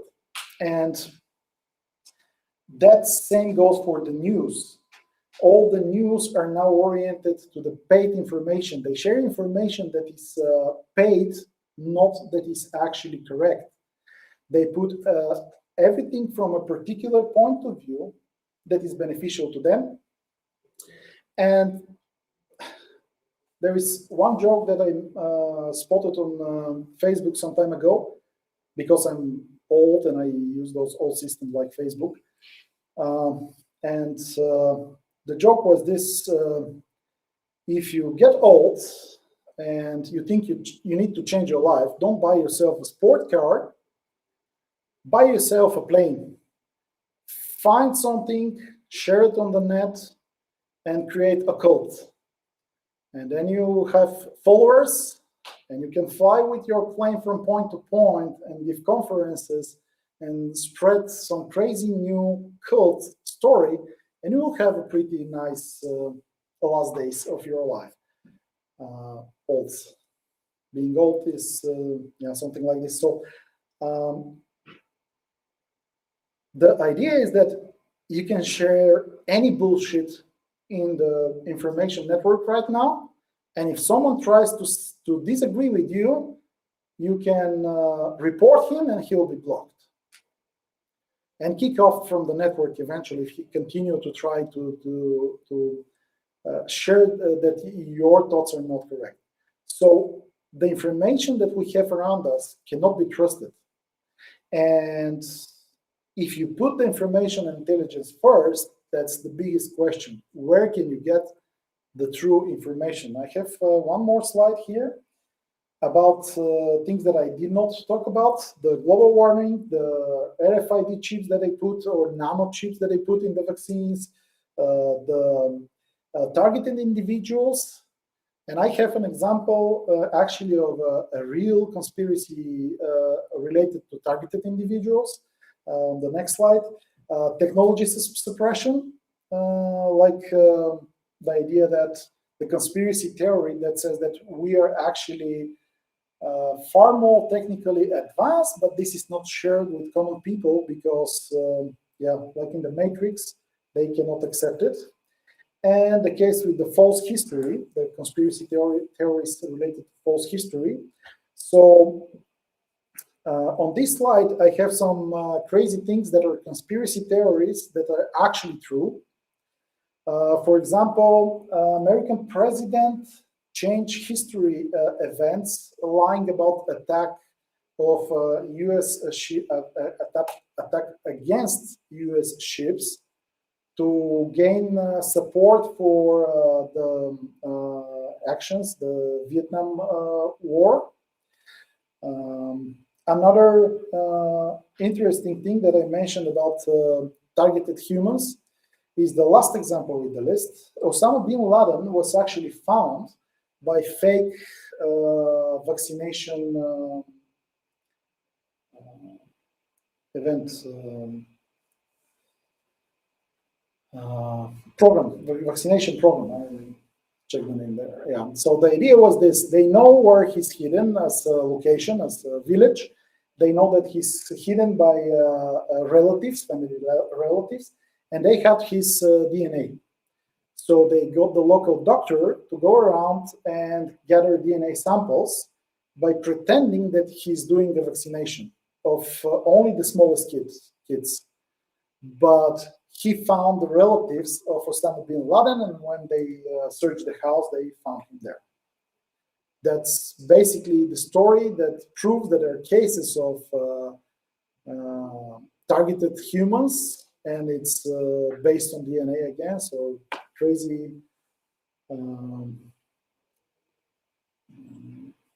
stories. But what I wanted to talk here is the forecast of chaotic data, of unruled data, that's actually in the next one, but the house of the data that we have around, that you have a lot of data floating in that is not actually usable because it's created only to distract people, to create noise. So I'm jumping to the next person very fast. Viscount Falkland. 20 more minutes, it's okay. Sorry? 20 more minutes we have. Okay. It's okay. Falkland is having a very nice sentence which says, if it's not necessary to make a decision, it's necessary to not make a decision, which simply said means keep your doors open.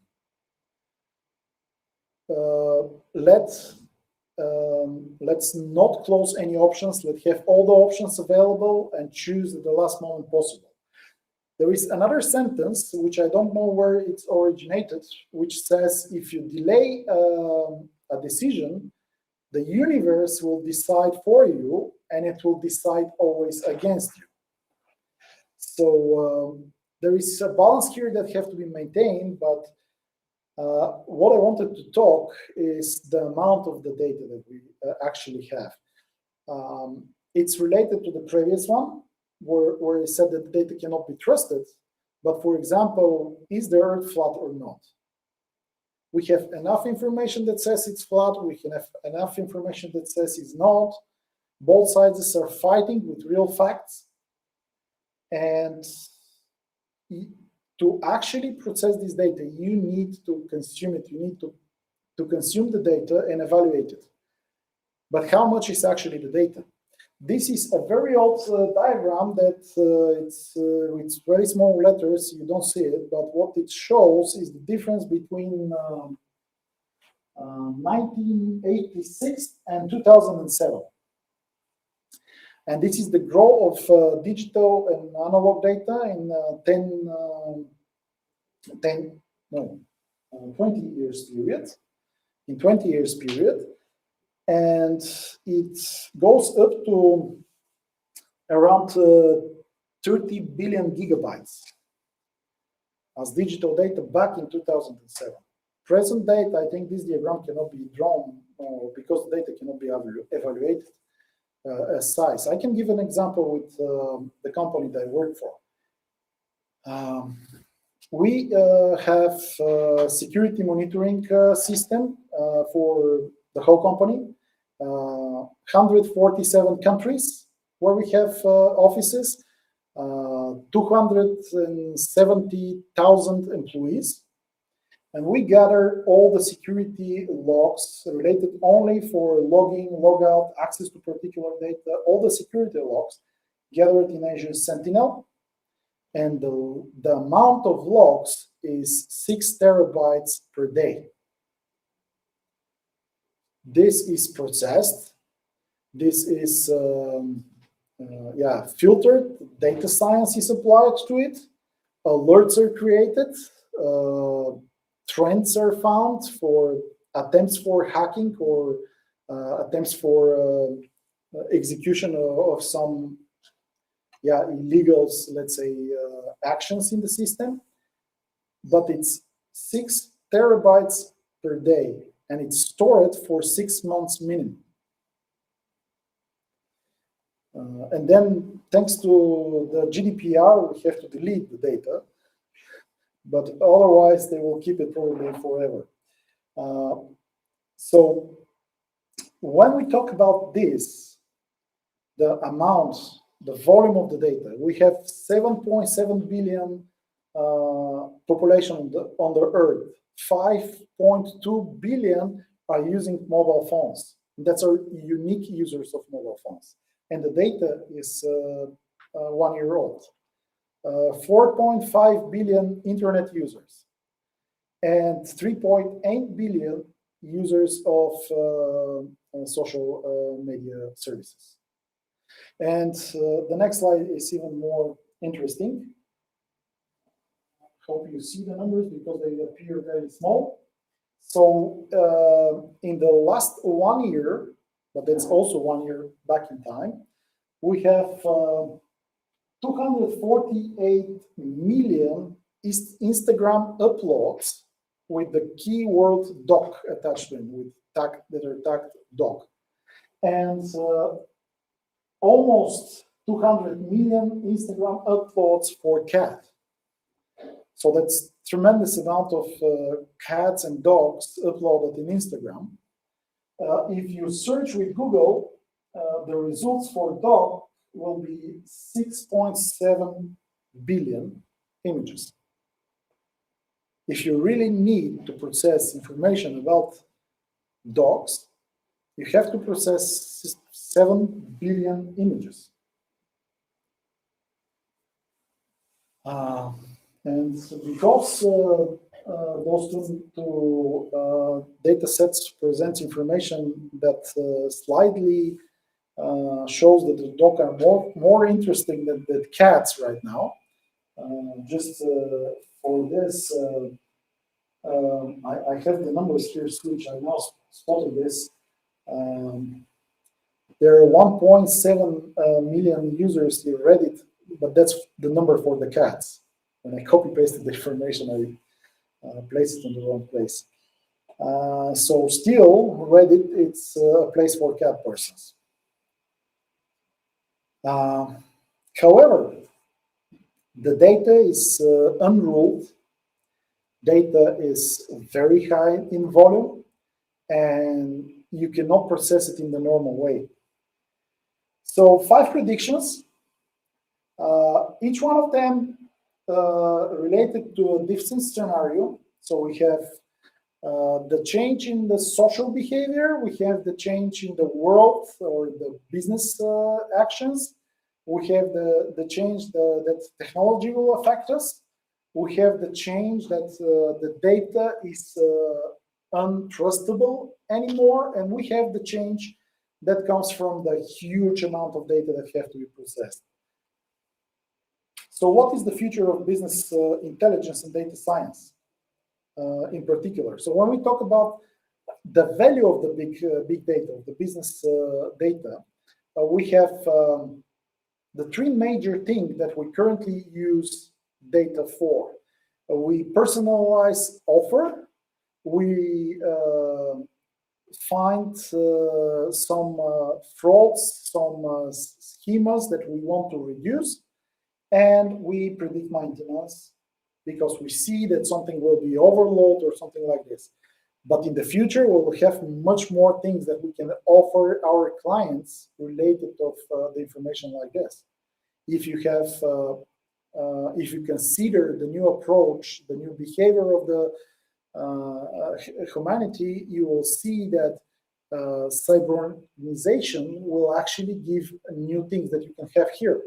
The problem is, and I want to go to the problems, how can we make the user trust us?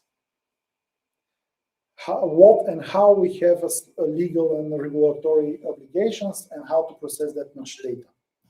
So think about this. If I have an interface in my head that interface with my phone, how can I trust this cannot affect my brain in the opposite direction? It does affect me because I receive information from the phone in my head, but how can I be trust that it's only this? So the user trust is a big problem. The regulatory element into this, it's a big problem. For example, as far as I spotted somewhere, there are people that want to restrict access to artificial intelligence. They put this with Elon Musk's photo usually on network, that artificial intelligence shall not be accessible by all developers around the world, and it cannot be usable by everyone because you can create very smart things. There are 2 attempts for creating to use artificial intelligence that are very that are known for the big failure. So first attempt was Microsoft chatbot. They created a chatbot who answered people, and in 3 weeks, the chatbot came to the idea that the humanity have to be removed from the face of the planet. They shut down the chatbot. The second big failure in artificial intelligence is the HR bot for Amazon. Amazon implemented artificial intelligence to process the CVs for the new employees before they're processed manually, and they had some things put it in for training this, and in 6 months that artificial intelligence starts stopping all CVs that are not related to the straight white men. All CVs were automatically sent to trash. That was what the chatbot learned from all the training he had with the rest of the information he got. So artificial intelligence can be really misused. So some people now want this to be regulated, and we shall not have access to it. And processing the big data. So I want to keep one more thing about the legal and regulation. And I want to ask you to think that this is not a presentation, this is a website. And I want to show you how a proper website have to look, and they actually look like this, if you follow all the regulations. So first you have the pop-up that ask you to allow the notifications from the site. Then you have another pop-up eventually if you decide if this site tries to become your homepage, to replace the homepage. Then you have the pop-up for the privacy cookies that you have to accept or remove. Then you have another pop-up, for example, if the site is somehow regulated from the age, where you have to confirm that you have the age and you have to put your birthday, which is collecting information about you. Then you have, for example, the pop-up that says you have to subscribe for their newsletter. Then you have some small item coming on the site, which immediately address you to contact the support and discuss something with them. Then at the next moment, the system realizes that you have an ad blocker and pops up with a request to remove the ad blocker. And then eventually, when you come back, you have to close the discussion with the support, and you want to start working on it. But then the Google Chrome comes with the information that you actually have the ability to sign into this site with your current account. And then you have another pop-up coming up. And then you have spent enough time on the site so the system to calculate that you already can answer some marketing questions, like, for example, did you find what you're looking at? But up until this moment, you only click on the boxes to close them. And then eventually you get to some error page. And when you try to reload or close the page, you get the final pop-up that says subscribe to our social media. All this is information exchange with user in a particular way that is restricted by the rules and laws, with the idea that you shall not harm the user in some way. But it actually creates a lot of interaction with user that create exactly the opposite. They create distress. If you see a site that gives you that many pop-up, you're not going to go to this site second time. You're not going to trust him. You feel like they're forcing you to do something. And that's our changes that we have to do in our daily work. When you develop a site, when you do something, you have to think about how to avoid those streams that we are currently in. And those streams are leading to problems, to futures that are not good. So I presented 5 futures. Each one of them looks from one side really bad. Viruses and lockdowns, the end of the world, cyborgs, data that you cannot trust, too much data to process. But each one of those is actually positive, because with a very small change in the way of thinking, a critical theory that you can build in your head, a critical way of changing your way of thinking, you can actually use all this in a positive way. Think about that people will no longer gather to work in one place. You will have people that work from home. Think about that the world will have more and more challenges from climate point of view. Hurricanes, floods, earthquakes, and that's actually open business opportunities. Think about device interaction as device that can be implemented inside the human body. And this will actually create a completely new field of development and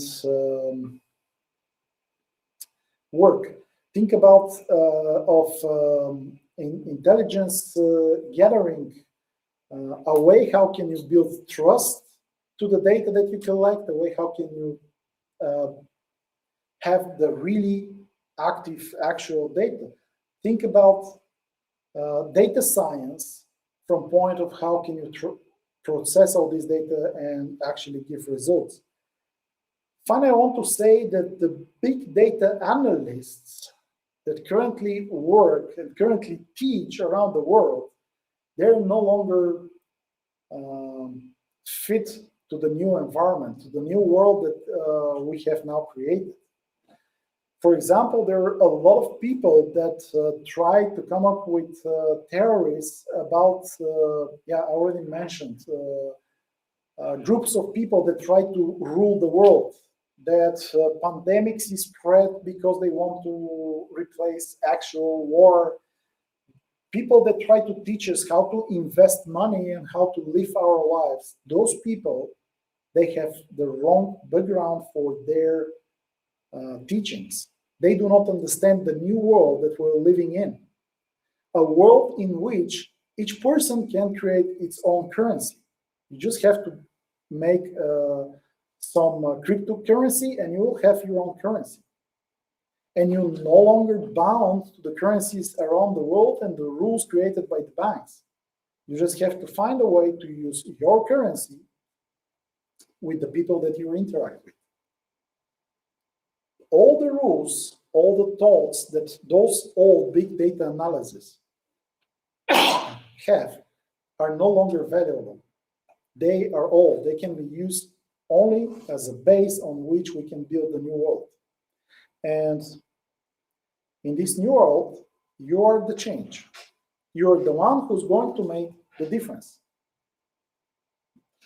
That was all from me. Thanks to all the sponsors. And if you have any questions, I would like to answer.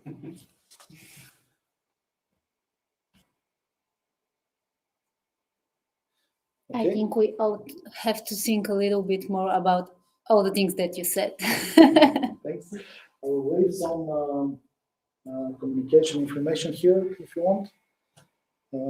To contact me after the event to continue the discussion, and yeah, thanks for me. Last chance for some questions. What do you think about the future that we are going to just share ideas without talking and without any interaction, just device sharing with this Cybernetics implants. Yeah, it's a really interesting for me how deep this can go. I know I wanted to find this. I didn't find it and didn't add it to the to this presentation. There were researchers started years ago in some imprisonment facilities. They were researching anger control by devices. So they've searched a way working with prisoners to find the reason for their anger, for their killer instinct, impulse, and to suppress it in a mechanical way or electric way. And this way to control humans to not interact aggressively. So when I think about this idea for having an implant that directly transfers some information into my mind, from one point I have this beautiful view where I sit on a laptop and I don't use a keyboard, and I write 300. Some already working solutions with writing keyboards without just with your mind for people with disabilities, but it's already there. Yeah, that's the one thing that I pretty much like as an idea, but it's balanced from other side with the opposite idea that I don't know what will happen if something tries to go in the opposite direction, because it will go in the opposite direction, but what will happen if it forces me to do something? Because this is one of the things that we now see from the social change point of view. You cannot give negative feedback. They remove the dislike button from YouTube. So if I look at the video that is shared and I want to say, I don't like it, I'm not going to be able to say it, because next to me is a person who shall not see it, who shall not hear me to say it. So I cannot click the dislike button because the button no longer exists, but maybe at some point I will not be able to say that I don't like it, to not affect the person next to me. So that's a balance between the two things. And I again believe that we're those who are responsible to keep the balance on the positive side. Because we're those who actually develop those things, we're those who actually do these things, and it's up to us to keep the humanity on the good side and to use all this for positive things. To be able to interact with devices without actually interacting with them, but just thinking about them, that will be great. So, thanks again.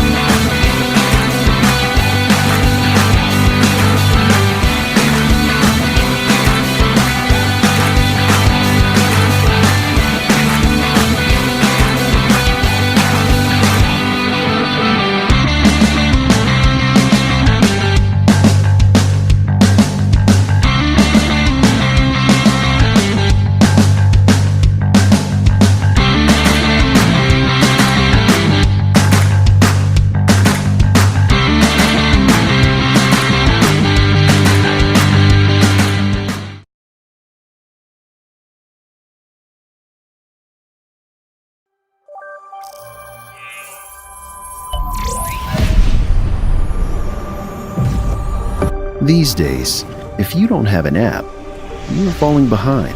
If you are not using your data, your competition is making better decisions. If you are not automating, your work processes are getting outdated. These days, no matter what industry you are in, you need tech R&D to stay relevant. And that wouldn't be a problem if setting it up was easy. Imagine that you could just press a button and have an R&D department spring to life. Imagine that the team already knows each other and works well together. Imagine that ways of work are industry leading, yet the culture is unmistakably your own. Imagine that you have access to an extensive network in an abundant, cost-efficient talent market. Can you imagine how easy scaling would be? Imagine there is a partner that could set it all up for you, operate it until it's up to speed, and then, when you decide, transfer it over to you.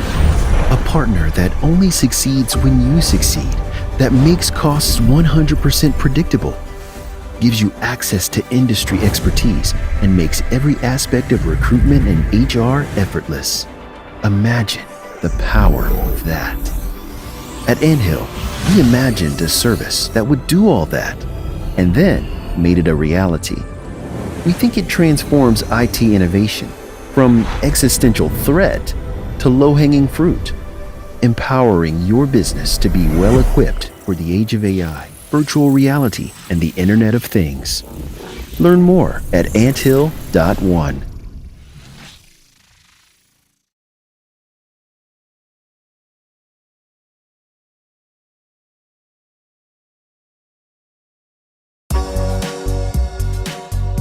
Interior designers do a lot. Sketching, designing. A lot of meetings, I'm on site a lot. I think a lot of people think we paint walls. Sorry. Time is really valuable. Ordering and deliveries. Oh, schedules. Charts, emails, spreadsheets. All these are taking so much time out of the creative part of the work. Worst thing. Ooh. Spreadsheets. Way too many emails. I hate spreadsheets. I hate spreadsheets. The world that we're moving into is about empowering people, giving back time. I can work on a project and then have the other side of the world in another office working on it. Clippings, they are improving the way we work. It's taking a lot of the hard work out for us.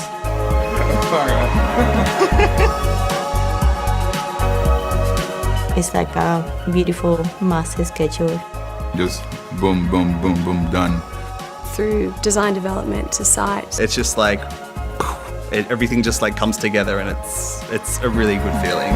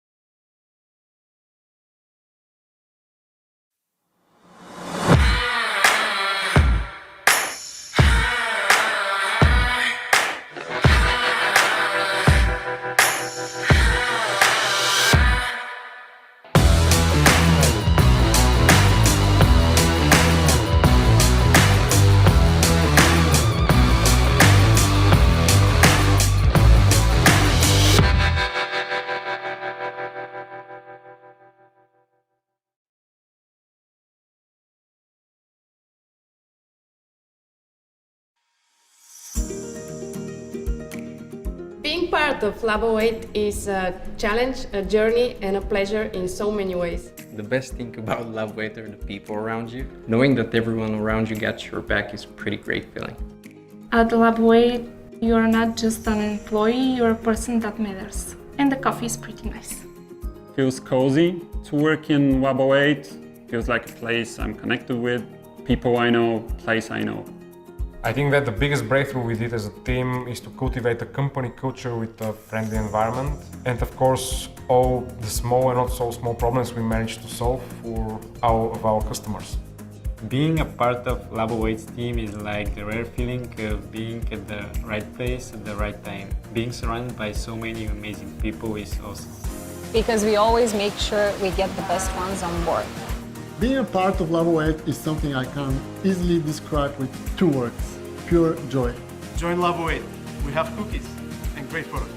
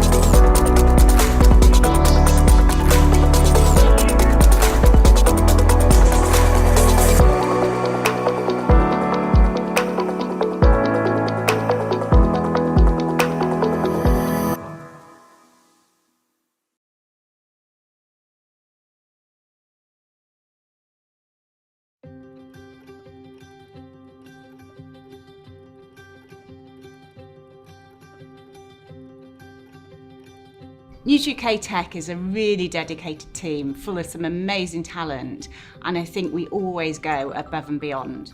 The thing I love most about working at News UK is that we are right on the pulse of what people are talking about across the nation, and I find that really exciting. The biggest reason I joined News UK was the people. Like, I stepped out of every single interview going, I want to work with these guys. They just seem to have just a really wonderful culture and a way of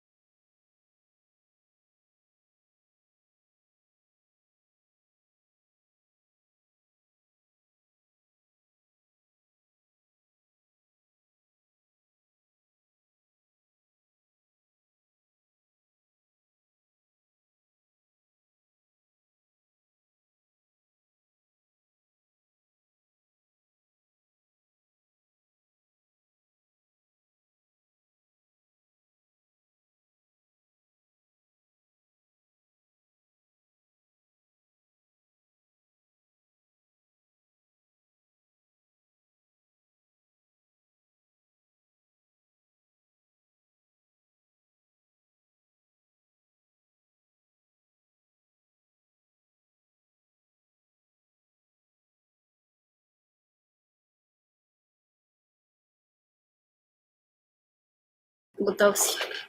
All right, hello to everyone here and hello to everyone that are walking this presentation live today. So we are about to close JSTalks 2021, and it's a huge honor for me to be here. For the past 4 years, probably I've been only an attendee, and finally I mustered up the courage to submit the talk and be here with you guys. So a little bit info about me. My name is Cristian Christoph. Currently, I'm on the position of front-end team lead at a company called Pronet Gaming. Some additional info about me. I'm interested in terms of tech with Angular, Nest, Express, TypeScript, and here is JSTalks, so here's another JS guy. And my hobbies are related to one martial art called Brazilian Jiu-Jitsu. The Brazilian Jiu-Jitsu guys are kind of the Linux guy of the martial arts. I mean, if you're doing Brazilian Jiu-Jitsu, you are like sharing this knowledge to everyone, even without being asked. And besides that, the regular stuff, JavaScript and beer, drinking beer with friends. So, one prerequisite before we start with this talk is that each one of you that know about this law, this insignia, should forget about it for at least for the half of the presentation. And when we hit like the very, very last swipe, you can remember that. And so, let's start. What is a BFF? So here, let me tell you that in this talk, you'll see a lot of acronyms, a lot of things that don't make sense at first, but when we hit the slide that explains them, probably they'll make sense.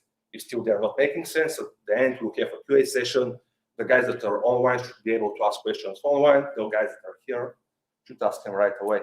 So BFF is a term for someone's friend or close friend and characterized by trust and permanence, respective of the number of times the meaning of friendship has been changed in your life. So best friend forever. But of course, we are on a tech conference, so this thing also stands for a backend for frontend. And here, the important thing they emphasize that you will be having a backend for your frontend. And I'm like emphasizing on the frontend thing. And this thing is pretty much a pattern that you'll learn more about it in a minute. So as I already promised, you'll see a lot of acronyms here, OSFA or one size fits them all approach.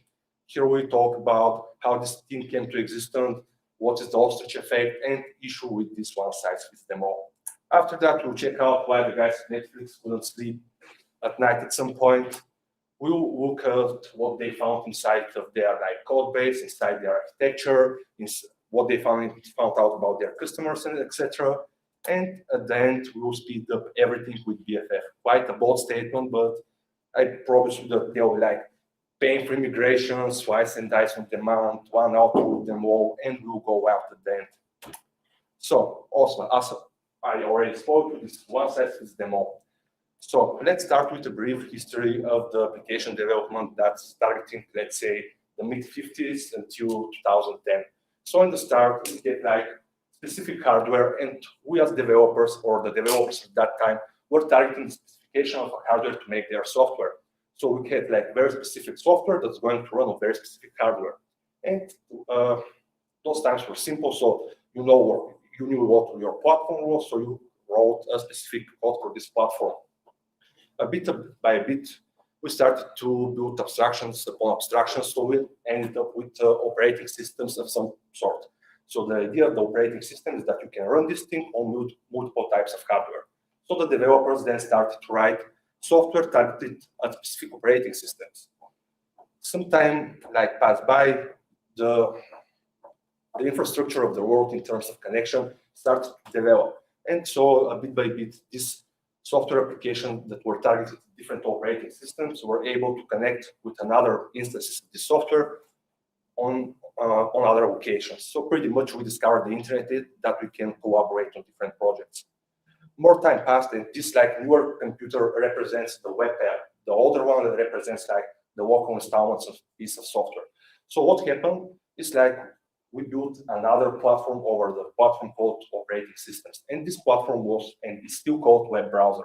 So here we have another platform that the vendors of this platform are promising to you, as long as you're following up the web standards that we have defined, we'll make sure that your software runs on all kinds of operating systems. So we abstracted away once more. And while doing so, hardware continued to develop, we ended up with all these guys trying to connect to this World Wide Web. And things were kind of getting messy, because besides those guys, you never knew who else could attach themselves to your REST APIs or whatsoever. So I mentioned REST, but this wasn't a very easy switch, because at the start, everyone was doing whatever they wanted on the web, until some smart guys developed this REST web communication over HTTP. So the idea was all right, guys, we are doing something general. We are doing some general way to handle all kinds of requests, and we will leave everyone that wants to use our APIs to deal with it. So the idea is you have one unified source of truth with a universal way to communicate with it. So far, so good. Here's something interesting that I literally learned about a few days ago. This is the ostrich effect.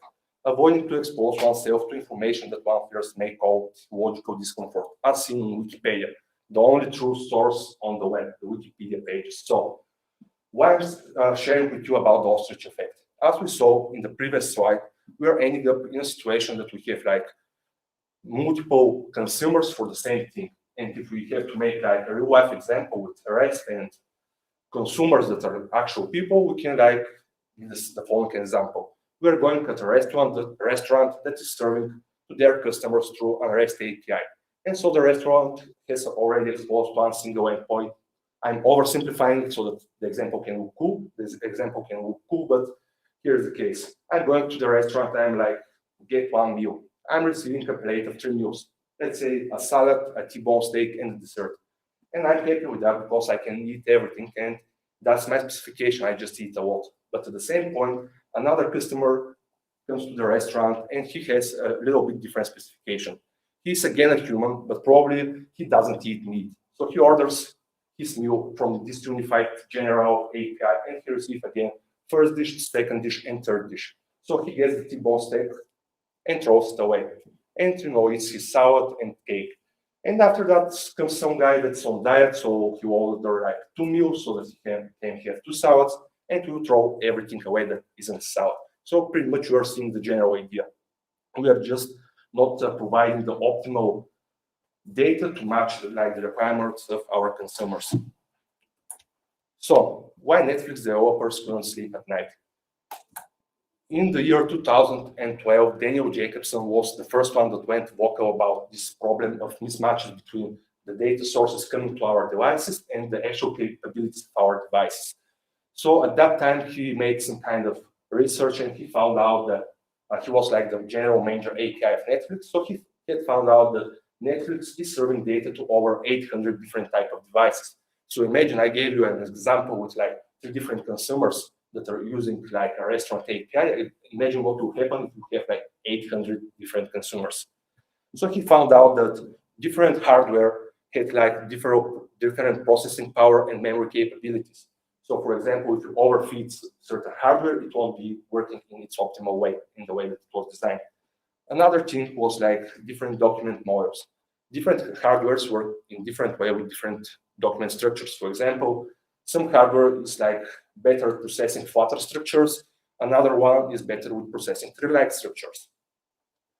Next one is kind of obvious, screen real estate, and this is referring to the physical size of the screens. For example, if I have my phone, it's like, I don't know, 10 centimeters by 5. If I have my home TV, it's like 1 meter wide. So it kind of makes sense that on different screens you can show different data because the physical space is different.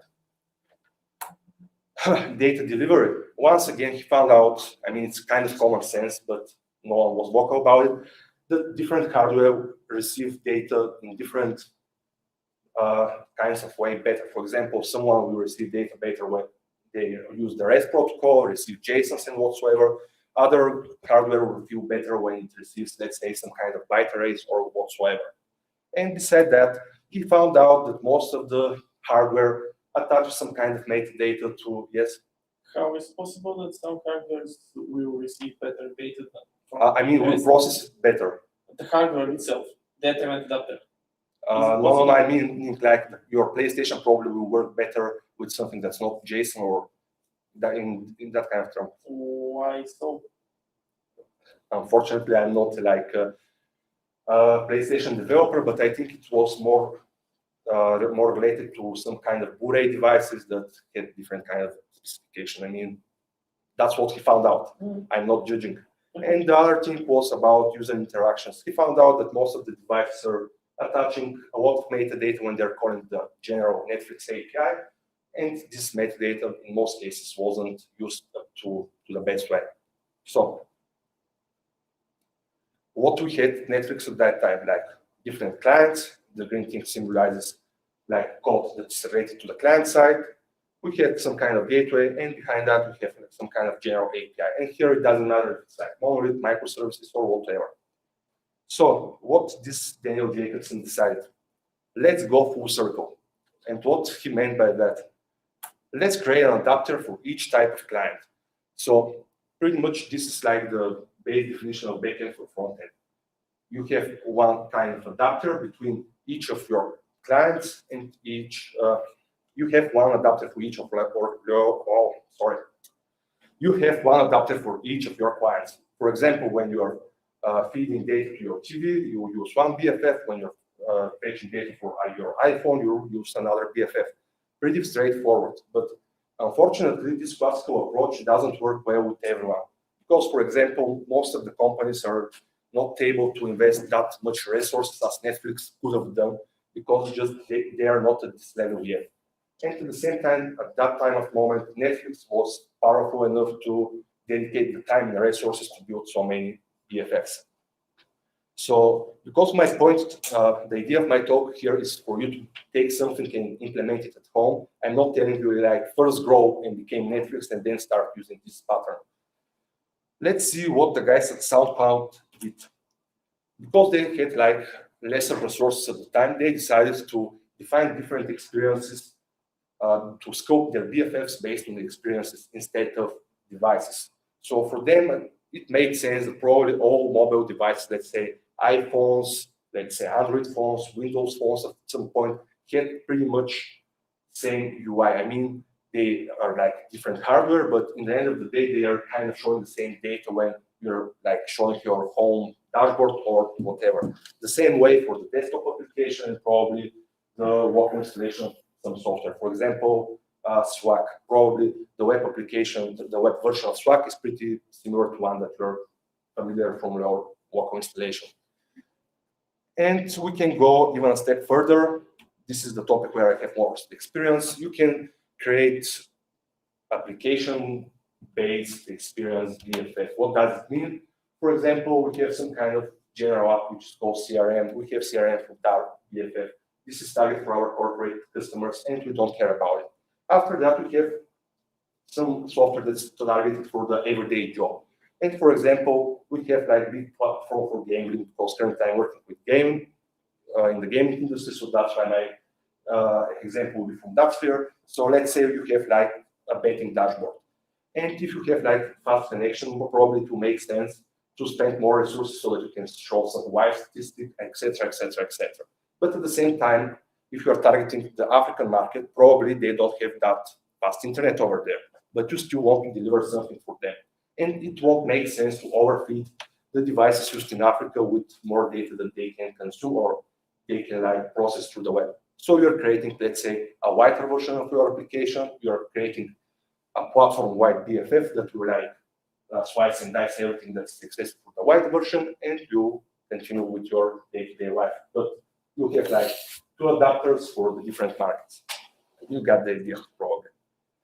And now the most interesting part probably is how we can like, besides slice and dicing, speed up everything with our new favorite solution, probably favorite. I mean, so here I will share with you like some of my personal experience with situations that were as described here and how they could have been like resolved if we had some kind of BFF layer.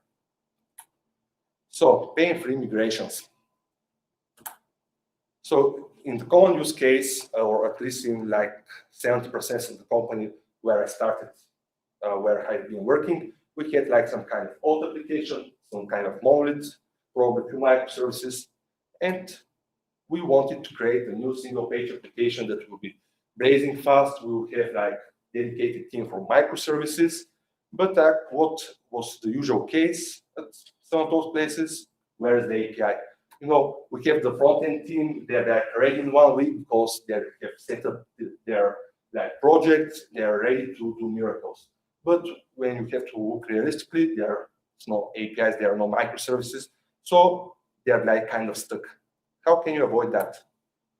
Add the BFF layer that will handle the needs of your nodes, of your new single-page application. And here the idea is like, if you have some kind of monolith app that you know that you have to rewrite, but currently don't have the resources, you can start with small steps. For example, your new application will have kind of different interfaces, but at the same point, in the end of the day, you'll be wanting the new application to be able to do the job of the old one, probably in a new, better way, but in the end of the day, the data will be the same.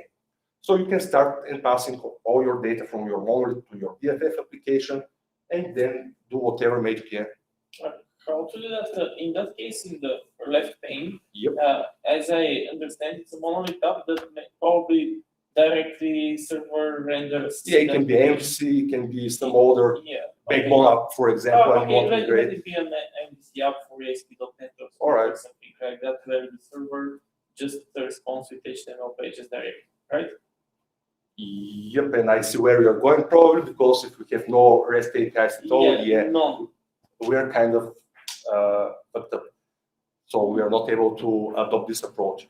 But in the case where we have some kind of API that's like human actually. But if you once have an API, then where is the API part? So, all right, I will need to give more context. At one of my jobs, we had like one big application that had like REST services because it was consumed by different other APIs. At the same time, we had like one layer which was MVC that was based on the REST API that we had in our monolith. And at some point when we saw the business saw that the application is already like 10 years old, they decided that probably we should kind of switch to newer technologies because we started to have some problems with speed, scalability, and etc. So the guys decided to start with like brand new project from zero, from scratch. And they wanted to like do everything in an optimized way. And they started to re-export the same APIs from microservices. If you go like deeper, they were using the same databases, the same data and everything, but the idea was to make a new, clean APIs that will do exactly one specific job. And that will be the optimal thing that will be feeding to our new application. And that was, the examples are from my personal experiences, so probably they are not applicable for everything. But yeah, that's the backstory of this example. So you have an API which is not like a REST API, but some kind of API that responds with XML, JSON, something like that in a quick nice manner. And then you create a normal REST API that follows the REST standards and proxies the old API. And that's what we call now backend for frontend in that case, right? In that case, yes. The idea is that your adapter can do whatever magic it has to do in between, but your new front-end application doesn't need to be bothered by that. And when a point in time comes where you actually start to create microservices that are serving the same purpose, you can start to switch to the microservice. So you're changing the place from where you're fetching data from the old monolith that doesn't matter what kind of monoliths, to the new microservices. And little by little, like we are reducing quality connections that are pointing to the BFF, to the monolith, and you're switching to microservices. And if you're doing that in like reasonable speed, the BFF app will allow you to do also something beside that. For example, if one of the services breaks, you can switch right away back to the old version. So if you're doing things slowly and you have time to test it, and you're not getting the monolith at the first moment available, like you end up your migration and you're cleaning the monolith. No, that's not the right approach. You have to let yourself your BFF to be able to handle fallbacks because the old application was working and you're rewriting it. So it makes sense to keep it away for some time and be able to. And what if the old application fails and the service fails? If both of them, then you are screwed up. Okay, but that's not a big problem because all the other services will be working. But what happens if the BFF app goes down? That's one of the downsides of the BFF. So I'm not sure how well it's heard on the stream, but the thing that our colleague asked is what happens if our BFF fails, because this is becoming our single point of entry to our REST APIs. We have to make sure that it doesn't fail, or it's replicated in enough places, or that it's like there are enough BFFs that even if one dies, the rest of the application can work. And here I'm going to, I'm not sure if I explained well enough, answered well enough on your questions, but probably with the next examples, some things will be cleared out. So slice and dice on demand. Once again, the same picture. I'm talking about the same pattern, so most of the pictures are looking like. We want to end up here, like microservices and monoliths, and we are starting our journey. So the story that I will be telling you right now is about the same company that I used to work. So we start simple. One new service, we are connecting it to the spa application. Then two more. Then other guys from the company decide that, all right, these guys are doing something new and fun. Let's join them. Let's create a new single-page application and more microservices so that we can cover another case that's applicable to our business model. And they're all right, standalone unit, but microservices are meant to be reused. So we are getting to this point. And the guys from spa application 2 are saying to the guys from spa application 1, all right, guys, if you tweak a little bit one of your microservices, it will be able to handle something related to us. Probably the business demands this extension or whatsoever.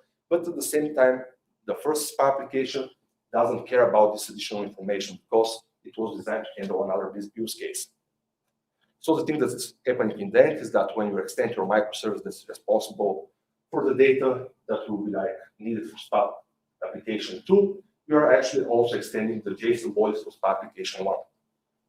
So, oh yeah, and that's another cool example that happened at this place. It's all right, we started to work with SPA application 1, with the auth application simultaneously, and we found out that the auth one was broken. So here we have one more problem with our microservice architecture, because the new one was working properly, the old one wasn't, and we had no way to tell the customers, all right, the old one is broken, so don't use it, use the new one, because the new one wasn't ready.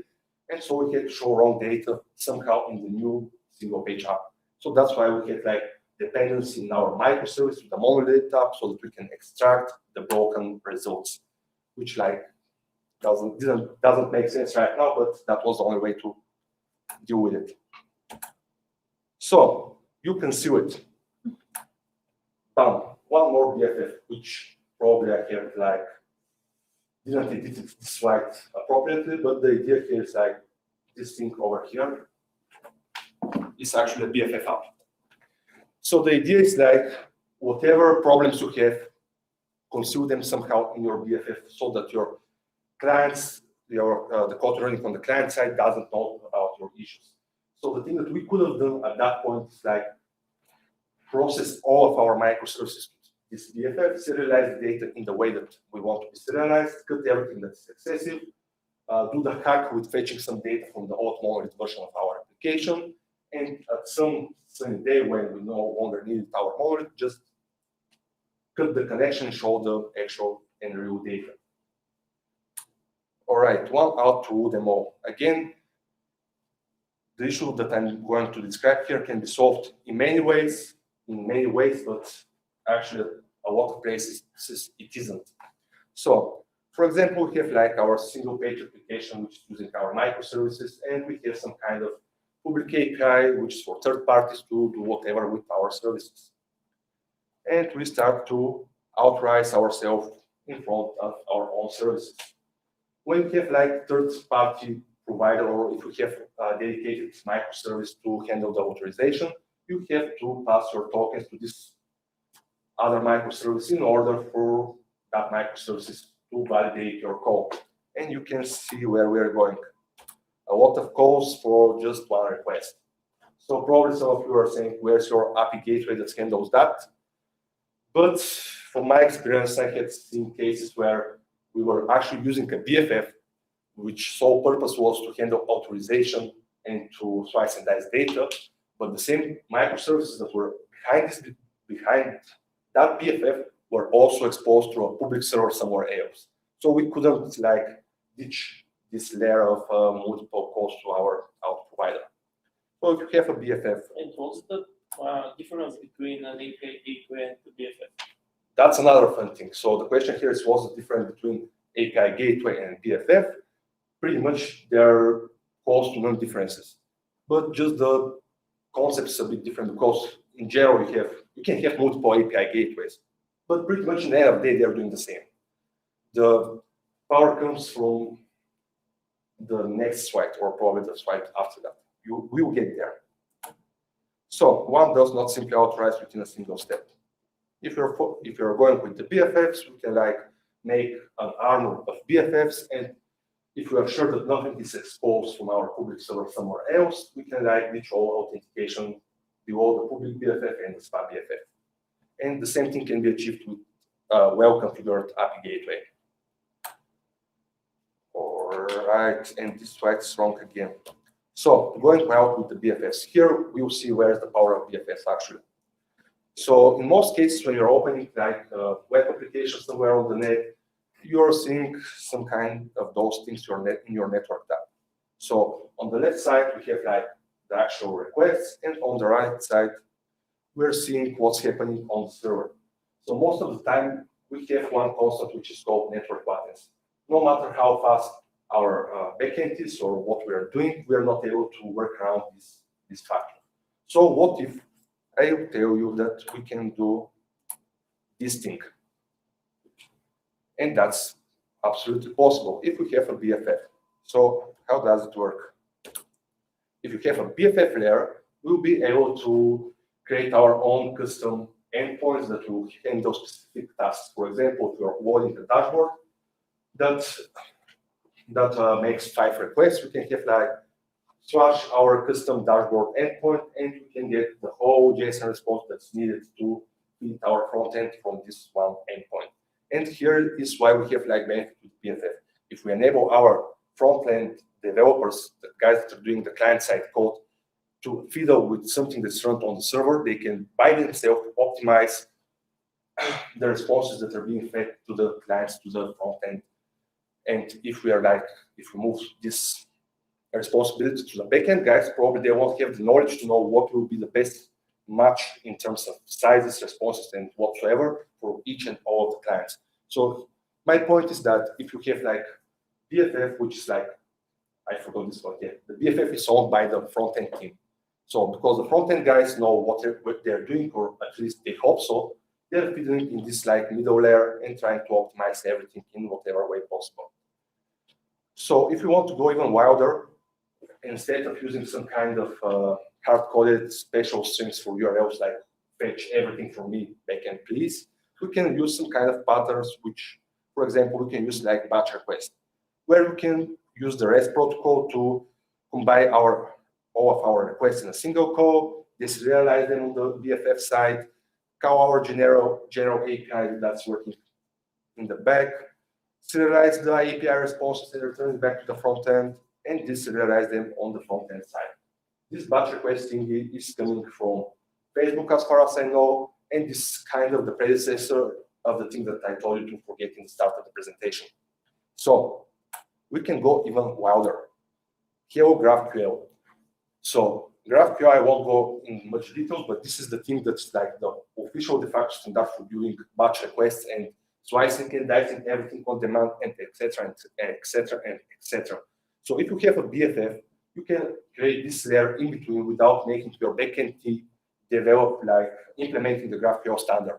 So you can like untie their hands and let them do something like more meaningful or something with higher priority. So you can use your resources from your front-end guys to implement GraphQL layer in between. You probably will be wanting to add some kind of cache because of reasons. I mean, here we can go very, very deep, very, very fast, but it's a possibility. The idea here is, again, if you have the capabilities of your front-end guys to implement something that will boost up the performance, you can do it in this BFF layer without putting more burden on your backend team. And for whatever reason, if you're using some kind of modern framework like Nest to build your BFFs, you can just throw in some Kafka because you need to know about some events that are happening on the backend. And yeah, your messaging system or your notifications can be related, connected to this Kafka. I mean, that was our implementation at some point whatsoever. And now let's do a quick recap. So today we learned what is the one-size-fits-them-all, and it's not always based to generalize everything, because probably we need optimal inputs to have like optimal outputs. And don't be an all search. So it's in general good to write software in such a way that you can sleep at night, not like the guys Netflix prior to 2000 something. And find new BFFs. If you can do something, and sorry guys. So if you think you could do something, probably there's a way to do it. And the BFF solution, the reason that I like this solution is like you're untying the hands of your front-end guys, because there's nowhere specification what kind of language your BFF should be. And for example, if you have like a Java backend and you have a very strong front-end team that's like masters of Node.js, they can build their own BFF without bothering the backend guys and without affecting any other parts of the APIs. The same can be done in whatever kind of languages, depending on your team capabilities. And now QA time. Yep. You did not understand what's actually the purpose of that.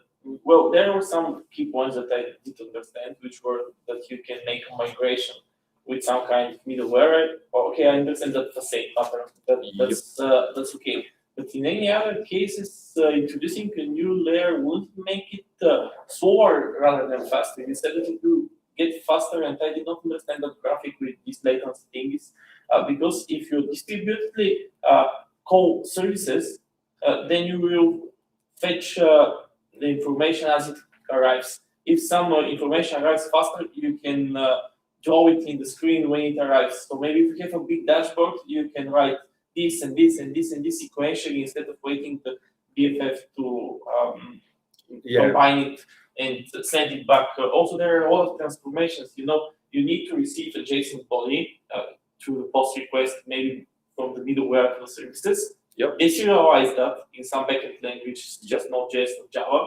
which deserialization may be expensive operation.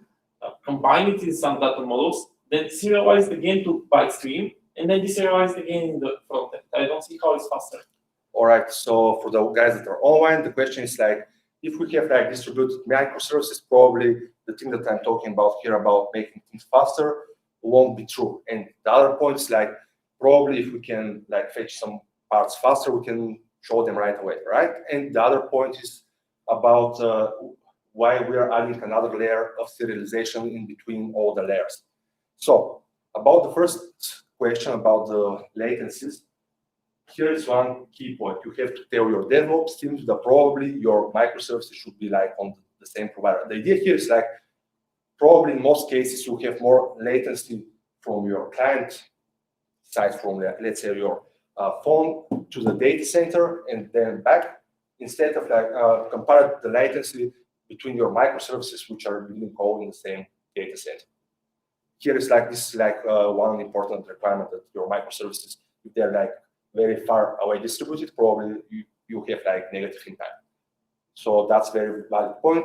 The other thing was about adding layer of processing. So in some cases, probably it will be like burden for the backend, but in other cases, for example, in some of the projects that I've been working on, we had to work with a lot of IoT-related data. And the thing was like, we were like distributed team. We have like front-end team, back-end team, some guy that was somewhere over the world, which was writing C code for the hardware part that was logging stuff. And we had the following situation. We were collecting a lot of data and we wanted to show it in some kind of chart graphs and whatever on the front end. And the business domain was related to electricity. So in order for all this log data to make sense, it should have passed through some kind of mathematical operations. And because of many reasons, we did that processing on the back end, and we had to do it on the front end because we had like tight schedules, because our investors promised some stuff to their investors, which were promising some stuff to the next investors, and so on. And so we had to deal with a lot of math on the front end, and you can imagine what's happening if you have like 20 or unlimited number of charts, because the client wants to push your system to the limit and do all that math on the front end. We are getting the response in like 5 seconds and doing the rendering in about 10 or more seconds. So you get the issue here. So one way to solve that without bothering the backend developers, because they had another KPIs, would have been if we had the power to use some kind of server computational resource to do that math before sending it to the front end. Yeah, I do understand that from mathematical point of view, but the whole concept is some kind of broken. Talking about distributed system, microservices there, and we do microservices because it's distributed, because we don't have single point of failure and so on, and then other centralized layer upon these services. Why you don't make all that decentralized? You can have mathematical analysis and combinations and so on in distributed environment. That Kafka that you already showed, it's a software that's done for that sole purpose. Yeah, do the math somewhere and send it to. Yeah, you can do map reduce in any other services you have, and then the last one can respond you with something already reduced. In a distributed environment, you can have also some listener like WebSocket that gives you listens private. All right, so the question here for the guys that are online is, why don't you put the mapping in a They're microservice? hearing it, it's okay. All right, I won't be repeating that. So the answer is here, because of limited resources. So we have our guys that are doing the backend, that's logging whatever data into whatever DB. We have my team, which are doing the front end. We have the business guy that wants something to happen. And we are like, all right, guys, from the backend team, can you do something? Can you help us out? And they're like, yeah, right away, just give me 2 months to complete the other thing that I promised to the investors. So the BFF is like a general workaround for whatever hits you. Okay. So the idea of having a BFF is more like to be more flexible in terms like using all resources in terms of your front-end developers that probably know what's going wrong and they're not able to do the workaround just in the front end because they need some kind of processing power. And yeah, if I have to do a summary, BFF is like a general workaround for everything that comes out. And of course, we have the single point of failure, which if our BFF is down, I mean, like we are screwed up. Yes. You said that for example, you have something to be done, math calculations, Yep. and you tell the backend guys, can you do that? They have no, we have work, and what if the front end guys also cannot? They have enough front end tasks, so they cannot also work on the because somebody has to work on this BFF. Yep. And sometimes the front end may be less busy. Sometimes maybe the backend may be less busy. How do you manage the workload? Yeah. So the answer is like you don't manage it. It's as I said, it's just a workaround. I mean, I'm talking about if you're like your point of the most important point of life is like to reduce your paywalls that are sent to the client. Probably you dedicate some time for that. But in most of the cases, especially with more startup-ish kind of organizations, either way you're behind schedule. I mean, either way you have too much work to be done. But from the perspective of the end user, from the perspective of the investors, they want to see the thing working. I mean, you have to deal with it. So as I said, the BFF thing is like a way for the front-end guys to have more flexible workarounds than in the other case where they don't have the ability to do whatever the backend guys say. But how do they achieve it? I mean, what is the general takeaway here for the front-end guys? People are assigned to do some SPA, and then what would you suggest them? Just guys do BFF, or what's the takeaway here for the guys that are doing front-end? For the front-end guys, it's like if you are having some kind of issues related with the data that is coming to you, suggest to your business guys, all right, if we have this BFF layer, we can be more flexible, we can deliver faster, we can do migrations and widen all the way about all the cool things that you're able to achieve. And keep in mind that actually we're just adding one more workaround. The idea is like if you're tight on schedules and stuff, and you want to rise your performance in short amount of time visibly, you can add this BFF layer so that you can optimize the data. But in the end of the day, if that thing is not coming from the source, either way you're doing a suboptimal solution. For example, if you have like a generalized microservice, even if you pass the data and serialize it in the BFF, in the end of the day you are like passing not optimal data for the BFF. So you have the same issue. The idea of the BFF is more like the takeaway is like if you have a BFF, you'll be more flexible to slice and dice, and you'll be able to empower your front-end guys to do whatever they feel might be right without affecting the whole application. One good, probably the only good example for the whole presentation is like if you empower your front-end guys to add GraphQL, you can do it in a BFF layer because you won't be bothering your backend guys, which have totally no idea what's happening with the GraphQL and why it's cool, and you can do it just on the BFF layer so that you can reduce your paywalls. But again, if you're not doing it on the backend, it's kind of workaround, same solution. I'm not sure if that answers the question, but yeah.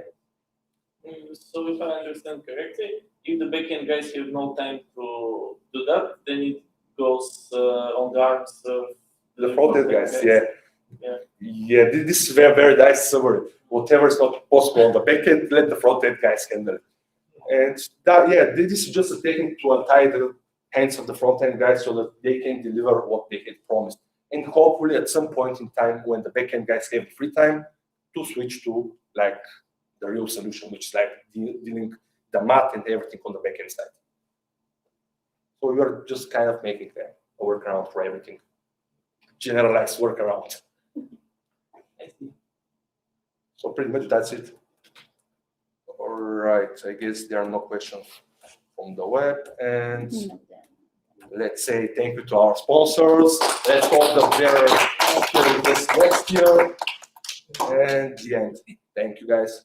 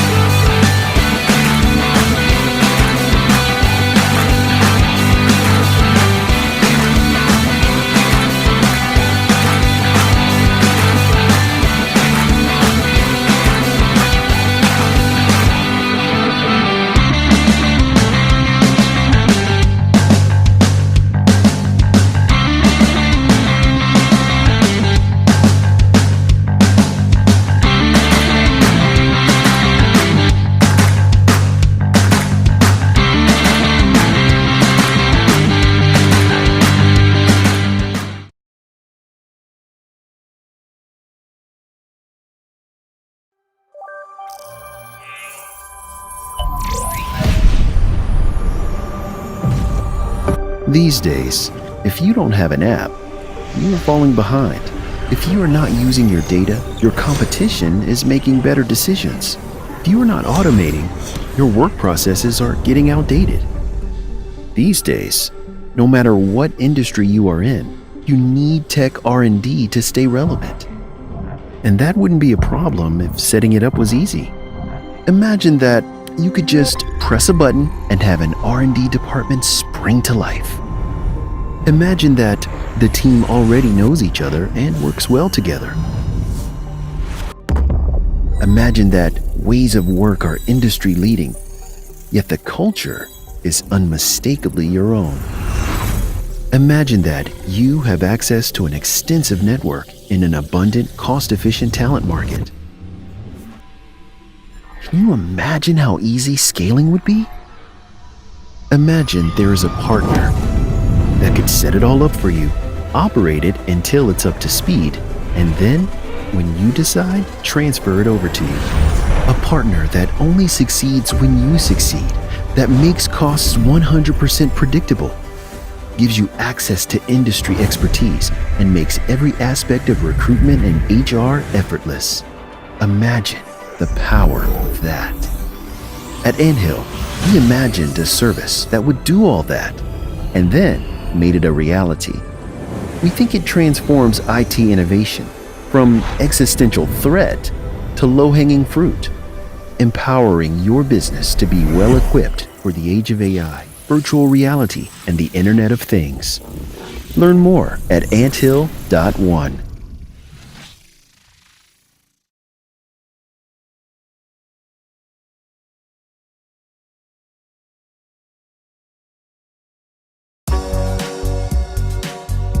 Interior designers do a lot. Sketching, designing. A lot of meetings, I'm on site a lot. I think a lot of people think we paint walls. Sorry. Time is really valuable. Ordering and deliveries. Oh, schedules. Charts, emails, spreadsheets. All these are taking so much time out of the creative part of the work. Worst thing. Ooh, spreadsheets. Way too many emails. I hate spreadsheets. I hate spreadsheets. The world that we're moving into is about empowering people, giving back time. I can work on a project and then have the other side of the world in another office working on it. Clippings, they are improving the way we work. It's taking a lot of the hard work out for us.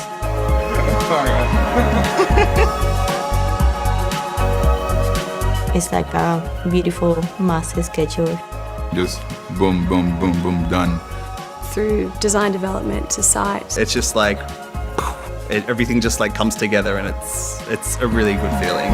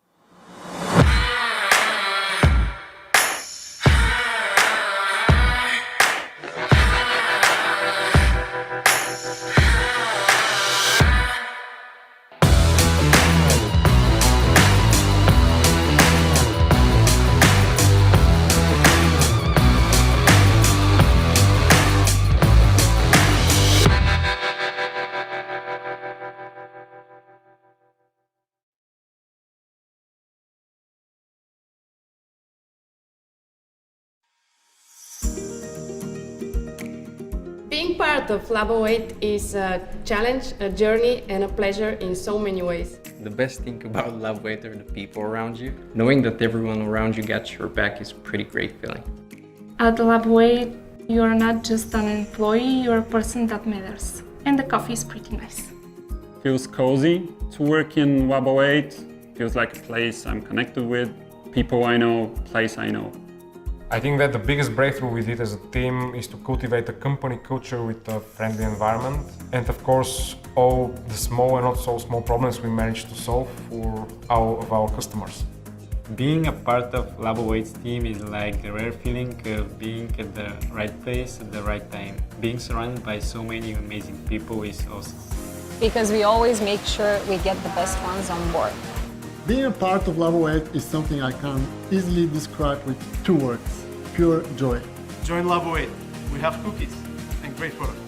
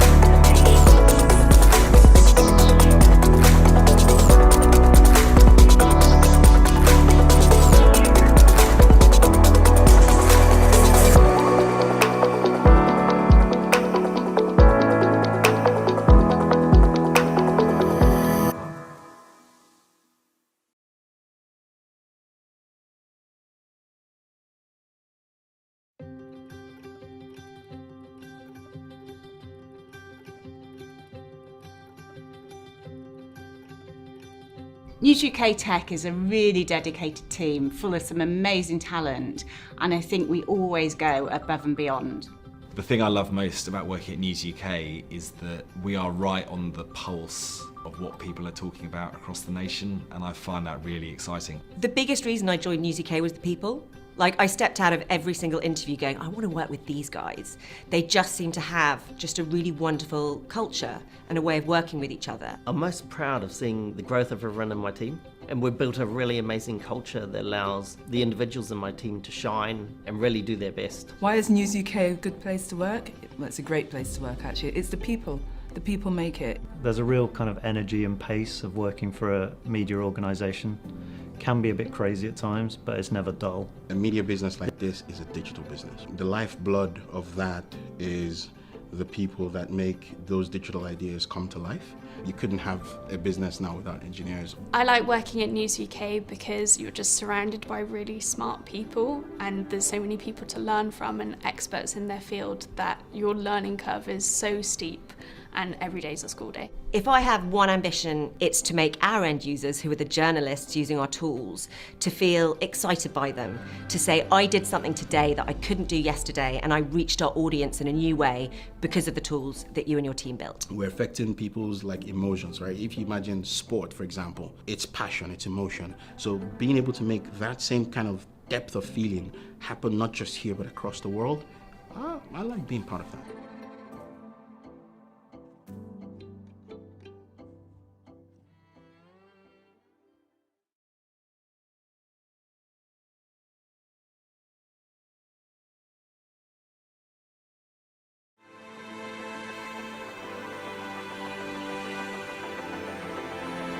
We are Ocado Technology, and we have been transforming online grocery through technology and automation. We build cutting-edge solutions using artificial intelligence, machine learning, data science, robotics, cloud technologies, and even Internet of Things. And all of this innovation is born out of 7 development centers across the whole Europe. The scale of Ocado's ambition is fairly breathtaking. So there's a sense of opportunity to learn, but to contribute and actually make a difference. We've come from almost nowhere, and we found ways to solve problems that no one else in the world has managed to solve. What I found it's unique in the Ocado culture is this passion. The ability to experiment, to check new things. You have the autonomy to go out and look for different solutions, new solutions. That's what the whole place is about. How can we do it better?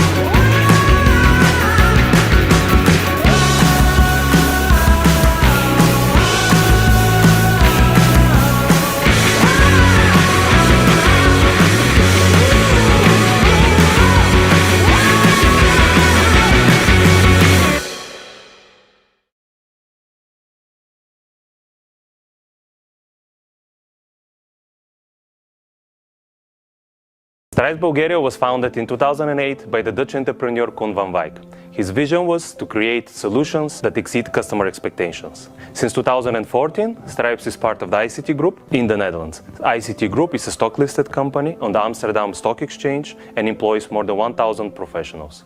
Since 2017, I have the privilege and honor to drive Stripes forward in the role of CEO.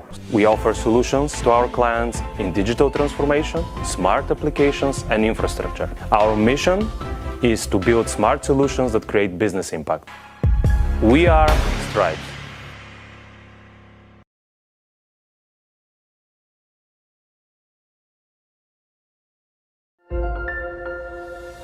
DataArt is a global software engineering firm with a uniquely human approach to solving problems. We have teams of highly trained engineers with over 20 years of experience. Everyone upholds a deep understanding of the industry sector through ongoing technology research. People first. Relationships are the foundation of long-term value generation. We hire people for the long haul. Projects change, but our employees remain with us. Commitment to people is the main and absolute value for DataArt.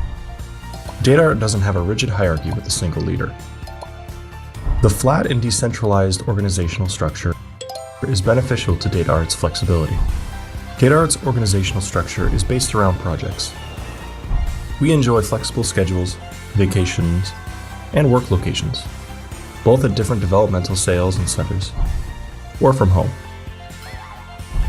DataArt is built around people who want to earn a living using their professional skills and talents with minimal limitations on their personal freedom.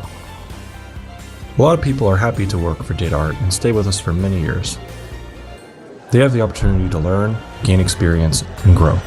Join DataArt.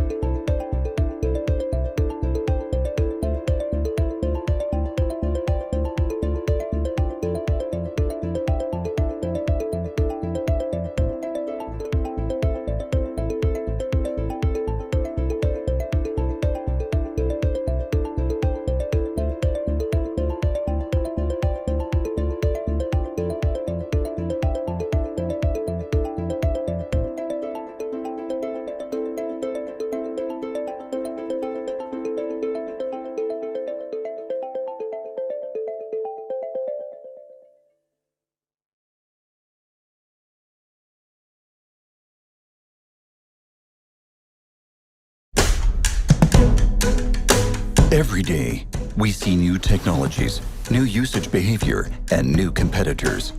Everything is constantly changing. Do we give up? Not at all.